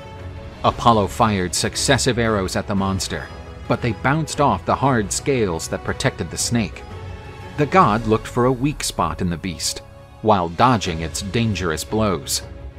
Confident, the young man shot 2 arrows at once. One hit the python's eye, and the other hit the beast's chest, which was covered by thinner scales. The heart had been wounded, and the beast was roaring in pain. Apollo shot one last arrow, which entered the beast's mouth and killed it. Python died, and over its dead body, Apollo decreed that a sacred temple would be built there in its honor. This place became the Oracle of Delphi, where priestesses known as Pythonesses made the most diverse prophecies.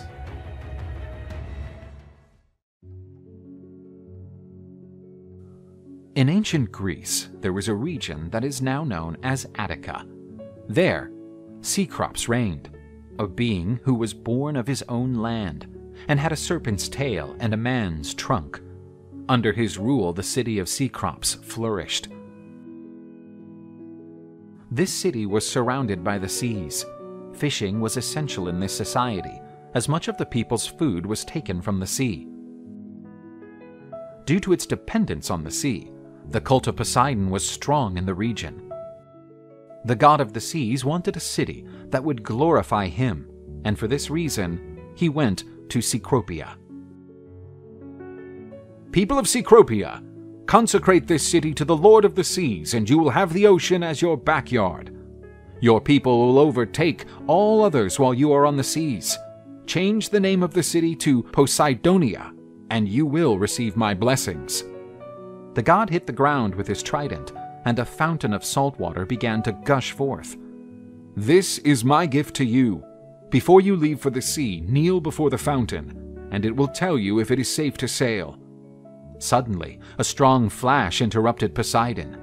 In the middle of the light, there was the silhouette of a female figure. It was Athena, goddess of wisdom and strategic warfare. The goddess also wanted to be the patroness of the city. The goddess addressed the crowd, who were already surprised by Poseidon's visit, and who now felt perplexed before such a majestic deity. Citizens of Attica, if you choose me as the protector of the city, beauty and wisdom will bear fruit in that city. The arts and sciences will develop like nowhere else in the world. The goddess struck her spear to the ground, and a beautiful olive tree was born in the hole. This is my gift. I know how arid the earth is around you, but the fruits of this plant may be your food. Besides, you can use its oil to ward off the darkness and warm your homes. The people were amazed at the gift. Cecrops, fearing to infuriate the eventually overlooked god, thought that the population of the city should decide what god to honor. The men lived from the sea, and all of them voted for Poseidon. The women, on the other hand, who lived from the land, thought that the gifts of Athena were superior. Since there were more women than men in the city, Athena won. Poseidon was furious and did not accept the decision of the crowd. There is only one honorable way to decide. Grab your weapons and fight me. Poseidon was one of the most powerful gods. He believed Athena was no match for him. But the brave goddess had no fear and prepared for the clash. The battle between the gods began, and they measured forces. The dispute was interrupted by a bolt of Zeus. This dispute will be discussed at the Council of the Gods of Olympus, where the fate of the city will be decided. On Mount Olympus, the gods met to settle the dispute between Athena and Poseidon. Zeus was the head of the meeting and allowed the other gods to decide on the subject. All the male gods voted for Poseidon, and all the goddesses voted for Athena. As chairman of the board, Zeus abstained, and Athena was the winner by only one vote of difference. And so the ancient city of Cecropia came to be known as Athens. In honor of the goddess, a beautiful temple was built on top of the Acropolis in her honor. However, Poseidon's fury made life difficult for the Athenians. They were no longer welcome at sea. The concerned population went to the Oracle of Delphi. The Pythia told them that Poseidon's fury would only be diminished if Athena's women were punished. To reconcile with the god, all the Athenian women lost the right to vote. To seal the peace between Athena and Poseidon, a beautiful temple was built in honor of the god at Cape Sunion. The god was magnanimous and forgave the people of Athena, allowing the city to keep the gift given by the god. Thus, in Greece, a city emerged that would stand out from the rest. It took thousands of years for Athenian women to recover their right to vote. The seawater surrounding the island of Cyprus was getting milder, seemingly ready for the beautiful scene about to happen. From the waters, the one to be deemed the most beautiful of all goddesses started to emerge. Aphrodite, the goddess of beauty and love, daughter of Uranus, the god who had once reigned over the world, materialized upon a shell. After arriving at Mount Olympus, she was under the spotlight. The gods were delighted with the new arrival, who brightened the splendid abode of the gods even more. Zeus noticed that such beauty would be the source of quarrels and disharmony. After all, Aphrodite awakened lustful feelings and pure envy in the gods. To avoid chaos, Zeus decided to unite Aphrodite, the most beautiful goddess, with Hephaestus, a rustic-looking god.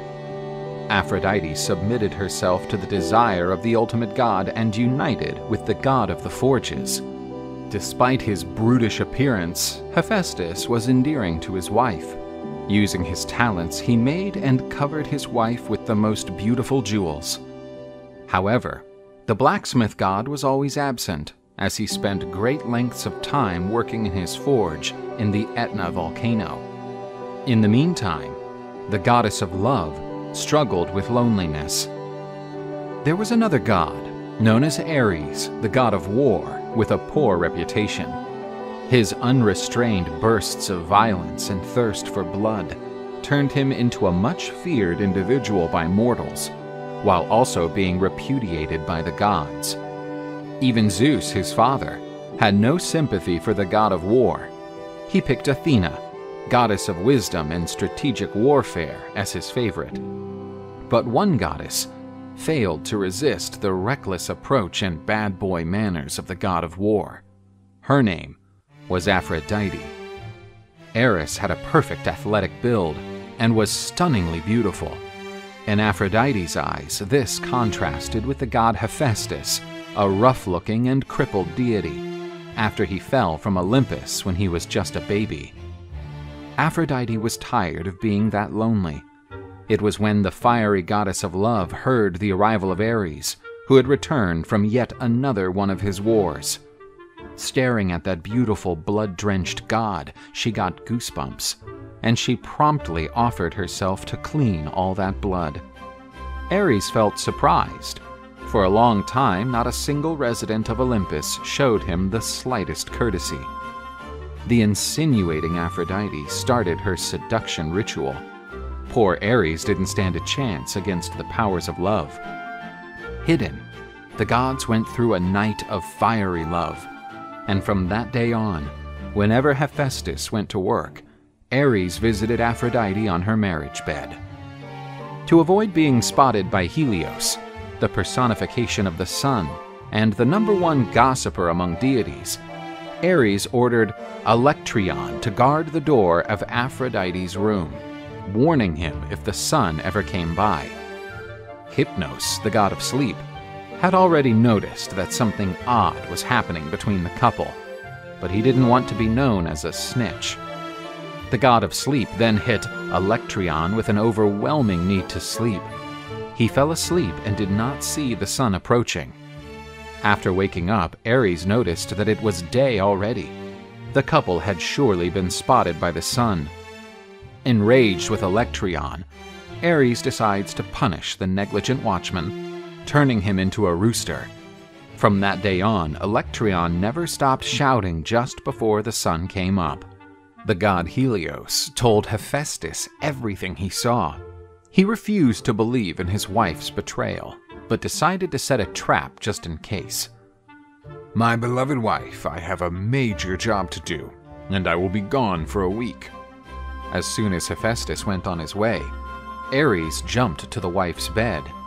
But this time, the adulterous couple would not get away with it. The god of forges had weaved a net so fine that it looked invisible, having put it on the bed. Right when the gods were doing it, the net fell on the couple, imprisoning them. The cuckold god called the other deities to witness the shameful scene. Look at these traitors, caught in such a disgraceful situation. They can never leave my powerful net. They will remain imprisoned as punishment. Hermes looked at Apollo and said, "Apparently, Ares decided to devote himself to a different sort of battle, a more hand-to-hand thing, so to speak. Of all the punishments ever devised by the gods, being united with Aphrodite certainly must be unbearable. Poor Ares." All the gods started to laugh. Ashamed and humiliated, Hephaestus decided to repudiate his wife. From the union of Ares and Aphrodite were born Deimos, Phobos, and the beautiful Harmonia.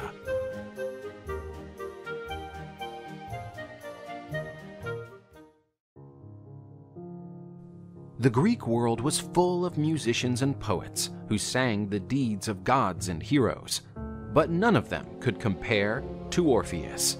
He was the son of the muse Calliope and the god Apollo. From his mother, he inherited an unsurpassed melodious voice, and from his father, a talent for writing outstanding music. When he played his lyre offered by Apollo, the animals would calm down and stop to listen to him, and even the plants would swing to the music's rhythm. But Orpheus was not only a virtuous artist, he was also endowed with great courage. The young man was part of the Jason crew in his quest for the Golden Fleece. Thanks to Orpheus, the Argonauts escaped the seductive siren song, since the hero managed to muffle the deadly melody of sea creatures with his own music. After returning from the adventure, Orpheus met the beautiful Eurydice, falling in love. Eurydice was the biggest fan of Orpheus's songs. The young lady's passion for the songs often made him jealous of his own compositions. During the couple's marriage, dark omens pointed to a turbulent future. But nevertheless, the couple decided to live out their days as best they could. One day, while Eurydice was walking through the fields, she was spotted by Aristaeus, the beekeeper. The young woman ran away from the man who wanted to rape her, but she encountered her sad fate. In her escape through the grass, the unfortunate girl was stung by a snake. Eurydice failed to take many steps and fell to the ground. Upon hearing the news, Orpheus ran to meet his beloved. The young woman died in the arms of her lover before departing for the kingdom of Hades. With her beloved's body in his arms and making use of his powerful voice, Orpheus cried out the saddest lamentation of all.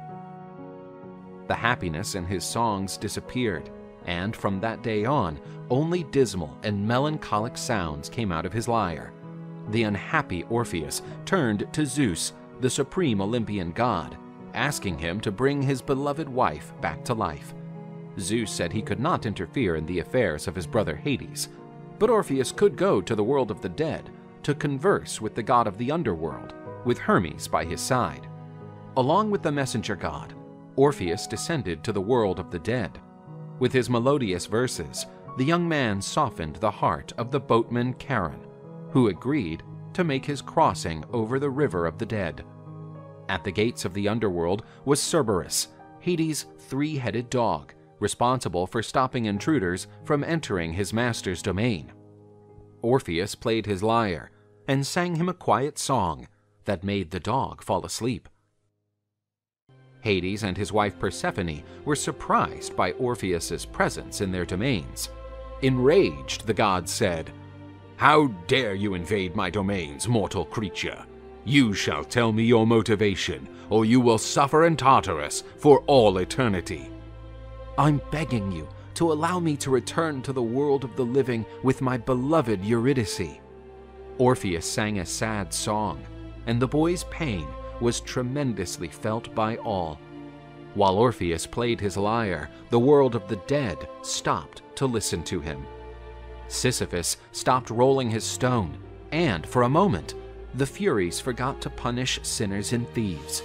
Everyone was stunned by Orpheus. Hades was moved by Orpheus's music to the point of shedding an iron tear. Queen Persephone interceded for Orpheus, and Hades asked for Eurydice to be brought to their presence.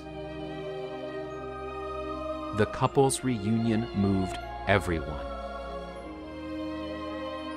That's when Hades spoke. "You two are free to go, but you must go ahead, and Eurydice will go right behind you, and under no circumstances can you look back. Otherwise, you will lose her again." A dark path emerged from the underground to the surface, and the couple set out for the world of the living. Orpheus walked all the way back feeling concerned, because he was not sure if Eurydice could keep up with him.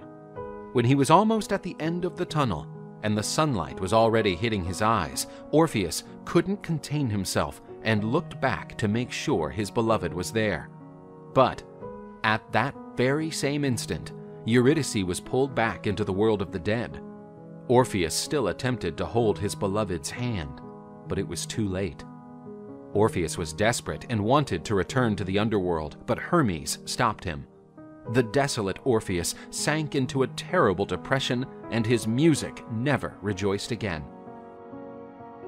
Sometime later, he was found by a group of Bacchantes, the Dionysus's priestesses, who wished to sleep with the young man, but he could only play and sing his sad songs. Enraged, the Bacchantes threw stones at Orpheus, but the power of his music dodged them. The Bacchantes decided to muffle the music with bells, screams, and drums. No longer protected by the music, Orpheus was killed and pierced by the Bacchantes. His remains, along with his lyre, were thrown into the river. The dismayed muses picked his divine lyre and honored him by turning it into a constellation. Despite his sad end, Orpheus's spirit was free to meet his beloved Eurydice in the Champs-Élysées. In the distant kingdom of Phrygia, the god Dionysus could not find Silenus, his faithful drinking companion. He was also the god's master and foster parent. Silenus was considered a sage who delivered his best lessons when drunk, while acquiring the power of prophecy. The wise old man was found passed out by peasants in the forest after suffering an alcoholic coma. They took him to King Midas, who recognized and welcomed him immediately with full hospitality. there were days of drinking and feasting in honor of the illustrious guest. The god Dionysus was pleased to find his old companion so well treated by his host. He greeted King Midas and, as a sign of gratitude for the good deed, decreed to fulfill any of Midas's wishes. The ambitious Midas did not reflect deeply on the matter and quickly chose his wish. "I want everything I touch to turn into gold." "Are you sure?" "Yes, of course. I will be the richest man who ever lived." Dionysus fulfilled his wish, but felt sorry for Midas that he didn't make a better choice. Midas, eager to test his new talent, picked up a small stone that lay on the ground, and it immediately turned into a gold nugget. Euphoric, Midas touched several things, and all of them immediately displayed the golden color of gold. Midas suddenly felt hungry and decided to eat an apple. As he touched the fruit, it turned into a copy of the golden palms in the gardens of the Hesperides. The shrewd Midas tried a new approach. He took a fork, which soon turned golden, and stuck it into a piece of bread. The king brought the fork to his mouth, and as he tried to bite into it, he felt his tooth crack, as the bread had also turned gold. The king realized that what he thought was a gift was now a curse. Midas felt that his end was inevitable, since he would quickly die without food, and he collapsed in tears on the dining table. The king's daughter arrived at the palace and saw her father weeping on the table.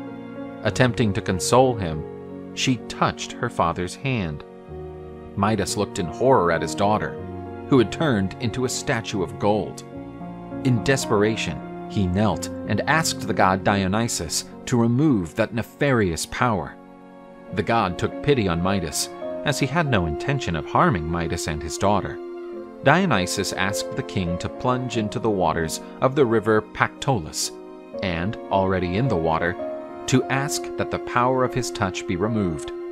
Midas bathed in the waters, and the riverbed became covered with a golden sand, and the scales of the fish also began to glitter like gold. The king was finally free of the curse. Everything he touched returned to normal, including his daughter. After this trauma, Midas repudiated all wealth and left in the company of Pan to live simply and humbly in the fields and forests.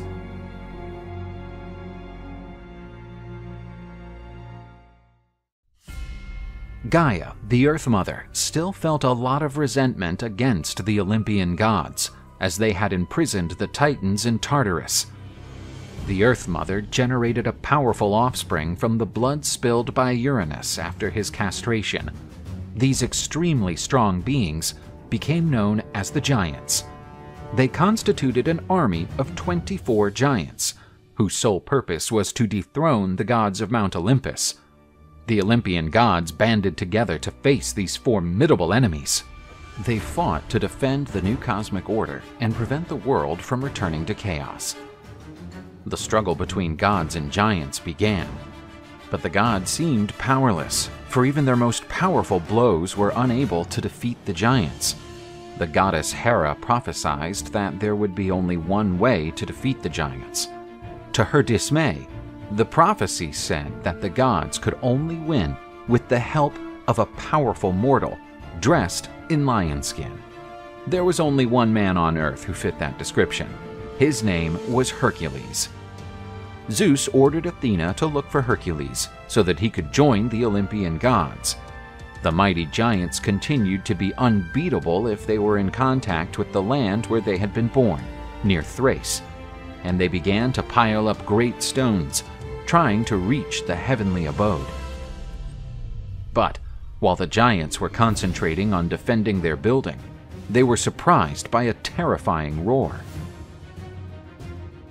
They fled without looking back, but they didn't know that it was only the howls of Silenus's donkey, who was bringing his pupil Dionysus to join the battle.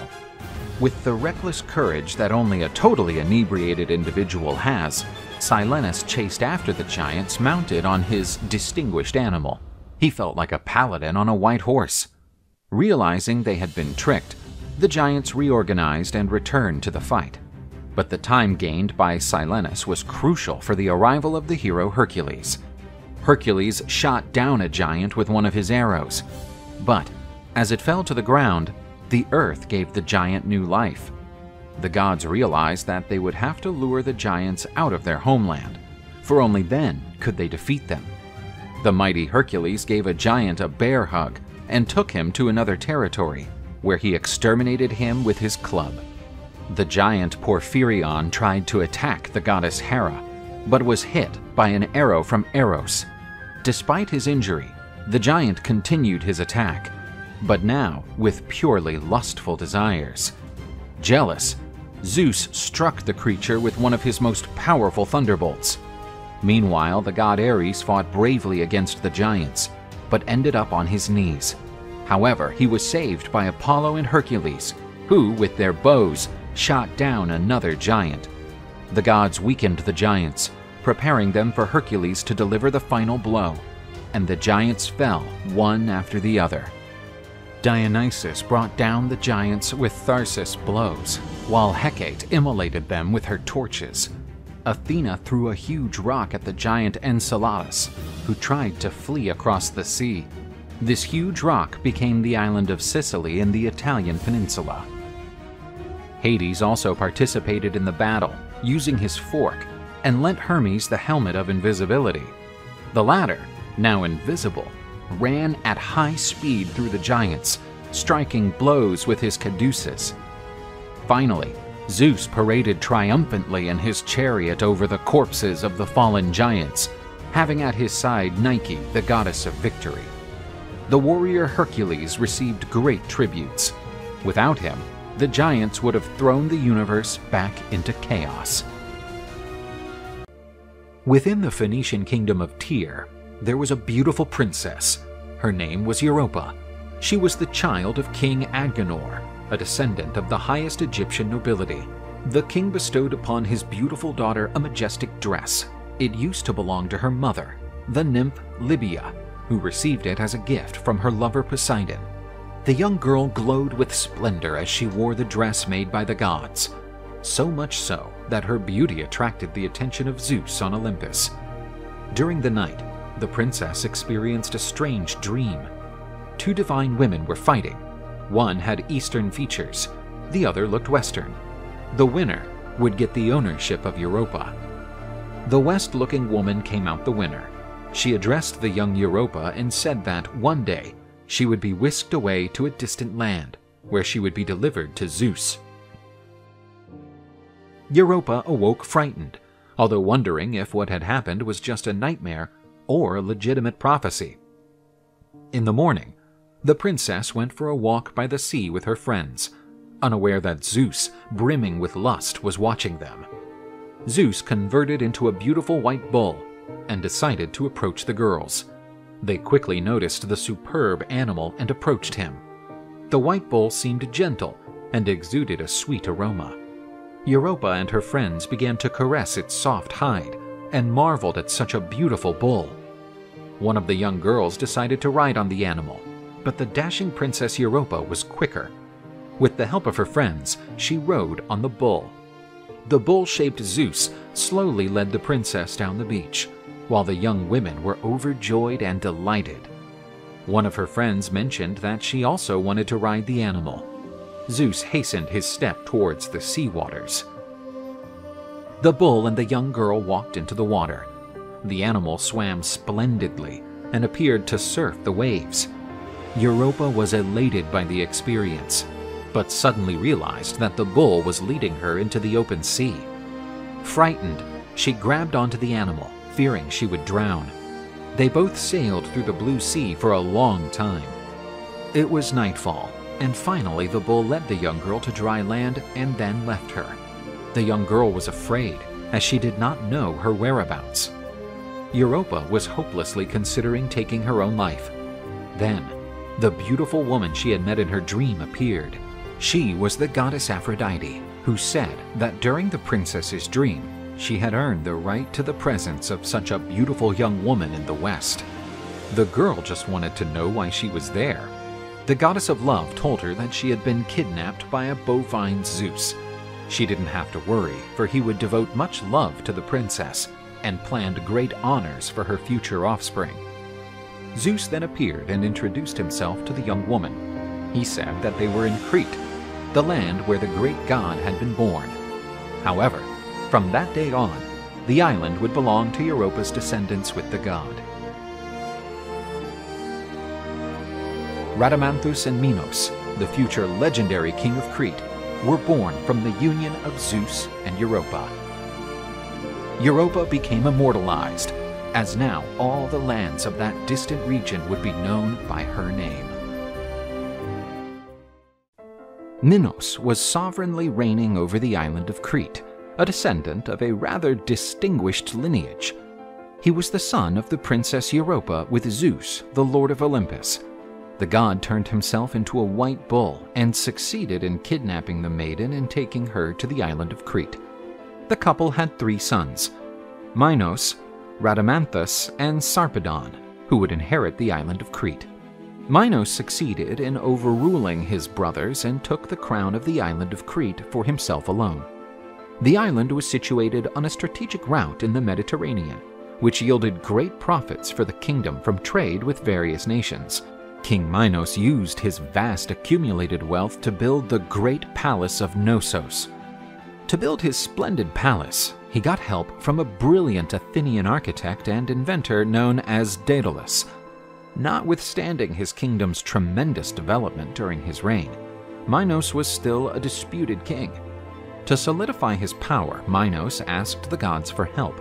The king requested the god Poseidon to send him a bull for sacrifice in honor of the god of the seas, to show that the gods were on his side. Poseidon granted the king's request and raised from the sea a magnificent white bull, as beautiful as the one Zeus had transformed himself into to abduct Europa. Minos was astonished by the animal's size and decided to stop it from being sacrificed by adding it to his herd as a breeding bull, thus establishing a breed of superior cattle. The king chose to sacrifice an ordinary bull from his herd instead of the one that Poseidon offered him.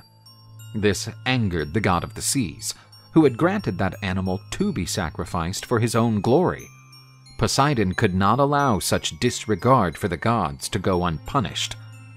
The god made the bull he had gifted become an angry and indomitable animal. It caused damage to the kingdom of Minos and frightened the population. But his revenge was not yet complete. With Aphrodite's help, Poseidon arranged for Pasiphae, queen and wife of Minos, to fall in love with the bull. The queen tried to draw closer to the beautiful bull, who rejected Pasiphae's approach. Enraptured by her passion for the animal, she asked Daedalus to help her seduce the great bull. The ingenious inventor came up with an unusual idea. He created a replica of a cow made of leather and wood, with a chamber where Pasiphae would be housed. This way, the queen managed to achieve her union with the Minos bull. The Minotaur, a creature half man and half bull, was born from this loathsome union. The birth of the hideous beast caused great shame to King Minos. As the Minotaur grew, his bestial and violent nature was no longer manageable. Minos ordered Daedalus to erect a huge labyrinth where the fearsome Minotaur would be imprisoned. This labyrinth became the dwelling place of one of the most heinous creatures of Greek mythology that was fed with human sacrifices. But the terror sparked by the Minos monster would find its demise when confronted by a tremendous opponent named Theseus. Demeter, the Greek goddess of agriculture, traveled the world to bless plantations and be revered. Rituals in honor of the goddess took place in the woods dedicated to her. But in one of these rituals, while the devotees made offerings in the woods to honor the goddess provider, the ceremony was interrupted by the cries of a group of rude woodcutters. "Leave this forest immediately. I want that wood for my new palace." Erysichthon, a rich and powerful nobleman of the region, was famous for not respecting the will of the gods, and he started cutting down the forest consecrated to Demeter. The greedy nobleman was amazed at the beauty of the consecrated oak. "Knock down that oak. then use the wood to build the most beautiful furniture." The woodcutters hesitated. It was believed that the dryads lived inside the sacred oaks. They were the nymphs of the forest protected by Demeter. "Give me that axe now!" When Eristhicton struck the tree with his sharp axe, blood flowed from the open crevice. Hidden by a hood, a mysterious figure tried to peacefully prevent that barbarity. "How dare you bring down a forest dedicated to Demeter? No one else will touch these trees, under penalty of suffering a terrible punishment." "This forest is on my land, and I will do as I please." The tree cut down took the form of a nymph lying dead on the ground. Behind that hood was not an ordinary woman, but the goddess Demeter, who revealed herself with all her fury. "You dared to destroy, kill, and desecrate that which belonged to the gods. So, you will pay for your crime in an exemplary manner." Terrified, Eristhicton and his servants ran away in a panic, but they became the target of the goddess's curse. The nobleman arrived at his palace, breathless after a long run. Still, he was happy to have escaped unharmed from the goddess's fury. After the escape, Eristhicton was hungry and asked the servants to serve him his meal. At the table, the nobleman attacked the roast chicken as if he had never eaten in his life. After devouring a whole chicken, he ate the remaining food on the table. "I want more. Bring me more food." The butcher brought a whole piglet. As soon as he approached the table, the lord grabbed the little pig. Tired, Eristhicton went to his room holding the little piglet leg, but something sinister seemed to be chasing him. While he was sleeping, he received a visit from the demon that personifies hunger. The sinister being attacked Eristhicton's stomach, making him feel an endless hunger. The nobleman awoke frightened, feeling an unprecedented hunger. Eristhicton demanded a great feast to appease his hunger, and his servants gave him all the food available. But his hunger was not lessening, and at every dish he devoured, he said, "I want more!" Eristhicton devoured all his flock, and his fortune diminished with the purchase of more and more food. The process continued for several days. Eristhicton lost his entire fortune. "I want more!" The one who had once been one of the richest nobles in the region was now begging in the streets for food. His beloved daughter found her father in the streets and tried to help him. But, driven mad by hunger, he sold his only daughter as a slave so he could buy more food. In captivity, Eristhicton's daughter prayed to Poseidon to get away. The god turned the young woman into a donkey, and in disguise, she managed to escape. The daughter met her poor father again, ruined and hungry. The kind girl, in her equine form, believed she could help her father. Eristhicton, in tears, recognized his daughter's loving look on that donkey, and crying, caressed the animal's face and said, "I'm sorry, daughter of mine, but I want more." Poseidon felt sorry for the fate of that kind young woman and turned her into a butterfly. Free, she flew away and never met her father again. Without any income and starving, Eristhicton returned to the sacred forest of Demeter, where everything had begun. He prayed for forgiveness, but the goddess ignored him. The poor man, desperate for hunger, sat down under a tree and began to devour his own foot. He spent the night using his body as food. The next morning, there was nothing left of him on earth.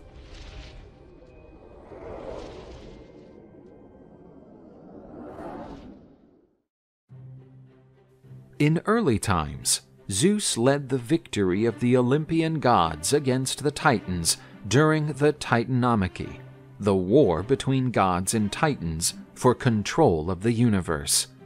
Zeus became the supreme god, reigning over the world on his throne in Mount Olympus. When the god raised his arm, exposing his powerful bolts, the other gods bowed as a sign of respect. No god had as much authority as Zeus. Only the goddess Hera, Zeus's wife, was as respected as her husband, but not even the goddess could go against the supreme god when he was stubborn. Zeus, although he loved his wife, was not faithful to her, and he lived extramarital relationships. For this reason, Hera and Zeus fight constantly due to the latter's infidelity. Tired of being humiliated by her husband, the goddess started plotting against the Lord of Olympus. The other Olympian gods were also sick and tired of Zeus's arrogance and egotism. He ordered and ruled the world according to his will. Under Hera's leadership, they decided to come up with a coup against their sovereign. The gods entered the room where Zeus slept in a glorious crib. Poseidon and Apollo grabbed the god's arms and chained him to his bed, making use of powerful gold chains made by Hephaestus. By the time Zeus noticed what was happening, he was already immobilized. Consumed by anger, the god uttered the most terrible threats, but the other gods paid no mind to him. They were more interested in who would occupy the supreme throne. The goddess Hera, queen of Olympus and leader of the uprising, considered herself to be the obvious choice to occupy her husband's throne. But the throne had other suitors. Athena thought herself the most knowledgeable and dignified. In turn, Apollo believed that only the sun god could bring light to this new cycle, while Poseidon claimed to be the most powerful. Hestia was the only one who did not run for the position. Thetis, the daughter of Nereus, predicted that a civil war was about to take place at Olympus. The fight of brothers against brothers could throw the world into chaos, and only the steady hand of Zeus could avoid such conflict. Thetis met powerful Briareus, the greatest of the Hecatoncheires, a massive creature with 100 arms and 50 heads. Briareus's loyalty to Zeus was unbreakable, and he went to Olympus. The gods were paralyzed in front of such a creature. The Hecatoncheire broke the chains that imprisoned Zeus. The supreme god unleashed a mighty thunder sound, trembling the whole universe. The gods who participated in the coup laid down their weapons as a sign of submission. This tackled part of the gods' fury. Hera was punished for leading the rebellion against Zeus. The goddess was chained and hung in the sky. She remained in that position until she took a solemn oath, promising she would never rebel against her husband again. Zeus had a special punishment for Apollo and Poseidon. The gods had to serve the Trojan king Laomedon and help in the construction of the impenetrable Trojan walls. In the ancient city of Corinth reigned a rather cunning man. His name was Sisyphus. He was probably the smartest man of his time. The smartest, but not the wisest. Sisyphus was a direct descendant of Prometheus. This deity had the boldness to stick his nose into the matters of Zeus and paid a high price for the intromission. And, much like his ancestor, Sisyphus decided to interfere in the gods' affairs. He witnessed the kidnapping of the young and beautiful Aegina by the eagle-shaped Zeus, and he realized he could take advantage of it. Although he was king of a glorious city, this metropolis struggled with a shortage of drinking water. Young Aegina was the daughter of Aesopus, a river god, who was deeply saddened by the disappearance of his daughter. Sisyphus went to Aesopus and declared, "I know where your daughter is, but this information comes at a price. In return, I want you to create a spring of water to supply my kingdom." Aesopus accepted Sisyphus's offer, and created a spring of the purest mineral water. Sisyphus revealed to him what he knew, and Aesopus went after his daughter. King Sisyphus was pleased. This new spring would be a source of abundance and even more prestige to his city. Zeus, the supreme lord of Olympus, was enraged by Sisyphus's revelation and ordered Thanatos, also known as Death, to find him and take his life. Some time passed before Sisyphus was surprised by seeing Thanatos in his palace, but an idea quickly sprung up in his cunning and mischievous mind. He went to Death and said, "So, it seems my time has come. I did not expect to die so young. However, I am much surprised by your splendor. Indeed, you are such a magnificent deity. You shall know that of the many gods I have known, few carry such a remarkable and elegant figure. And before I leave, I would like to present you with some ornaments that will make your presence even more dazzling. After all, these jewels will no longer be of use to me." Thanatos felt flattered with such a torrential stream of compliments and decided to accept the gifts.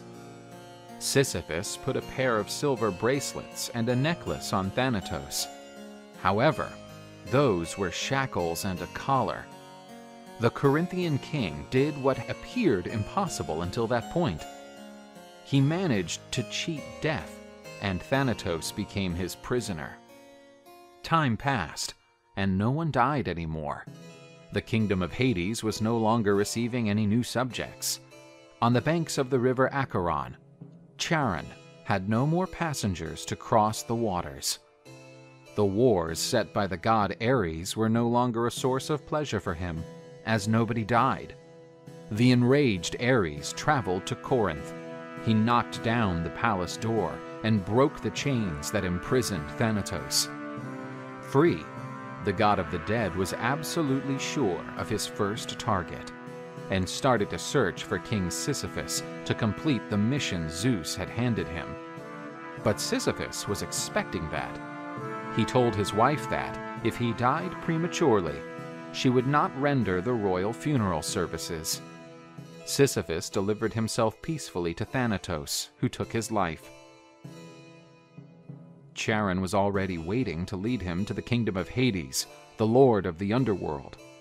The banks of the river of the dead were filled with souls already on Thanatos' list, who only now had been sought.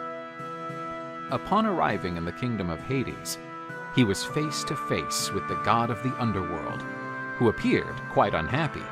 After being severely admonished by the great god, Sisyphus delivered a speech he had already devised, even before his death. "Noble lord of the underworld, I'm aware of my wrongdoings against you and the harm I've caused, but that was not my intention. If I had known that I would harm the great god of the world of the dead, I never would have done so. Aware that I am in debt to you, I have a plea to make. My obnoxious wife refused to perform the proper funeral rites for a king who was so dear to his people. That abominable woman tossed me out, as if I were nothing but a dog carcass. I therefore beg you to let me return to the world of the living for only one day, so that I may take revenge on my wife and set up a proper funeral, which would honor the kingdom of the dead. You have my permission to visit in the world of the living for only one day. However, by nightfall you shall return to my domains." Sisyphus gave his word that he would return promptly. Sisyphus returned to Corinth. There he met his wife and fled with her. Once again, he had cheated Death. Now concealed, Sisyphus lived a long life and reached an old age, until he encountered his inevitable end. And encountering Thanatos once more, his cleverness would no longer help him. Upon returning to the underworld, Hades sent him to Tartarus, where he received an appalling torment. Sisyphus was forced to roll a heavy boulder from a plain to a mountaintop, but every time he got close to the summit, the boulder became horrendously heavy and rolled back to the starting point. Then Sisyphus was condemned to restart his work for all eternity.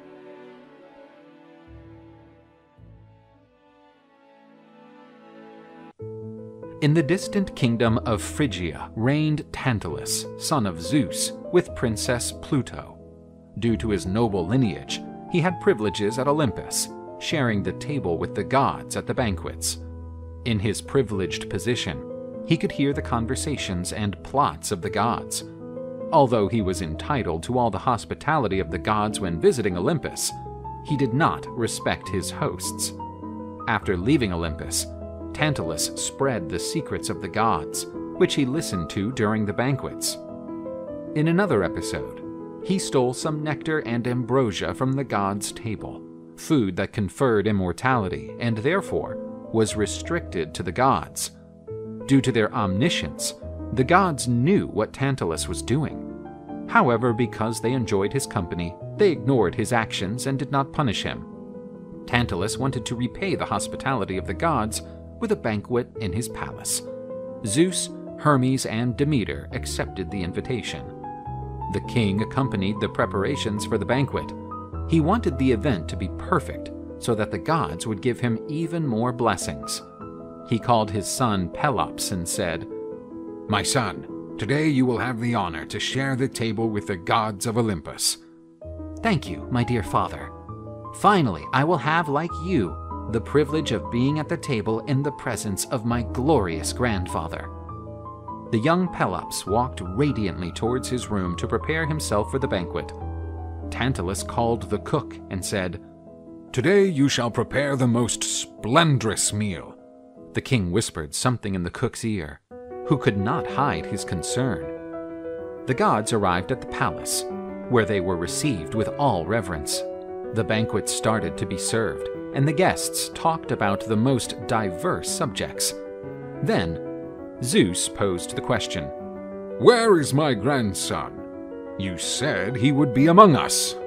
"Don't worry, father of mine. Soon he will be at the table with you." The moment of the main course arrived. The cook brought a beautiful stew with an unmatchable aroma. The goddess Demeter, who was in a deep sorrow due to the departure of her daughter Persephone to the kingdom of Hades, devoured the stew to slightly improve her mood. Tantalus served the stew to Zeus and Hermes. The two gods exchanged suspicious looks. "Don't you like my offering to the gods?" "You degenerate creature! How dare you serve human flesh to the gods?" "It's not a mere human sacrifice, my father. It's the greatest sacrifice. I'm offering you the flesh of my firstborn son." Demeter, who had already eaten a large piece of flesh, felt sick. "We have been complacent with your crimes in the past, but this deserves to be punished in an exemplary way." Tantalus was sent to Tartarus, where he would suffer a terrible punishment. He was placed in a lake surrounded by fruit trees. The water covered him up to his chin, and the fruits were within reach of his hands. However, Tantalus constantly felt a terrible hunger and thirst.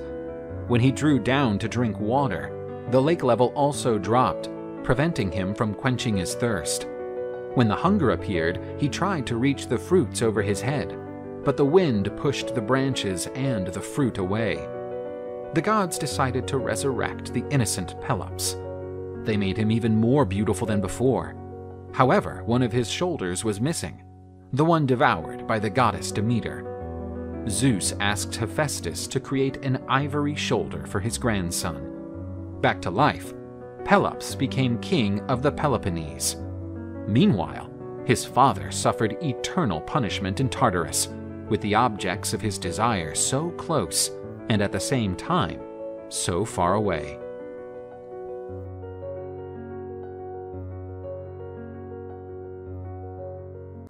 King Ixion of Thessaly was a nefarious man who ruled his kingdom with an iron fist. In Thessaly, the best horses in Greece were bred, and only the best resided in the king's stud farm. The king fell in love with the beautiful Dia, daughter of Ionius, a nobleman of the region. Ixion promised Ionius that he would give him some of his famous horses in exchange for the hand of the beautiful young woman. However, after marrying Dia, Ixion didn't fulfill his part of the agreement, which outraged the now father-in-law. He decided to take justice into his own hands and stole Ixion's horses. Ixion was furious and came up with a plan to get revenge on his father-in-law. Ionius was invited to a meeting with Ixion in his palace on the pretext of making peace. Ixion received his father-in-law cordially, but the king had a plan against his wife's father. King invited Ionius to visit a new division of his palace. This one had a moat, and when the visitor stretched his neck to see what was inside it, he was pushed by his son-in-law. Ionius fell into the ditch that was full of embers. The guest was consumed by the flames and cried out in pain to Ixion's satisfaction. And, before he was devoured by the flames, Ionius saw his daughter's charred body beside him. But Ixion's sins would not be forgiven. The king was deposed and became a vagabond, being stoned and spat at every place. After years of suffering, Ixion seemed to repent and asked the gods for forgiveness. Zeus took pity on the man who had once been a great king and invited him to visit Olympus. Ixion participated in celestial banquets and fraternized with Olympian deities, but his lack of character emerged again. Ixion fell in love with the goddess Hera, wife of Zeus, his host. He even confessed to the goddess his desire to be carnally united with her. Hera rejected him and told her husband everything. Zeus did not believe that his guest would be capable of such an act. To test Ixion, Zeus molded a cloud with the same outline as the goddess Hera. The goddess-shaped cloud flirted with Ixion. He did not hesitate and united with the false goddess. From this sin against hospitality, bizarre creatures were born, a mixture of man and horse that would become known as centaurs. Zeus expelled Ixion from Olympus. He wasn't more ruthless as he felt some empathy with Ixion. After all, as we know, the great god also struggled to contain his lust. But Zeus would regret his clemency. Ixion, after returning to the world of men, boasted that he had been with the Queen of Heaven, and that enraged Zeus. The supreme god fulminated Ixion with one of his rays, and his spirit was thrown into the depths of Tartarus. Ixion was put on a burning wheel, bound by serpents. He would spend eternity burning in the spinning wheel.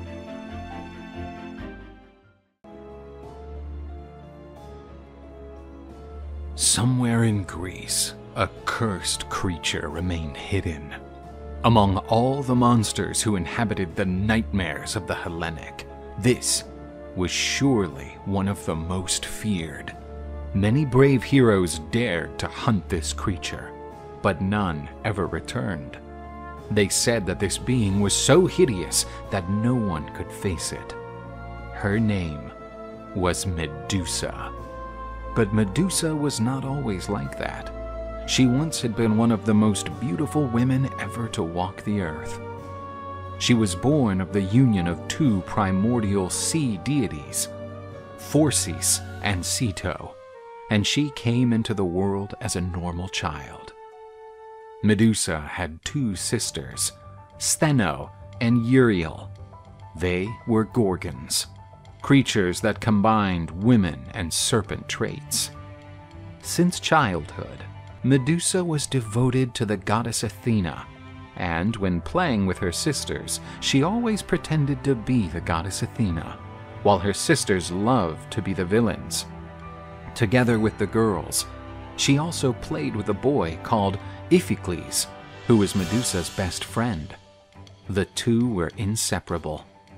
Medusa grew and became more beautiful every day. Medusa's charms made the young Iphicles an easy target for Eros, the god of love.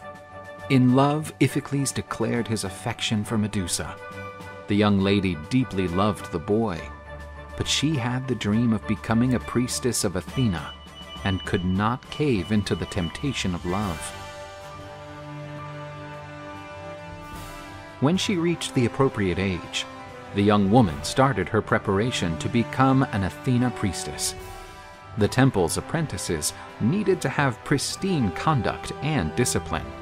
All their acts could be reflected in the goddess's reputation. One of the major requirements for becoming a priestess of Athena was absolute purity. They were to mirror themselves in Athena. Therefore, the young women should remain virgins, just like their goddess, who never surrendered to the influence of Eros and Aphrodite. Medusa became a perfect priestess, maybe even too perfect. The rituals conducted by Medusa kept attracting more followers, delighted with the way in which that beautiful young woman conducted each of her activities. Medusa had beautiful fluttering hair. With her movements, it mesmerized those who stared at her. A gullible man dared to say that Medusa's hair was more beautiful than Athena's. The goddess, from the top of Mount Olympus, noticed a commotion in one of her temples. She realized that many were not there to worship her, but rather to see the charming priestess. Athena resisted the temptation to do anything against those who shifted their focus from her to Medusa. The goddess knew that, although this was wrong, the young priestess was not to blame.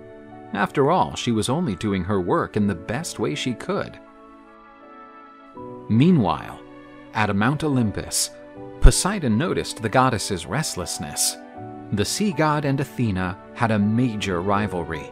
They disputed the right to be the city's patron god, which was the capital of the Attica region.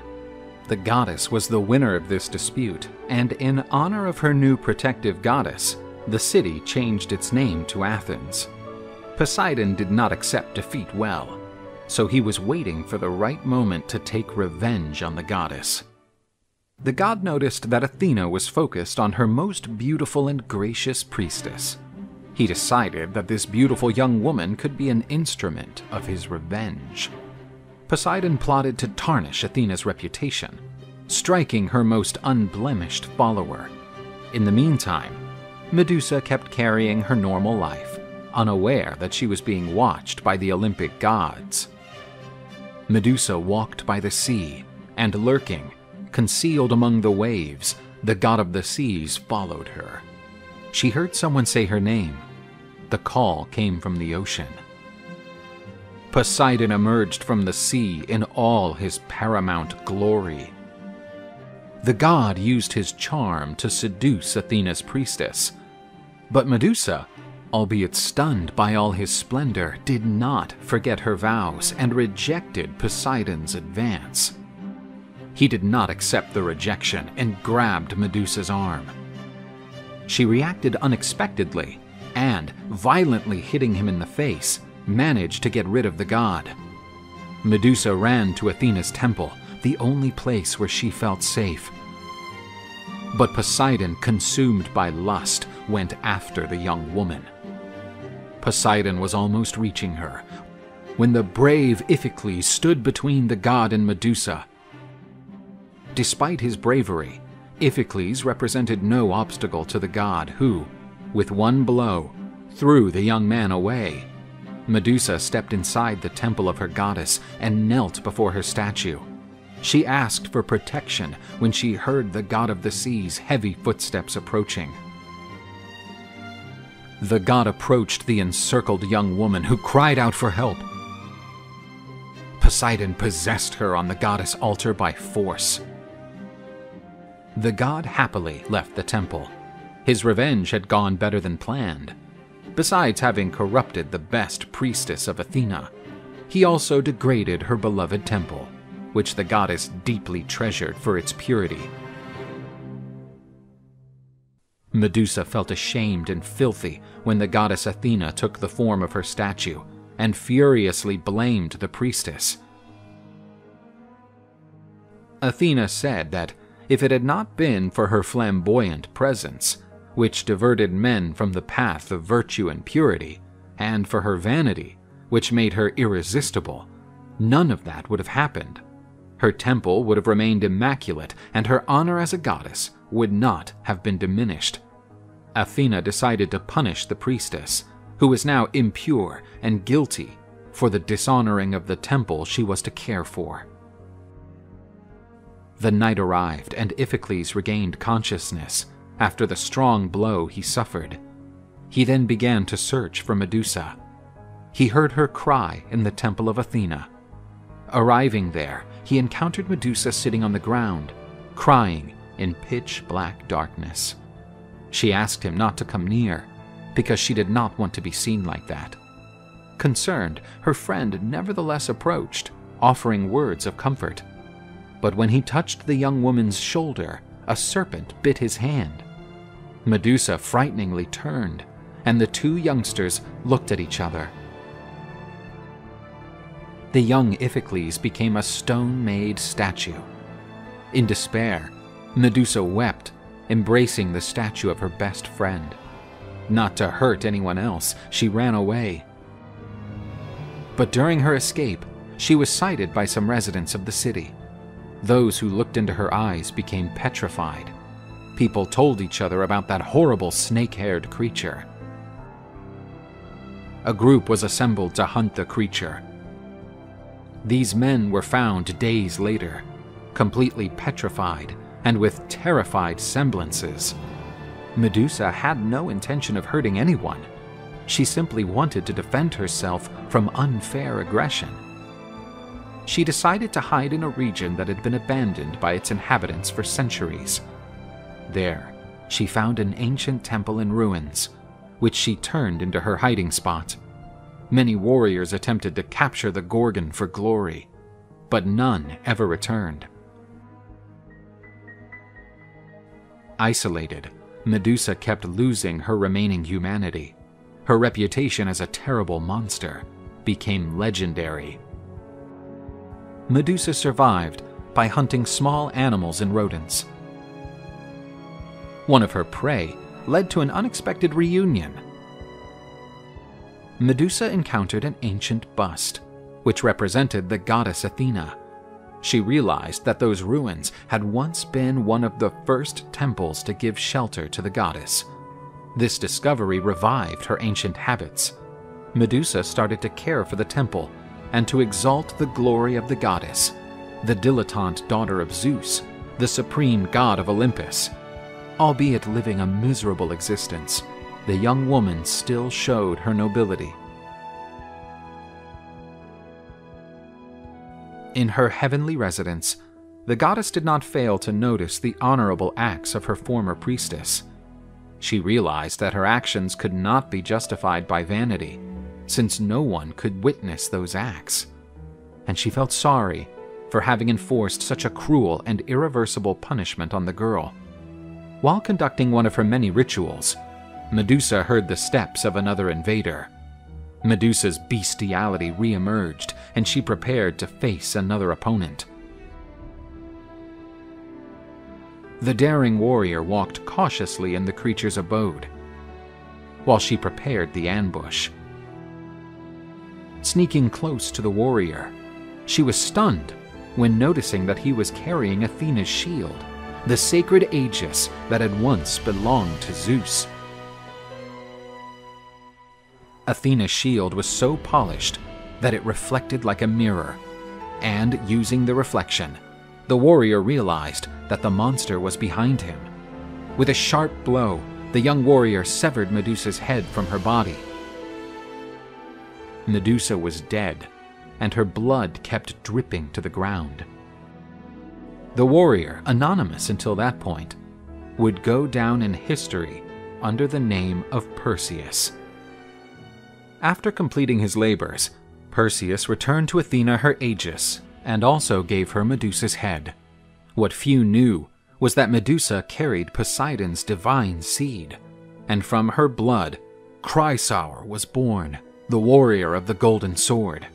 Not only that, another beautiful creature, a winged horse, also emerged. The majestic Pegasus was the purest of all creatures, embodying all the original purity that had been stolen from his mother. Many believed that the help Athena provided to Perseus, when she handed him her precious shield, was another act of retaliation against Medusa. Actually, she only wished to free the young girl from that dreadful existence, which had been unjustly imposed upon her. Athena glorified Medusa by adding the Gorgon's head to her shield. The image of the loyal priestess was now eternalized beside the goddess she loved so much.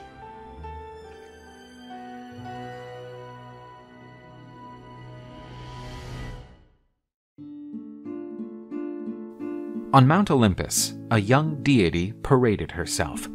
She was the goddess of spring, and her youthful beauty enchanted the male deities. Her name was Cora, but she would become better known as Persephone. Demeter, her mother, was overprotective and shielded the young girl from the Olympic gods. She wanted her daughter to maintain her purity and virginity, as did the goddesses Athena, Artemis, and Hestia. So the goddess of agriculture kept Aphrodite and her son Eros away from her daughter. The divinities of love did not want to have another divinity in Olympus immune to their influence, and planned a way to attack the young goddess. Far from Olympus, in the depths of the earth, there was another god who lived free from the influence of the gods of love. His name was Hades, the lord of the underworld. The endless tasks of managing his kingdom allowed Hades to think of nothing else but his work. But a great tremor disturbed the kingdom of Hades, which rose to the surface to see what was happening. The Etna volcano was erupting, a sign that Typhon, the monster imprisoned by Zeus, was especially unhappy. That's when the god heard a sweet voice coming from a nearby forest. In the woods, Persephone sang without realizing that anyone was watching her. Aphrodite and Eros noticed Hades' interest in Persephone and wanted to take the opportunity. The god of passion and love fulminated the heart of the god with one of his golden arrows, which instilled desire and passion in the hearts of men and gods. Consumed by passion, Hades approached the spring goddess, who did not feel his approach. Hades tried to flirt with the young woman, but she resisted. Impetuously, Hades grabbed his beloved, and the earth opened so that he could return to his domain. With the goddess in his arms, the god of the dead descended through a tunnel into his kingdom. Persephone was very agitated and was locked in a room of Hades' palace until she became calmer. Hades declared his love for Persephone, who, although she felt attracted by the god, was still trying to push him away. Demeter started to get distressed because she didn't know where her daughter was, so she wandered the world in search of Persephone. After much searching, she found one of the nymphs who used to accompany her daughter. She told her how Hades kidnapped the girl, taking her to the underworld when the earth opened. Demeter was furious and would not forgive Gaia, the goddess of the earth, who had been an accomplice to her daughter's abduction when she opened up. As goddess of agriculture, Demeter was responsible for soil fertility. To punish Gaia, she decided to make the land infertile. The goddess cried because she missed her daughter, and, due to the great sadness she felt, she started to neglect her tasks. Zeus started to worry about the situation of the planet, because if Demeter didn't perform her tasks again, chaos would take over the world. The great god tried to convince Demeter to return to her tasks, but she said that the world would remain infertile until she had her daughter back. Zeus assured that Persephone would be freed from the underworld unless she had fed on some fruit from the underworld.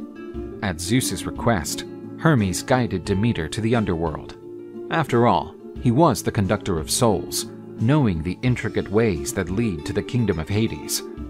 The goddess met her daughter at the very moment she was eating pomegranate seeds offered by the lord of the underworld. After eating the fruit, Persephone metamorphosed and became the queen of the underworld. Demeter rebuked her daughter for agreeing to eat the food offered by such an evil being. Persephone said that her husband was not so bad. He treated her with respect and genuinely loved her. On top of everything else, there she would be a true queen. Demeter's heart felt an intense pain, and she started crying. Moved by his mother-in-law's sadness, Hades proposed a deal. Persephone would spend part of the year in the underworld, and the other part with his mother on the surface. Once the deal was sealed, Persephone returned to the surface with her mother. In the ground, which was infertile, many flowers sprouted. The harvests were chock full again. But the meeting period between Persephone and Demeter ran out, and the young goddess returned to the underworld to see her husband again.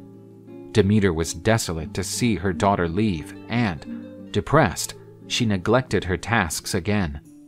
But when mother and daughter met again, the world flourished once more, and so the seasons were born.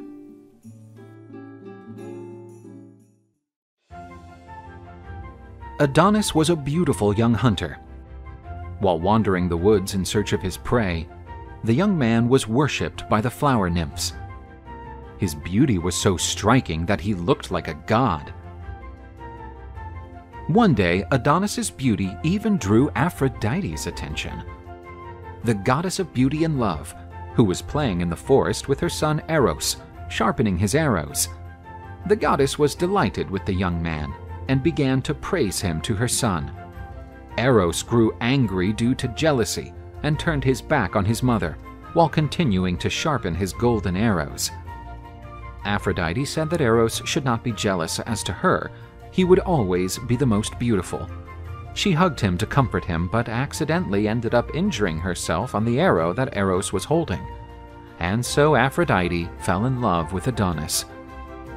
The goddess was spying the beautiful young man, and she could not resist his charms and succumbed to passion. Aphrodite asked the young man who he was, since his beauty was so wonderful that he resembled a god. Adonis knew that this lovely woman could only be Aphrodite, the goddess of love. He said that he was not a god, but a mere mortal. Aphrodite was intrigued because she didn't know that a man could be almost as perfect as a god. Aphrodite drew closer with such a seductive look that no god, much less a mortal, could resist. The couple kissed and began to see each other regularly. These were days of passionate love. On a spring day, Persephone, the queen of the underworld, was wandering through the woods and stumbled upon the loving couple. She was delighted with what she saw. But she did not know that Eros, the god of love, was ready to pull another one of his pranks. He shot her with one of his arrows. The queen was now also in love with the boy, and decided that Aphrodite should enjoy it while she could, because one day the beautiful boy would be hers. Aphrodite was overzealous of Adonis, fearing that the young and daring hunter would injure himself on his hunts. But he kept telling her not to worry, because he was very experienced and promised not to take any chances. However, apart from Aphrodite and Persephone, there was one more god who was keeping an eye on the boy. His name was Ares, the god of war, who was Aphrodite's lover and therefore bore a great hatred for his rival. Ares knew that the young man's love for hunting rivaled his love for Aphrodite, and so plotted his revenge. Adonis roamed the woods in search of yet another prey when he stumbled upon a mighty boar. Ares stirred up the young man's bloodlust. He ended up forgetting the promise he made to the goddess of not risking himself needlessly. Adonis chose to fight the beast and managed to wound it. But Ares inflated the beast's heart with unbridled fury. The boar decided not to flee to preserve its life, but to furiously charge Adonis. He drove its powerful tusks into his abdomen. Adonis was mortally wounded. Aphrodite came running to his aid, but there was nothing more she could do. He died in her arms. She buried him, and upon his tomb grew beautiful red flowers that were named Adonis. As one goddess wept, another in the underworld was beaming and waiting for the arrival of the most beautiful man who ever lived. The powerless goddess of love watched the arrival of Hermes, who was there to lead Adonis's soul to Hades' realm. In the netherworld, Queen Persephone eagerly awaited the arrival of the most beautiful man in the world, for whom she cherished a great passion sparked by Eros's arrow. Adonis was welcomed in the underworld by specters, who treated him with great honors. The boy was surprised at such a reception. He had no idea of the love that the queen of the underworld had for him. Persephone's loyal specters lodged the boy in a special room in the royal palace. While Hades, the underworld lord, was asleep, his queen broke into her guest's chamber. The beautiful goddess cornered the young boy, but he tried to dodge her. He dreaded Hades' revenge, but the goddess told him not to worry. If he didn't tell the god, she wouldn't tell him either. With no way out, he gave in to the goddess's lust. The sneaky encounters continued day after day. Aphrodite longed for her lover and promptly decided to go down to the Hades realm and rescue her sweetheart. She found Adonis there serving the underworld gods and said she was there to bring her beloved Adonis back to the surface. Hades, however, was aggrieved to see the goddess of love invading his kingdom and making demands. Hades told her that he did not care for Aphrodite's will. He appreciated the services rendered by Adonis, and he would remain in the underworld forever. But Aphrodite threatened to extinguish all love from the face of the earth. Only bitterness and grudge would remain between the couples. Hades ousted Aphrodite from his kingdom. She left in tears, but her threats were not empty. Throughout the world, love between couples began to dwindle. The relationship between Zeus and the goddess Hera, usually strained, was becoming unbearable. Zeus decided that something had to be done. He called for a meeting with Hades, Persephone, and Aphrodite, saying that the whole situation couldn't go on. He suggested Hades take possession of Adonis, just like the agreement he had made with the goddess Demeter. For a third of the year, he would stay in the underworld. The next third he would spend on the surface with Aphrodite, and the young man would have a third to enjoy in any way he wished. Hades took issue with Zeus's intrusion into matters of his kingdom, but knowing that Adonis was Persephone's favorite servant, he said he would not accept such an offer. To Hades' surprise, however, Persephone replied that, if it was for the good of all, she would allow Adonis to resurface and return to her husband's kingdom only when winter was approaching. Baffled, Hades did not understand why Persephone would release Adonis without putting up a fight. Spring arrived and Adonis departed to meet his lover Aphrodite. But summer meant that the goddess had to leave him. Hades had not anticipated summer is also the time that Persephone comes out of the underworld to find her mother, the goddess Demeter. And during the summer, Adonis and Persephone loved each other without bothering about being caught by the underworld king. But the quarrel between Persephone and Aphrodite remained. They always sought to maximize the length of their relationship with Adonis. This is why in some years the winter seems longer or the heat of summer persists. The love story of Hades and Persephone is one of Greek mythology's most famous. You have certainly heard the story that the god kidnapped her, which gave rise to the seasons. But before he met Persephone, Hades had a lover named Minthe, a nymph who lived by the river Cocytus. However, when Hades fell madly in love with Persephone, Minthe was cast aside. Some say that when Persephone headed to the surface to spend the spring and summer with her mother, the nymph Minthe would not leave the ruler of the underworld alone. But when Persephone returned, Hades would run straight into her arms, leaving the greenish nymph abandoned. Minthe went on to brag that she was the most beautiful entity in the underworld, as even Hades could not resist her charms.